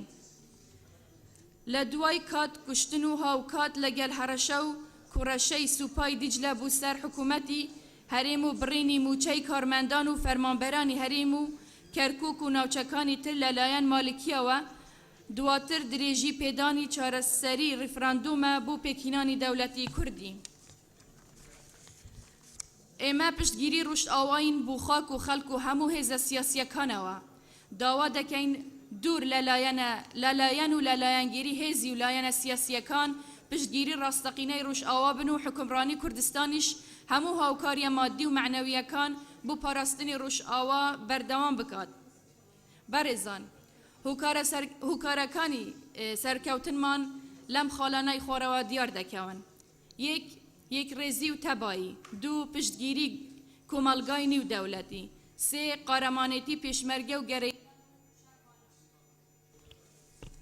چار ئیرادە و خۆڕاگیری خەڵکی کوردستان و بەرگەگرتن تەنانەت قبولکردن و بڕینی قوتی هاوڵاتیان کە لەلایەن حکوومەتی عێراقەوە بڕیوە. دەبێ لەم حاڵەتادا یان لەم دووخەدا پەرلەمانی کوردستان سوپاسی خۆڕاگیری خەڵکی کوردستان بکات و زیاتر فشار بکات بۆ دابینکردنی مافەکانی خەڵکی کوردستان. ڕووداوە کاریگەریەکانی ئەم دوایە کە لەسەر خەڵکی کۆبانێ یان ڕۆژئاوای کوردستان ئەوە بوومان دەسەلمێنیت کە ڕاستە داعش زەربەی باشی پێکەوتووە بەڵام هێشتا خەتەرێکی گەورەیە لەسەر ئەو مانتەقەیە لەسەر مانتەقەی خۆمان. لە کوتاییدا سڵاو بوو شەهیدانی نەمر، سڵاو بوو خۆڕاگیری خەڵکی کوردستان و سلااو بوو ئەو پێشمەرگانەی کە ئێستا لە بەرەکانی شاردانە بژیت کورد و کوردستان فراکسیۆنی زای لە پەرلەمانی کوردستان. باشە سپاس. خاتو ئێڤار نقطەی نظامی دەیە. بەڕێز سەرۆکی پەرلەمان ئەندامانی پەرلەمانی بەڕێز لە بڕگەی سێ باسی گفتوگۆکردن دەکاتن ئەگەر وابی زۆربەی فراکسیۆنەکان بەیاننامەیان دەرکردووە و جنابیشت وەکو سەرۆکایەتی پەرلەمان ئیدانەی ئەم قەزیەت کردووە کە قەزیەکی ڕووداوێکی نەخوازراو بووە یعنی ئەگەر بەیاننامەیە با بزانین ئەگەر گفتوگۆیە دەبێت ئێمە مناقەشە بکەین چونکی دوای ئەوەی کە گفتوگۆ دەکرێت دەبێت ڕاستپاردەیەک دەربکرێتن من نازام لەسەر بەیاننامە چ ڕاستپاردەیەک دەردەکرێتن ئێستا هیچ ڕاستپاردەیەک حاضر نییە نامەبەستم ئەوەیە یەک کەس قسە دەکا هەمووی بەیاننامەیە ئەگەر وابێ هەموو فراکسیۆنەکان دەکرێتن لە دەرەوەی پەرلەمان ئەم بەیاننامە دەرکەن بەڵام ئەگەر ئێمە پەرۆشی ئەم قەزیین ئەم قەزیەیەکی گرینگە دەکرێت پەرلەمانتاران گفتوگۆی لەسەر بکەن بۆ نمونە جەنابتان وەفدێکتان نارد بەشداری لە کۆنفراسی ئاوادانکردنەوەی کۆبانێ کردووە جارێکی تر سێ جار وەفدی پەرلەمانی کوردستان ئێمە دانیشتێکی تایبەتمان کرد سەبارەت بەوەی هێزی پێشمەرگە بنێرینە ڕۆژاوای کوردستان دووەم ناساندنی بە فەرمی ناساندنی کانتۆنەکانی کۆبانێ ئێمەشتی زۆر باشمان کردێ لە باشووری کوردستان سێەم وەفدێکی گەورە و گران لە سەرجەم فراکسیۆنەکان دوو ڕۆژ بەشداری کۆنفرانسی کردووە لە ئاوادانکردنەوەی کۆبانێ ئێمە داوامان لە بەڕێزیشتان کرد کە لەسەر ئاوادانکردنەوەی کۆبانێ دانیشتنێک بکەین لە باشووری کوردستان بەداخەوە سەرۆکایەتی پەرلەمان هیچ وەڵامی نەبوو بەڵام ئەگەر ئەوڕۆ بەیاننامەیە با بزانین ئەگەر گفتوگۆیە بە هەمومان مناقەشە بکەین چەند ڕاستپاردەیەکی گرنگ دەرکەین خاتو ئێڤار ئەمە لەسەر کۆی بابەتەکانی کۆبانە نییە خۆتەزانی ئێستا خۆش ژماردە چەندین هەوڵ لە پەرلەمانی کوردستان و دانیشتن ئەنجام دراوە بۆ پرسی بەرەنگاربوونەوەی تیرۆر لە کۆبانەیە هەر لە دانیشتنی بە ڕسمی ناساندنی ئێرادەی گەلی کوردستان لە ڕۆژاوە کانتۆنەکانی ڕۆژاوە و هەم لە ناردنی هێزی پێشمەرگە بۆ کۆبانێ بڕیاردان لەوە و ناردنی وەفد بۆ کۆبانێ ناردنی وەفد بۆ ئەوەی کە جەنابەت باست کرد بۆ کۆنفرانسی ئاوادانکردنەوەی کۆبانێ ئەمەش تەنها وەکو دەربڕینی هەڵوێستی پەرلەمانی کوردستان فراکسیۆنە جیاوازەکانی پەرلەمانی کوردستان سەبارەت بەو کۆمەڵ کوژیەی لە ماوەی ڕابردوو ئەنجام درا دژ بە کۆبانێ ئێستا ئەمە ڕاتە پرۆتۆکۆلی پەرلەمانیشەوە کە پەرلەمانی کوردستان لەسەر ئەم پرسە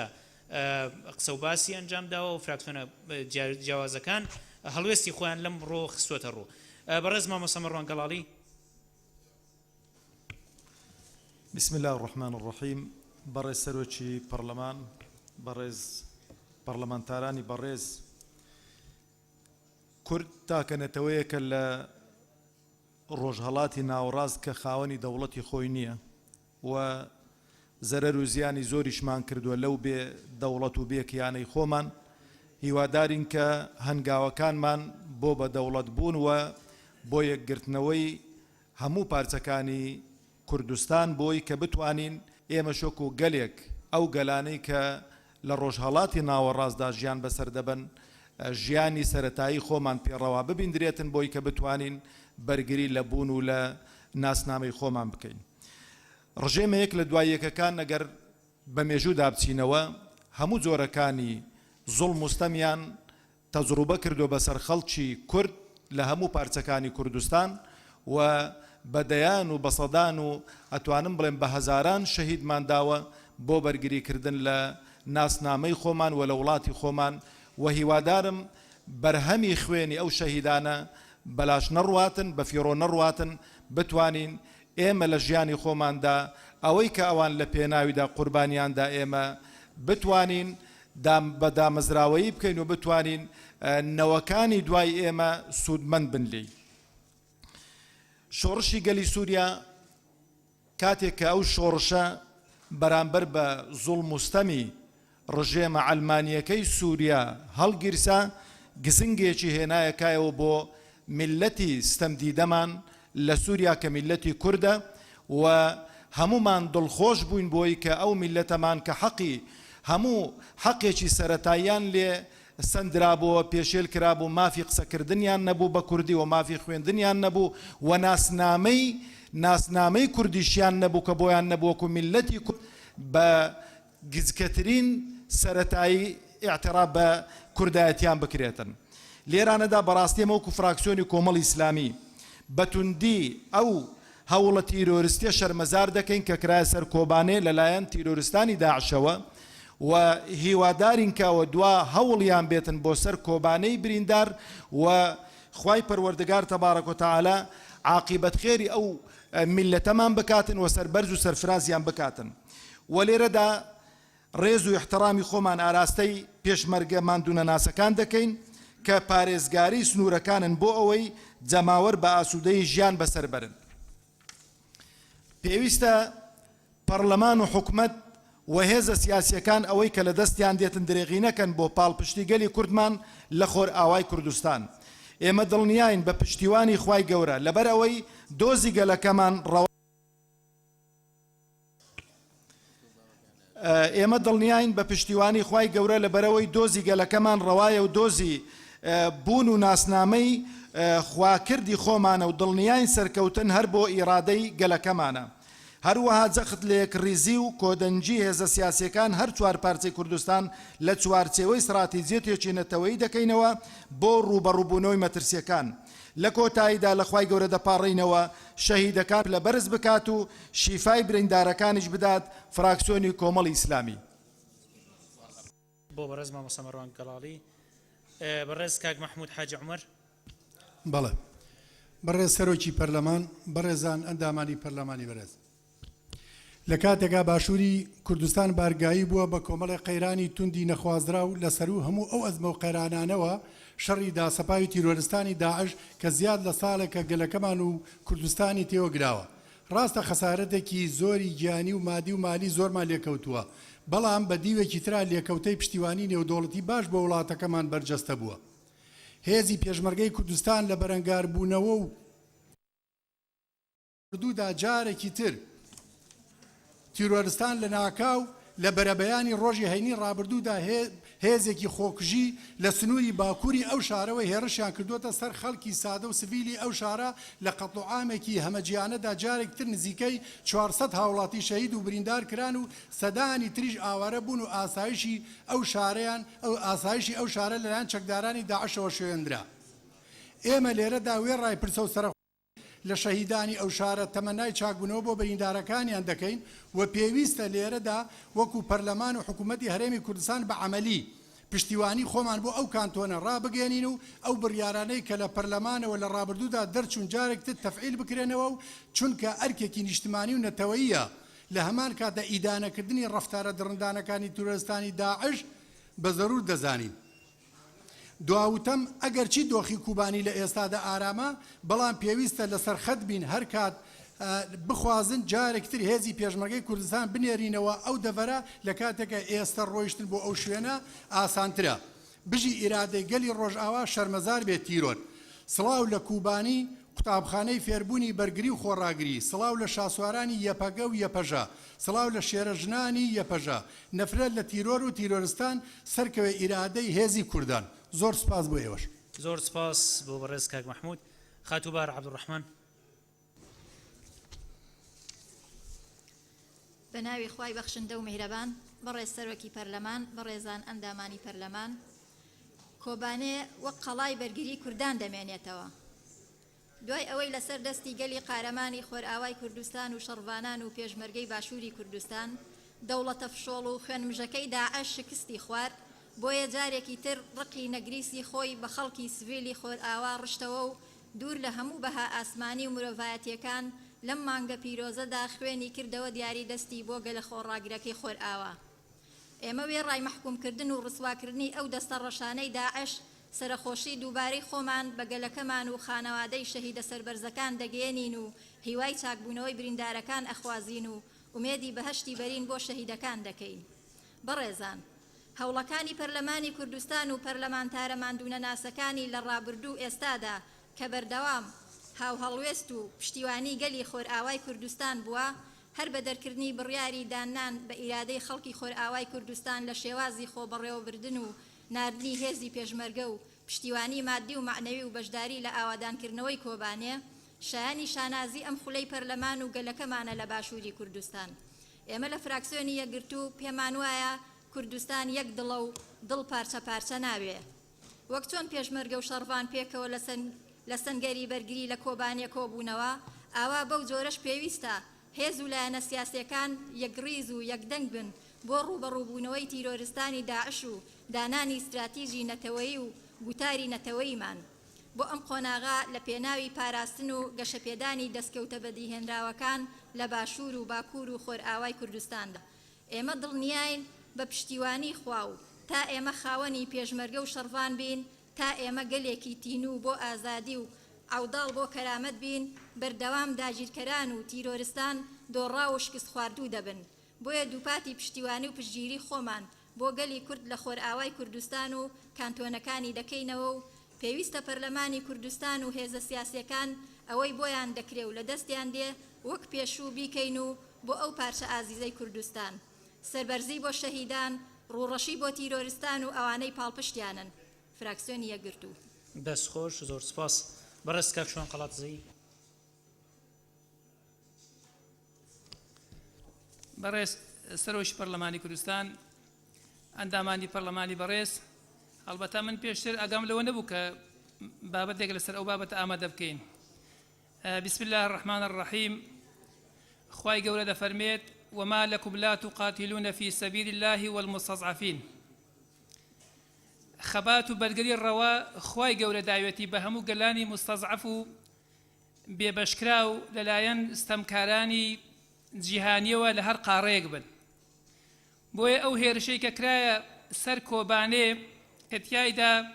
ژمارەیەک لە هاوڵاتی سیڤیل شەهید بوون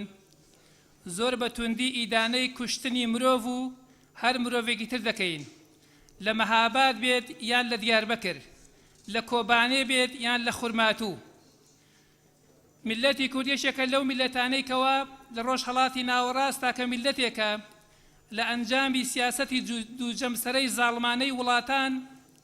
نەبۆتە خاوەنکیان و قەوارەی سربەخۆ لێرەوە جارێکی تر سڵاو و ڕەحمەتی خوا لەو خەڵکانەی لە ئەنجامی ئەو کارە تیرۆریستیە شەهید بوون یاخود بریندار بوون یاخود ئاوارە بوون کە لە پێناو بەرگریەکی ڕەوادایە و ئەوان بوونە سمبول بۆ ڕۆڵەکانی ئێستا و نەوەکانی داهاتوو خەباتی کۆبانێ ئەوەی بە ئێمە وێت ژنی کورد پیاوی کورد یەکسانن لە خەباتدا هیچ جیاوازیەکیان نییە ئەو یەکڕیزی و یەکڕیزی ئەوان وای کرد کۆبانێ جارێکی تر مەرگەساتێکی گەورەی وەکو مەرگەساتی بەغدا لەلایەن هۆلاکۆیش ئەمڕۆوە جارێکی تر دروست نەبێتەوە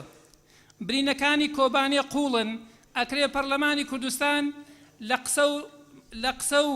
شتی نەزەریەوە تەرجمەی کە بۆ لایەنی عەمەلی ئەگە بە تەبەڕوعاتی ئەندامانی پەرلەمانیش بێت لەو شارە نەخۆشخانەیەکی مۆدێرنی زۆر پێشکەوتوو یاخود قوتابخانەیەک دروست بکات ئەوەی کۆبانێ بە ئێمە دەڵێت خەڵکی باشوور یەکڕیز و یەکدەنگ بن ئێمە مەکەنە مزایەدە بۆ مەرامی ئەجندای تایبەتی خۆتان لەبەرەوە پێویستە بەڕاستی یەکڕیزی ئەوانی سەرخێست ئەمڕۆ ئێمە یەکڕیز بین پاش یەک ساڵی تر دەوڵەتی کوردی لە کوردستانی باشوورە بە دڵنیاییەوە ڕاگەیەندراوە هاوکاری نێوان پارچەکانی کوردستان هەل لە ئسماعیل خانی شوکاک هەل لە بارزانیەکان هەل لە هاوکاری شۆڕشی نوێی گەلی کورد بۆ هاوکاری کوردانی ڕۆژ هەڵات شتێکی تەقدیر و ڕێز لێگیراوە با ئەو نمونانە دووبارەکەینەوە بۆیە من لێرەوە داوا دەکەم بە ڕسمی وەکو فراکسیۆنی بجوتنەوەی ئیسلامی هەموو ئەو پێشمەرگانێک کە لە کوردستانی باشوورەوە چوونە کۆبانێ بە ڕسمی لەلایەن بەڕێز سەرۆکی هەرێمی کوردستانەوە بە سیفەتی ئەوەی کەوا سەرۆکی هێزە چەکدارەکانی کوردستانە مەدالیای شکۆمەندی مەدالیای ڕێزلێنان مەدالیای مەردایەتی پێیاندا بکرێت بەبێت جیاوازی ئەو خەباتەی ئەوان بکەوای کرد خەڵکی کۆبانێ جارێکی تر لەلایەن هۆلاکۆکانی سەردەمەوە قەتڵ و عام نەکرێن جارێکی تر بە پێویستی دەزانینکەوە هەموو کوشت و کوشتار و قەتڵ و عامێک ئیدانە بکەین و ئەوانەی کە دەستیان لە پشتی ئەو هێزەوە هەیە من لە کۆنفرانسی مێری لە شاری هەولێر پرسیارم کرد لە بەرپرسێکی باڵای ئەمریکایەکان وتمان ئەڵێن ئێوە هیلاری کلینتۆن لە یادداشتەکانیدا وتوێتی ئێمە دەستمان هەیە لە دروستکردنی ئەو هێزەدا لە وەڵامەکەیدا وتی ئەمریکا لە ژیان و خەباتی خۆی لە مێژی خۆیدا هەڵەی زۆر گەورەی کردووە ئەوە پێمان دەڵێ ئەمانە شانۆگەرین زۆر جار ئەم شانۆگەریانە ڕۆژێک لە مەخمور ڕۆژێک لە خورماتوو ڕۆژێک لە حەسەکە ڕۆژێک لە شوێنەکانی تر پێشکەش دەکرێت بەڵام یەکڕێزی و یەک ناوماڵی کورد ئەساسە ئێمە یەک نەبین ئەو ئەزمونەش لەبری ئەوەی کە دوای 24 ساڵ ئێمە کە بازی سەربەخۆی کوردستان دەکرێت تەفسیرات و جیاوازی بۆ دەکرێت بە یەک ڕێزی دەگەینە ئاوات و ئامانجەکانمان ئەو ئاوات و ئامانجانەش پێویستی بە جوهد و تێکۆشانی هەموو لایەکەیە دووبارە زۆر سپاس و بۆ جەنابتان کە ئەو فرسەتان ڕەخسان ئەمەش بۆ پەرلەمان کارێکی شایستەیە کەوا لەو دۆخەدا ڕۆڵی خۆی بوونیوە لە هاوکاریکردنی پارچەکانی تری کوردستان و لەگەڵ ڕێزماندا زۆر سپاس بۆ بەڕێز کاک شۆن قەڕاتزەی بەڕێز کاک عەبدوڵڵا حاجی محمود بەناوی خوای گەورەی میرەبان بەڕێز سەرۆکی پەرلەمان بەناوی هەردوو فراکسیۆنی حیزبی سۆشیالیست و ئاراستەی سێهەم هەموو کارێکی تیرۆریستی ڕەت دەکەینەوە درود بۆ شەهیدانی کۆبانێ و گەلی کوردستان پشتیوانی پرۆسەی سیاسی و دیموکراسی گەلی کوردستان دەکەین لە هەر لایەک سەڵاو لە پێشمەرگە قارەمانەکان زۆر سپاس زۆر سپاس بۆ جەنابتان بەڕێز کاک ئەبوو کاروان بەڕێز سەرۆکی پەرلەمان بەڕێزان ئەندامانی پەرلەمان سەرەتا ڕخنەی خۆم ئاراستەی دەستەی سەرۆکایەتی پەرلەمانەکەم لەبەرەوەی بە پێی ناونووسین مامەڵەیان لەگەڵ ئەم مەسەلەیە نەکرد و من هەر بەیانی زوو پێش ئەوەی بەرنامەی کار بخوێنرێتەوە ناوی خۆم نووسی کەچی دیسان گەڕانەوە بۆ ئەم سانتلیگۆیەی کە بووەتە عیلەت بۆ هەموو کورد و کوردستان بەڕێز سەرۆکی پەرلەمان جارێکی سەرەتا سەری ڕێز و نەوازش بۆ قوربانیەکانی کۆمەڵکوژیەکەی ڕۆژی 25/6 2015 کۆبانی دادەنوێنم کە لەلایەن دەوڵەتی تیرۆریستی ئیسلامی داعش ئەنجام درا و تیایدا زیاتر لە 230 هاوڵاتی سیڤیل و شەهید بوون و نزیکەی 400 هاوڵاتی بریندار ئەم تاوانەی داعش کەنە یەکەم تاوانە و نەدووە تاوانیش دەبێت ئەگەر لە هەر کات و شوێنێک دەرفەتی بۆ بڕەخسێ دووبارەی دەکاتەوە ئەمەش یەکێکە لە مەترسیە هەرە گەورەکانی دەوڵەتی تیرۆریستی ئیسلامی داعش نەک تەنیا بۆ سەر کۆبانی بەڵکو بۆ سەر کۆی مرۆڤایەتی بەگشتی و ناوچەی ڕۆژهەڵاتی ناوڕاست بە تایبەتی تەرخانکردنی کاتی تایبەت بۆ گفتوگۆکردنی هێرش و پەلامار و ئەنجامدانی کۆمەڵکوژیەکانی داعش لە شاری کوبانی جێگای خۆیەتی و پێویستە بە گرنگیەوە وەری بگرین و جێگای بایەخمان بێ هەروەها بە بڕوای ئێمەش پێویستە لەم کۆبوونەوەیەدا سەبارەت بەم تاوانە ئەم ڕێگا و شوێنە بگرینە بەر و کاریان لەسەر بکەین یەکەم لێکۆڵینەوەی ورد و جددی لە هەموو لایەنەکانی تاوانەکە بکرێت دووهەم لوژنەیەکی پەرلەمانی سەردانی کوبانی بکات و پاڵپشت و پشتیوانی پەرلەمانی کوردستانیان بۆ ڕابگەێنرێ سێهەم پێویستە پاڵپشتی دەسەڵاتی خۆبەڕێوەبەری کۆبانی بکەین بۆ ئەوەی بە فەرمی سکاڵای یاسایی لەسەر دەوڵەتی تیرۆریستی ئیسلامی داعش لە دادگای تاوانەکانی نێودەوڵەتی تۆمار بکات چوارەم پێویستە پەرلەمانی کوردستان بە فەرمی ئیدانەی تەواوی ئەو لایەنانە بکات کە هۆکار و هاوکار بوون بۆ ئەوەی داعش ئەم تاوانە ئەنجام بدات پێنجەم پێویستە پەرلەمانی کوردستان بە پێی توانە هاوکاری خێزانی قوربانیەکان بکات لە ڕووی مادی و معنەویەوە بەڕێزان بە پێی مادەی 2 مادەی 3 لە ڕێکەوتنامەی ساڵی 48 ڕۆما ئەوەی کە داعش لە کۆبانی ئەنجامیدا بە هەموو پێوەرێک تاوانی جینۆسایدە بۆیە گرنگە ئێمە لە پەرلەمانی کوردستان بەرکی نیشتیمانی و نەتەوەیی خۆمان هەڵچین و لە کۆڕ و کۆمەڵی نێودەوڵەتی ئەم دۆسیەیە بجوڵێنین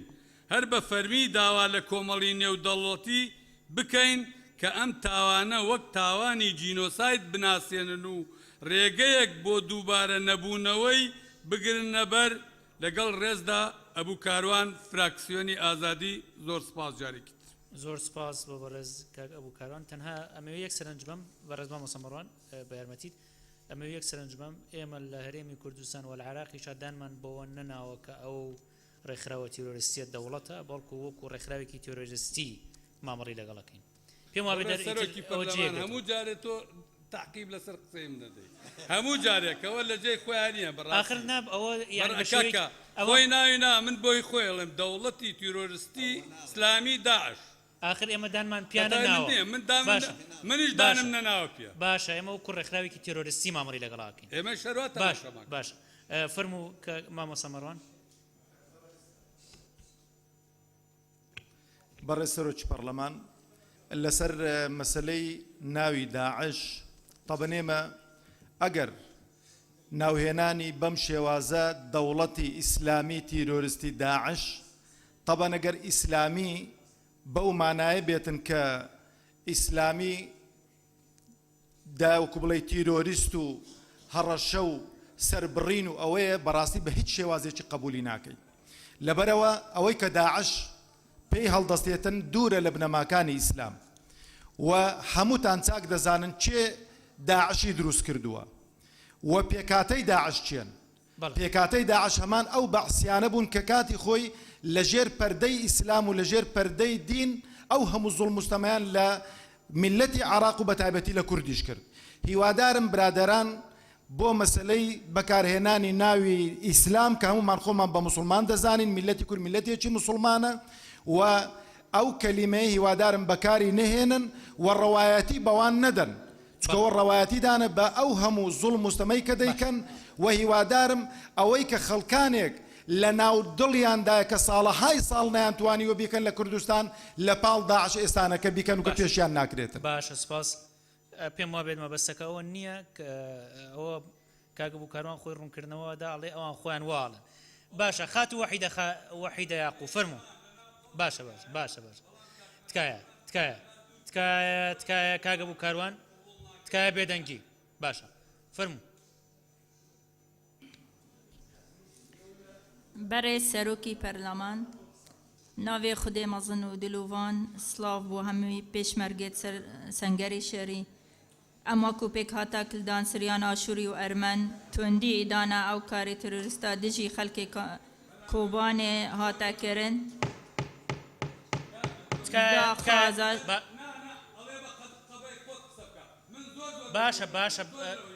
باشە بەڕێز کاک ئەبوو کاروان تکایە هێمنی پارێزن فەرموو وەحیدە خان هەروە سادا خازش کومەلگانی دەوڵەتی بزیترین وەخت هاریکاری خەلکێ کۆبانێ بکەن تکایە بێدەنگی مامۆستا هاورامان تکایە بێدەنگی کاک ئەبوو کاروان تکایە بێدەنگی باش فەرموو وەحیدە خان بەردەوام هەروە کو ئەڤە دەرفەتە بۆمە داخواز بکەین بۆ ڕزگارکردنە هەوڵاتیان ئاشووری دەبەرە خابوور ئەوێن حەتەن و کاماینە دەستی داعشدا سلااف بۆ کوبانێ سلااف بۆ خابوور بۆ حەسەکە سوپاس زۆر سپاس بەڕێز مامۆستا ماجید عوسمان زۆر سپاس بەڕێز سەرۆکی پەرلەمان ئێمە وەک فراکسیۆن و لیستە تورکمانیەکان هێرشەکانی ئەم دوایی ڕێکخراوی تیرۆریستی داعش بۆ کۆبانی ئیدانە دەکەین لەم کات و قۆناغا هەستیارەدا کە ناوچەکان و کوردستانی ڕۆژهەڵاتی ناوەڕاست تیایدا تێپەڕ دەبێ بە تایبەتی لە کۆبانێ زیاتر پێویستیمان بە یەک ڕێزی و تەبایی هەیە هەروەها بەوەلانانەوەی هەموو گرفت و ناکۆچی سیاسی و حزبی و هەوڵدان بۆ ڕزگارکردنی ئەم ناوچانە لە هەر جۆر هێرشێکی تیرۆریستی کە دەبێتە هۆی ڕوودانی کارەساتی مرۆیی زیاتر بۆیە پێویستە نەتەوە یەکگرتوەکان ڕێکخراوە نێو دەوڵەتیەکان بەرپرسیارەتی خۆیان نیشان بدەن و دەوڵەتانی دراوسێ زیاتر یارمەتی دەربن و پاراستنی ژیانی خەڵکی ئەم ناوچانە لە هەموو خەتەرێکی چاوەڕوان نەکراو لەلایەن ئەم گروپە تیرۆریستیانە ئێمە هەم لە کۆبانێ و هەم لە ناوچە کوردستانەکانی دیکە پێویستە شانازی بە خەڵکی خۆراگری ئەو ناوچانە و پێشمەرگە قارەمانەکان بکەین. شایانی باسە دەبێت ڕۆلی وڵاتی تورکیاش بەرز بنرخێنین لە هاوکاری و ئاسانکاری بۆ هێزەکانی پێشمەرگەی کوردستان و ڕێگەپێدانیان بۆ چوونەوە ناو سنووری کۆبانی بۆ بەرگریکردن و دەرکردنی تیرۆرستان. سەربەرزی بۆ پاسەوانانی سنووری کوردستان خوای گەورە شەهیدەکان بە بەهەشت شار بکات و شیفای بریندارەکان بکات.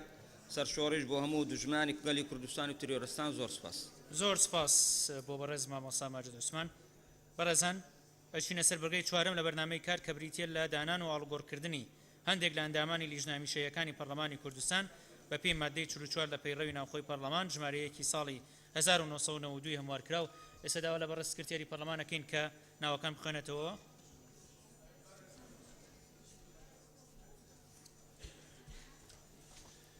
بەڕێز سەرۆکی پەرلەمان بە مەبەستی زیاتر ڕێخستنەوەی لیژنە هەمیشەیەکانی پەرلەمانی کوردستان ژمارەیەک لە ئەندامانی پەرلەمانی کوردستان داوای نقطەی نظامی هەیە دکتۆرە بالا فەرموو. بەڕێز سەرۆکی پەرلەمان بە داوای لێبوردنەوە لە جەنابتان و لە هەموو ئەندام پەرلەمانە بەڕێزەکان. بەڕێز سەرۆکی پەرلەمان، پەرلەمانی کوردستان لە بابەتێک کە پێویستە یاسای بۆ دەرکا تەوسیاتی بۆ دەردەکا، لە بابەتێک کە پێویستە تەوسیاتی بۆ دەرکا وتاری بۆ دەخوێنێتەوە. ڕەجاءن بەڕێزان ئەندامانی پەرلەمان، سەرۆکایەتی پەرلەمان، ئەوەی من دەیڵێم تەنها بۆ ڕاستکردنەوەی مەساری کارەکانی پەرلەمانی کوردستانە. ئەو بابەتەی کە یاسای پێدەردەکرێت پێویستە کە وەزارەتمان پێ ئیلزام دەکرێت یاسای بۆ دەربکەین. ئەو بابەتەی ئەوڕۆ وتار خوێندنەوە بەڵێ کاری پەرلەمانتارە، کاری پەرلەمانە، بەڵام وتار خوێندنەوە کاری ناو جەلسەی پەرلەمانی نییە. هیچ مادەیەک لە ناو پەیڕۆ و ڕێگانادا وتار لە ناو جەلسەی پەرلەمانی بخوێندرێتەوە. بەڵێ ئەمڕۆ ئێمە دەتوانین ئیدانەی ئەو کارە بکەین، دەتوانین ئیدانەیکەین، بەڵام خۆ دەمانتوانی وەکو پەرلەمانی کوردستان تەوسیە دەربکەین بڵێن کۆمەلگای نێودەوڵەتی ناتوانین بە یاسا ئیلزامتان بکەین، بەڵام تەوسیەتان بۆ دەردەکەین کە نەتەوەی گرتوەکان بە پێی میساقی خۆتان ئێوە مولزەمن کەم تاکەکان لە ناو نەتەوەکان بپارێزن لە تاوانە نێودەوڵەتیەکانی وەکو جینۆساید و وەکو تاوانەکانی دژ بە مرۆڤایەتی و تاوانەکانی جەنگ. بۆیە ڕاتان دەسپێرین کە میساقی خۆتان جێبەجێ بکەن و بەهانای خەڵکی کۆبنەوە بچن بۆی جارێکی تر خەڵکی سڤیل تووشی ئەو تاوانانە نەبێ. بۆیە بەڕێز سەرۆکی پەرلەمان ئەوە کۆتا دانیشتنی خولی بەهارەیە، تەمەنا دەکەم لە خولی دادێ پەرلەمان بە هیچ شێوەیەک ئەو جار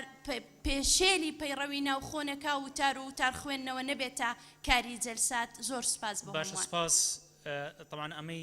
ئەمە کە ڕێمان بە جەنابەت دیار ناپەیڕەوی بوو چونکە ئەو خاڵە لە بەرنامەی کار تەواو بوو، بەڵام بەڕێزان ئەندامانی پەرلەمان هیچ تەوسیەک لە بەردەست ئێمە نییە ئێستا پێشکەش کراوێ بە ئەندامانی پەرلەمان بۆی دەنگی لەسەر بین. پەرلەمانی کوردستان لە ماوەی ڕابردوو ئەرکی خۆی جێبەجێ کردووە لەمڕۆ، هەم بە ڕسمی ناساندنی ئەو ئیرادەی خەڵکی کوردستان لەوێ و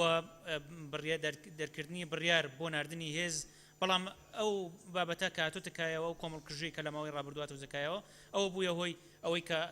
ئەندامانی پەرلەمان داوای ئەو دانیشتنە بکەن. بەڕێز دکتۆر شێرکۆ، بەڵام تکایە زۆر بە کورتی چونکە ئەو بابەتە کۆتایی پێات.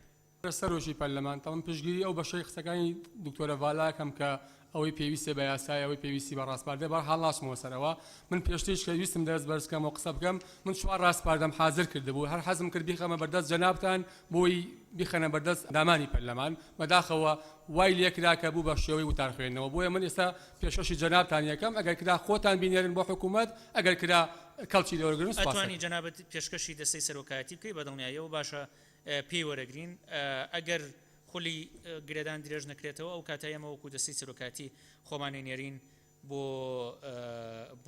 بۆ حکوومەت و بۆ لایەنە پەیوەندیدارەکان. کاک سالار.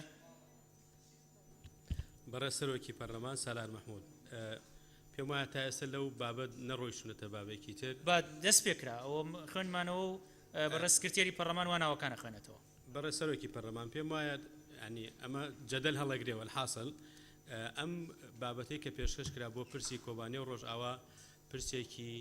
گرنگ و هەستیارە، کاریگەری ڕاستەوخۆی لەسەر ئاسایشی نیشتیمانی هەرێمی کوردستان هەیە. بۆیە هیوادارم من لەبەر ئەوەی وەکو یەکێک لە واژۆکارەکانی ئەو بیرۆکەیە دەرفەتم دەی من کۆمەڵێک ڕاستپاردەم نووسیوە، بەڵام لەبەرەوەی جەنابتان عرسان کردبوو هەر فراکسیۆنێک کەسێک بۆی هەیە قسە بکە، برای گەورەمان کاگلێر لە جیاتی ئێمە قسەی کرد، ئەگەر هەبێ من کۆمەڵێک ڕاستپاردە نووسیوە ئەکرێ ئەو ڕاستپاردانەشی کە وەکو ڕاستپاردە کاکتۆ شێرکۆ و دکتۆرە بالا تەرحان کرد بە بنەما وەربگیرێت چونکە ئەمە ئەو مەهامە پێک ناهێنێت کە لە ڕاستیدا ئێمە بابەتەکەمان بۆ پێشکەش ئەو ڕاستپاردانە بەڕێزیش دەتوانی پێشکەشمان بکەی ئەوانیش ئەو ڕاستپاردانی بەڕێزیشتان لەگەڵ ڕاستپاردەکانی تر ئاڕاستی لایەنە پەیوەندیدارەکانەکەین فەرموو بەڕێز سکرتێری پەرلەمان بەڕێز سەرۆکی پەرلەمان پەرلەمانتار ڤیان عەباس عومەر داوای دەست دەکارکێشانەوەی لە لیژنەی ڕۆشنبیری و ڕاگەاندن و هونەر کردووە و پەسەند کراوە و داوا دەکات ببێتە ئەندام لە لیژنەی داکۆکیکردن لە مافەکانی ئافرەت ئەمە خێنە دەنگەوە کێ لەگەڵەوەیە کە خاتوو ڤیان عەباس عومەر بچێتە لیژنەی داکۆکیکردن لە مافەکانی ئافرەت کێ لەگەڵێتی خاتوو ڤیان عەباس بچێتە لیژنەی داکۆکیکردن لە مافەکانی ئافرەت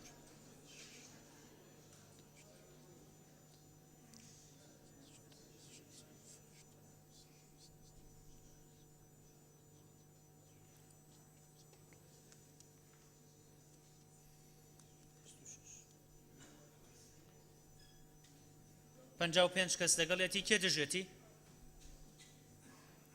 کەس نییە دژی بێ کەواتە پەسەند کرا پەرلەمانتار ڤەمان فەیسەڵ سەلیم داوای دەست دەکارکێشانەوەی کردووە لە لیژنەی بازرگانی و پاراستنی مافی بەکاربەر و پەسەند کراوە و داوا دەکات بچێتە لیژنەی وەرزش و لاوان کێ لەگەڵەوەیە کە پەرلەمانتار ڤەمان فەیسەڵ سەلیم بچێتە لیژنەی وەرزش و لاوان کێ لەگەڵەتی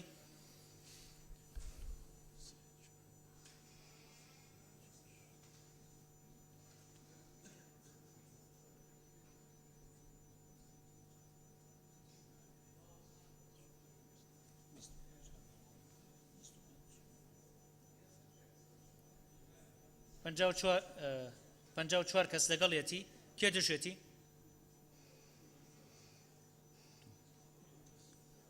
دوو کەس دژێتی کەواتە پەسەند کرا بەڕێز سەرۆکی پەرلەمان هەردوو پەرلەمانتار مەدینە ئەیوب ئەحمەد داوای دەست دەکارکێشانەیە کردووە لە لیژنەی دارایی و کاروباری ئابووری وەبەرهێنان وهروەها بەهار مەحموود فەتاح لە لیژنەی کاروباری پەرلەمان پەسەند کراوە باشە سوپاس بۆ بەڕێز سکرتێری پەرلەمان بەڵێ خاتو ئامین زکری فەرموو دەخوازێت کەین دەخوازە مەدینەخانی بێتە ساحبکردن چیکی ماوەیەک فراکسیۆن هێشتا بڕیار سانادەیە گەل مەدینەخانێکی ما ئاخستی وەکو فراکسیۆن داوایەک ئاڕاستی بەڕێز سکرتێری پەرلەمان بکەن ئاخر ئەگەر ژێدار دەنگی لەسەر نەدراوە ئەمە لای ئێمە نازانم بڕێ لەسەر درراوە با دوایی ئەتوان بە یادا شتێک ئاڕاستی سەرۆکایەتی پەرلەمان بکەن بەڕێزان ئێستا چینە سەر بەرگەی پێنجەم لە بەرنامەی کار کە بریتیە لە خوێندنەوەی یەکەم بەڵە تاو خوێندنەوەی یەکەم بۆ ئەم پرۆژە یاسانی خوارەوە بەپی مادەی 71 لە پەیڕەوی ناوخۆی پەرلەمانی کوردستان ژمارەیەکی ساڵی 1992 هەموار کراو یەک پرۆژە یاسای هەمواری سێمی یاسای پارێزەرایەتی لە هەرێمی کوردستانی عێراق ژمارە حەڤەی ساڵی 1999 دوو پرۆژە یاسای هەمواری سێمی یاسای سندوقی خانەنشینی پارێزەران ژمارە 18 ساڵی 1999 هەموار کراو سێ پرۆژە یاسای پارێزەرایەتی لە هەرێمی کوردستان داوا لە لیژنەی یاسایی یەکەین کە بێنە سەر منەسە بۆ خوێندنەوەی یەکەم بۆ ئەم پرۆژە یاسایانە بەڕێز کاک عومەر عنایەت نقطەی نظامی دەیە بەڕێز سەرۆکی پەرلەمان من تقریبا دوو مانگە بێ یادداشتێکم پێشکەش بەڕێزتان کردووە لە لیژنەی شارەوانی عفا بکرێ هیچ دەنگی نییە ئەوەش هەر پێم وابێ فراکسیۆنی بەڕێستان داوایەوەی کردووە کە ئەو یادداشتە ڕابگیرێ سپاس بۆ ئێوە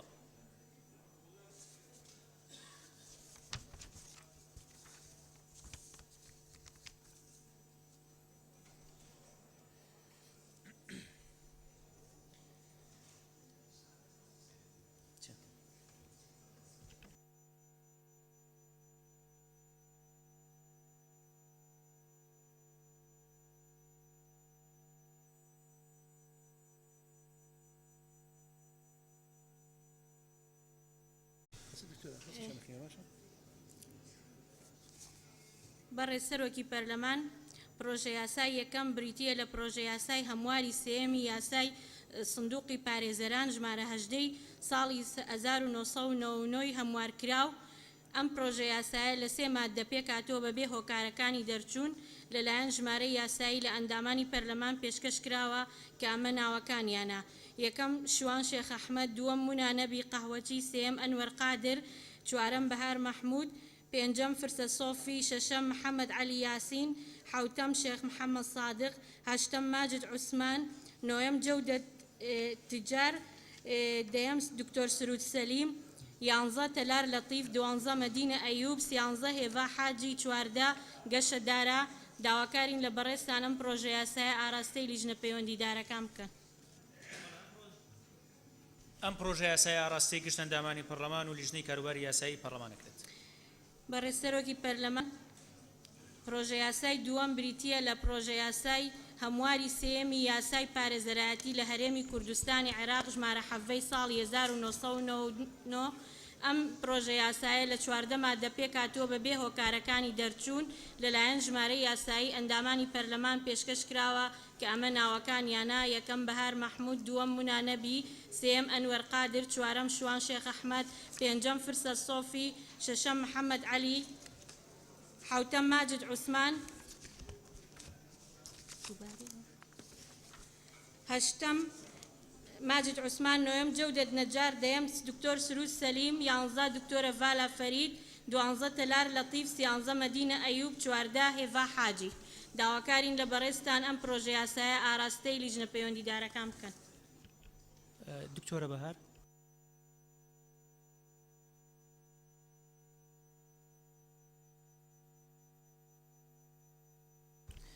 ئەم پرۆژە یاسای ئاراستەی لیژنەی کاروباری یاسایی پەرلەمان و گشت ئەندامانی پەرلەمانەکرێت. بۆ تێبینی بەڕێزان ئەندامانی پەرلەمان، پرۆژە یاسای هەمواری سێمی یاسای سندوقی خانەنشینی پارێزەران ئاراستەی لیژنەی دارایی و کاروباری ئابووریش دەکرێت. بەڕێسەرۆکی پەرلەمان، پرۆژە یاسای سێم پرۆژە یاسای پارێزەرایەتی لە هەرێمی کوردستان کە لە 163 ماددە و لەگەر هۆکارە پێویستیەکان دەرچوێنرا و لەلایەن ئەندامانی بەڕێز تەلار لەتیف، ئاواز شێخ جەنجی، ساڵح فەقی، قادر وەتمان، عەباس فەتاح، گەشەدارە، سارار مەحموود، مریەم سەمەد، دلێر ماوەتی، زانا عەبدوڕەحمان واژۆ کراوە تکایە بە ئاراستەکردنی بۆ لیژنەی پەیوەندیدار. ئەم پرۆژە یاسایەش ئاراستەی لیژنەی کاروباری یاسایی و گشت ئەندامانی پەرلەمانەکرێت. زۆر سپاس بۆ بەڕێزان لە لیژنەی یاسایی. فەرمونەتوان بگەڕێنەوە شوێنەکانی خۆتان. بەڕێزان، ئێستا ڕۆینە سەرتەوەری شەشەم لە بەرنامەی کاری پەرلەمان کە بریتیە لە ڕاگەاندنی کۆتایی هاتنی خولی بەهارەی ساڵی دووەم لە خولی چوارەمی هەڵبژاردننی پەرلەمانی کوردستان لەلایەن سەرۆکی پەرلەمان بە پێی بڕگەی 2 لە ماددەی 7 لە پەیڕەوی ناوخۆی پەرلەمانی کوردستان ژمارەیەکی ساڵی 1992 هەمکراو. بە ناوی خوای بەخشندە و میهرەبان، خوشک و برایانی خۆشەویست، پەرلەمانتارانی بەڕێز،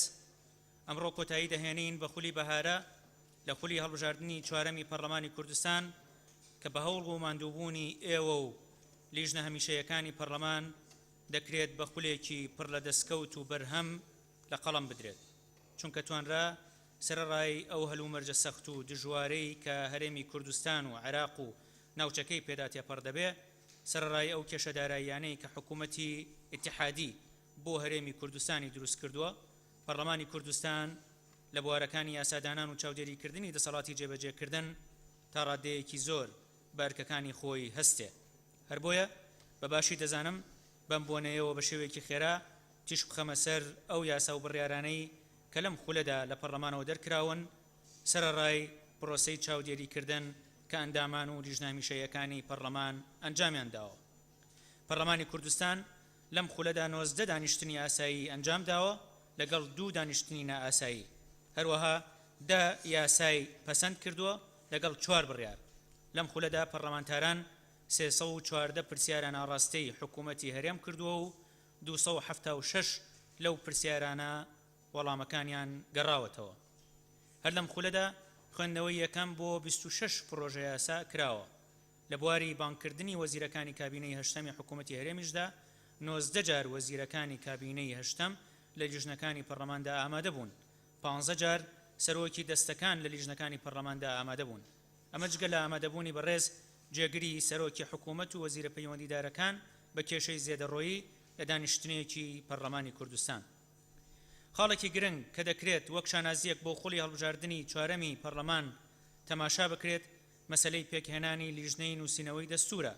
کە بە ماندووبوون و مکوڕبوونی هەموو لایەک سەرڕای درەنگکەوتن توانرا بە شێوەیەکی سەرکەوتوانە ئەو لیژنەیە دروست بکرێت. خۆشبەختانە دوای پێکهاتنی لیژنەکە دەستی بە کاروبارەکانی کردووە و بەردەوامە لە ئامادەکردنەوەی پرۆژەی دەستور. بۆیە سەرڕای دەستخۆشیمان هیوادارین لەو ماوەی بۆیان دیاری کراوە ئەو ئەرکەی کە لە سەرشانیانە بە سەرکەوتووی تەواو بکەن و دەستورێک ئامادە بکەن کە لەگەڵ پرینسیپەکانی دموکراسی و مافی مرۆڤ و ئاڵوگۆڕی ئاشتیانەی دەسەڵاتدا یەکانگیر بێت و هەرێمەکەمان بکاتە نمونەیەک لە پێکەوە ژیان و دادپەروەری کۆمەڵایەتی و بەدامەزراوەی کردنی هەموو جومکەکانی دەسەڵات. بە هەمان شێوە پەسەندکردنی یاسای سندوقی داهاتەنەوتی و گازیەکان هەنگاوێکی گرنگ بوو بۆ بەدامەزراوەیی و شەفافکردنی کەرتی نەوت و گازی هەرێم. پەرلەمانتارانی بەڕێز، وەک دەزانن زیاتر لە ساڵێکە هەرێمی کوردستان لە پاڵ قەیرانە داراییەکانی ڕوبەڕووی درڕندەترین پەلاماری تیرۆریستی بۆتەوە و ڕۆژانە پێشمەرگە قارەمانەکانمان لە بەرەکانی جەنگ و ڕوبەڕووبوونەوەدا بە خوێنی خۆیان بەرگری لە دەستکەوتەکانی گەلەکەمان و خاکی کوردستان دەکەن. ئەمەش بەرپرسیارەتی ئێمە زیاتر دەکات هەم بەرامبەر بە ئەوان هەمیش بەرامبەر بەو پرەنسیپ و ئامانجانەی کە ئەوان دەیپارێزن. بۆیە دەبێ بە گیانی لە خۆبوردوویی و هەستکردن بە بەرپرسیارەتیەوە ئەرکەکانی خۆمان جێبەجێ بکەین و جیاوازیەکانمان بکەینە هەوێنی پتەوکردنی دموکراسی و بە گیانی یەکڕیزی و سازان و لە چوارچێوەی پاراستنی بنەماکانی دموکراسی و حکمی یاسا ناکۆکیەکانمان بەڕێوە ببین و نەیانکەینە خاڵی لێکترازان و ململانەی نادروست. یەکێک لەو گرفتانەی کە لە ئێستادا ڕوبەڕووی پرۆسەی سیاسی هەرێمی کوردستان بۆتەوە بریتە لە پرسی سەرۆکایەتی هەرێمی کوردستان. ئێمە لە سەرەتای ئەم خولەوە بە گیانی بەرپرسیارەتی نیشتیمانیەوە و بە لە بەرچاوگرتنی ئەو دۆخەی کە هەرێمی پێدا تێپەڕ دەبێ هەوڵی تەواومان داوە بە شێوەی سازان و دوور لە ململانێ ئەم مەسەلەیە لە نێوان هێزە سیاسیەکاندا چارەسەری گونجایی بۆ بدۆزرێتەوە. بۆیە سەرۆکایەتی پەرلەمانی کوردستان سەردانی لایەنە سیاسیە بەشدارەکانی حکوومەتمان کرد و داوامان لێکردن کە لای خۆیانەوە بۆ چوون و پێشنیارەکانی خۆیانمان بۆ گەڵاڵە بکەن. وەک دەزانن بەشی زۆری لایەنە سیاسیەکان لە ڕێگای هێنانی پرۆژە یاساوە بۆ چوونەکانی خۆیان خستۆتە ڕوو، بەڵام بەشێک لە هێزە سیاسیەکانی تری هەرێم و فراکسیۆنەکانی ناو پەرلەمان لەو مەسەلێدا ڕای جیاوازیان هەبوو کە ئەمەش لە سیستمی دیموکراسیدا پرسێکی ئاسایی و یاساییە. بەڵام هەلومەرجی هەرێمی کوردستان و ئەو دۆخەنا لەبارەی کە ناوچەکەی پێدا تێپەڕ دەبێ لەسەرمان دەخوازێت لەو مەسەلە گرنگ و هەستیارەدا لە چوارچێوەی یاسا و دوور لە بەرژەوەندی حزبی ئەم مەسەلەیەش چارەسەر بکرێت و بەرژەوەندی کوردستان بخرێتە سەر و هەموو ئاعتیبارێکەوە. ئەوەش ئەرکی لایەنە سیاسیەکانە و چاوەڕێ دەکرێت لە ڕێی لێک تێگەیشتن و سازان بە جۆرێک کە هەموو لایەک تێدا براوە بێت مەسەلەی سەرۆکایەتی هەرێمیش چارەسەر بکرێت. لەمڕۆ پەرلەمانی کوردستان سەرباری ئاوەڵاکردنی دەرگا بەڕووی سازان لەسەر پرۆژەی دەستوری هەرێم ڕێچکەی یاسایی چارەسەری ئەم پرسەی دەست پێ کردووە و ئومێدەوارین پاش سازانی فراکسیۆن و لایەنە سیاسیەکان قەیرانی سەرۆکایەتی هەرێم بکرێتە دەرفەتێک بۆ لێک تێگەیشتنی قوڵتر و واقعیانەتر لە نێوان لایەنە سیاسیەکان و بەدامەزراوەی کردنی زیاتری هەرێمی کوردستان. برایان و خوشکانی بەڕێز، دیزاینی نەخشەی ناوچەکە لە بەردەم گۆڕانکاریدایە. هەموو وڵاتان و گەلانی دەوروبەرمان کار دەکەن بۆی بە زۆرترین دەستکەوتەوە لی دەرچن. بەشی زۆری ململانەکانیش لەسەر خاکی کوردستان بەڕێوە دەچن و هێزە کۆنە پەرست و شۆڤێنیەکان کار دەکەن بۆ ئەوەی گەلی کوردستان وەکو جاری جاران لە جێر دەستیان دابێت و نیشتیمانەکەی بە پارچە پارچەیی و داگیرکراوەیی بمێنێتەوە. بۆیە سەرمانە بە گیانی یەکڕیزی و تەباییەوە کار بکەین بۆ ئەوەی گەلەکەمان و نیشتیمانەکەمان ئەم قۆناغە سەخت و دژوارە تێپەڕێنێت و ئەوەی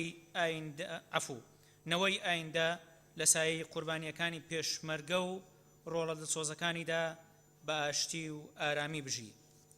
بەڕێزان ئەندامانی پەرلەمانی کوردستان، بە پێویستی دەزانین داواتان لێ بکەین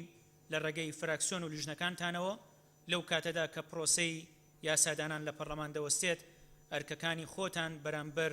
چین و توێژەکانی کۆمەلگا درێژە پێ بدەن و نەخشە و بەرنامەی گونجاو بۆ وەرزی داهاتووی کارتان دابنێن، سەرکەوتو و سەرفراز بن. زۆر سپاس. بەم شێوەیە خولی گرەدان کۆتایی پێهێنین. زۆر سپاس بۆ هەموو لایەکتان.